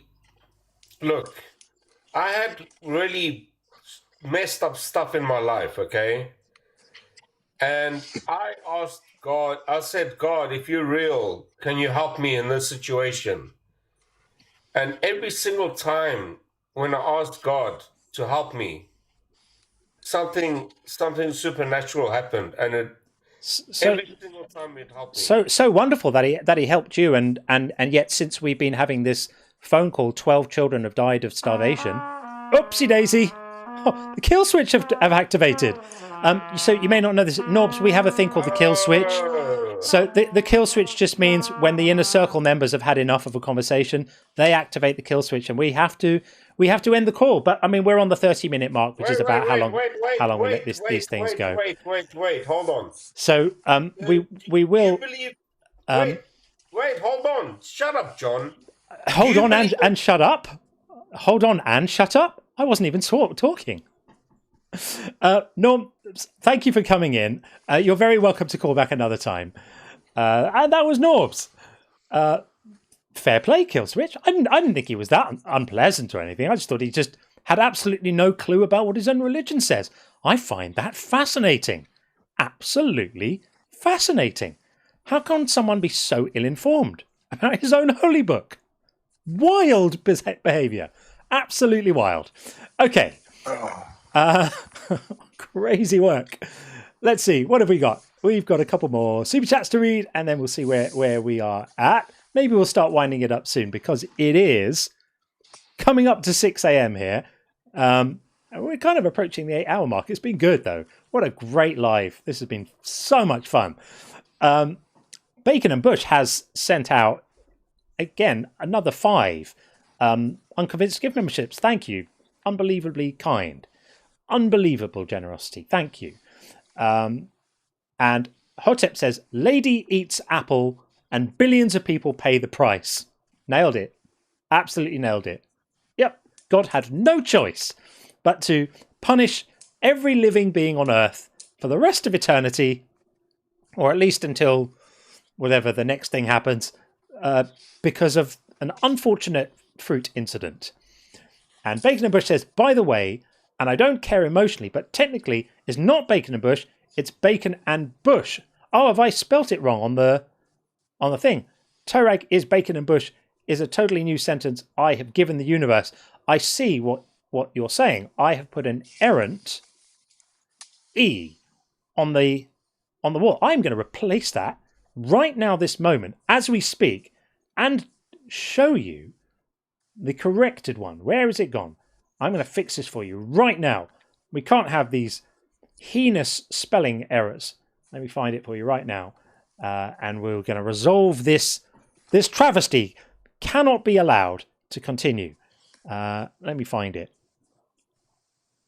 I'm saying that like I'm going to be able to find it. Oh, there we go. Me with my bad spelling here. It is. Do you want the underscores? I'm going to put those under things in. Oh no, I'm not. There we go. Okay, corrected spelling. And just so you know that I'm not messing around, let's find it and display it correctly.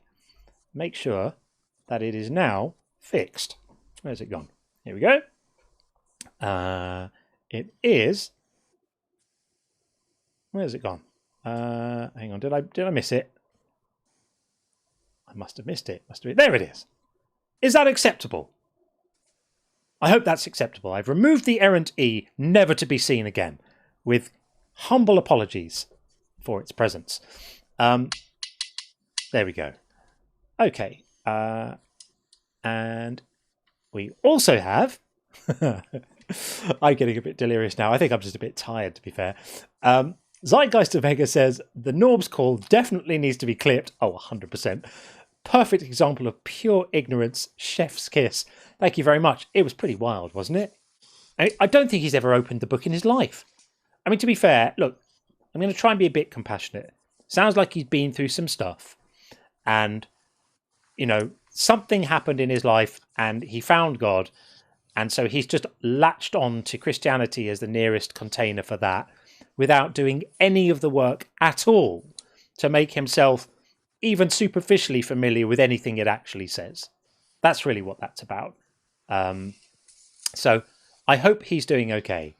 And Bacon and Bush announces, I am mollified. Well, mollified is aspirational at this point. Mollification is is exactly what we're aiming for here.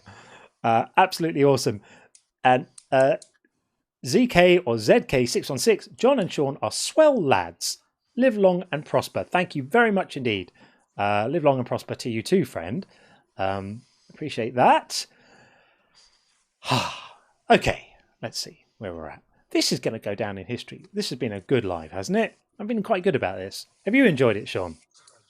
Absolutely. It's been great. Such a funny one today. Some real characters in today. This is what we're here for. Absolutely brilliant. Tomorrow's live is going to feel really, really like, I don't know, mellow compared to this. I'm hoping it will be fun too in a different way. But yeah, it's pretty cray-cray. Okay, I think maybe it's time to wrap it up. Let's have a look at our leaderboard for today. I don't know if people have been rating. On the next live, I'll try to remember to mention the call rating more, because not everybody knows how it works. And I don't think I was very good about posting the link to it. I think I posted it once, but maybe I need to do that more. So here is today's leaderboard. So knowledge is power wins the best conversation of the day and of the night, and the worst conversation, remarkably achieving first and second place, is Lavi.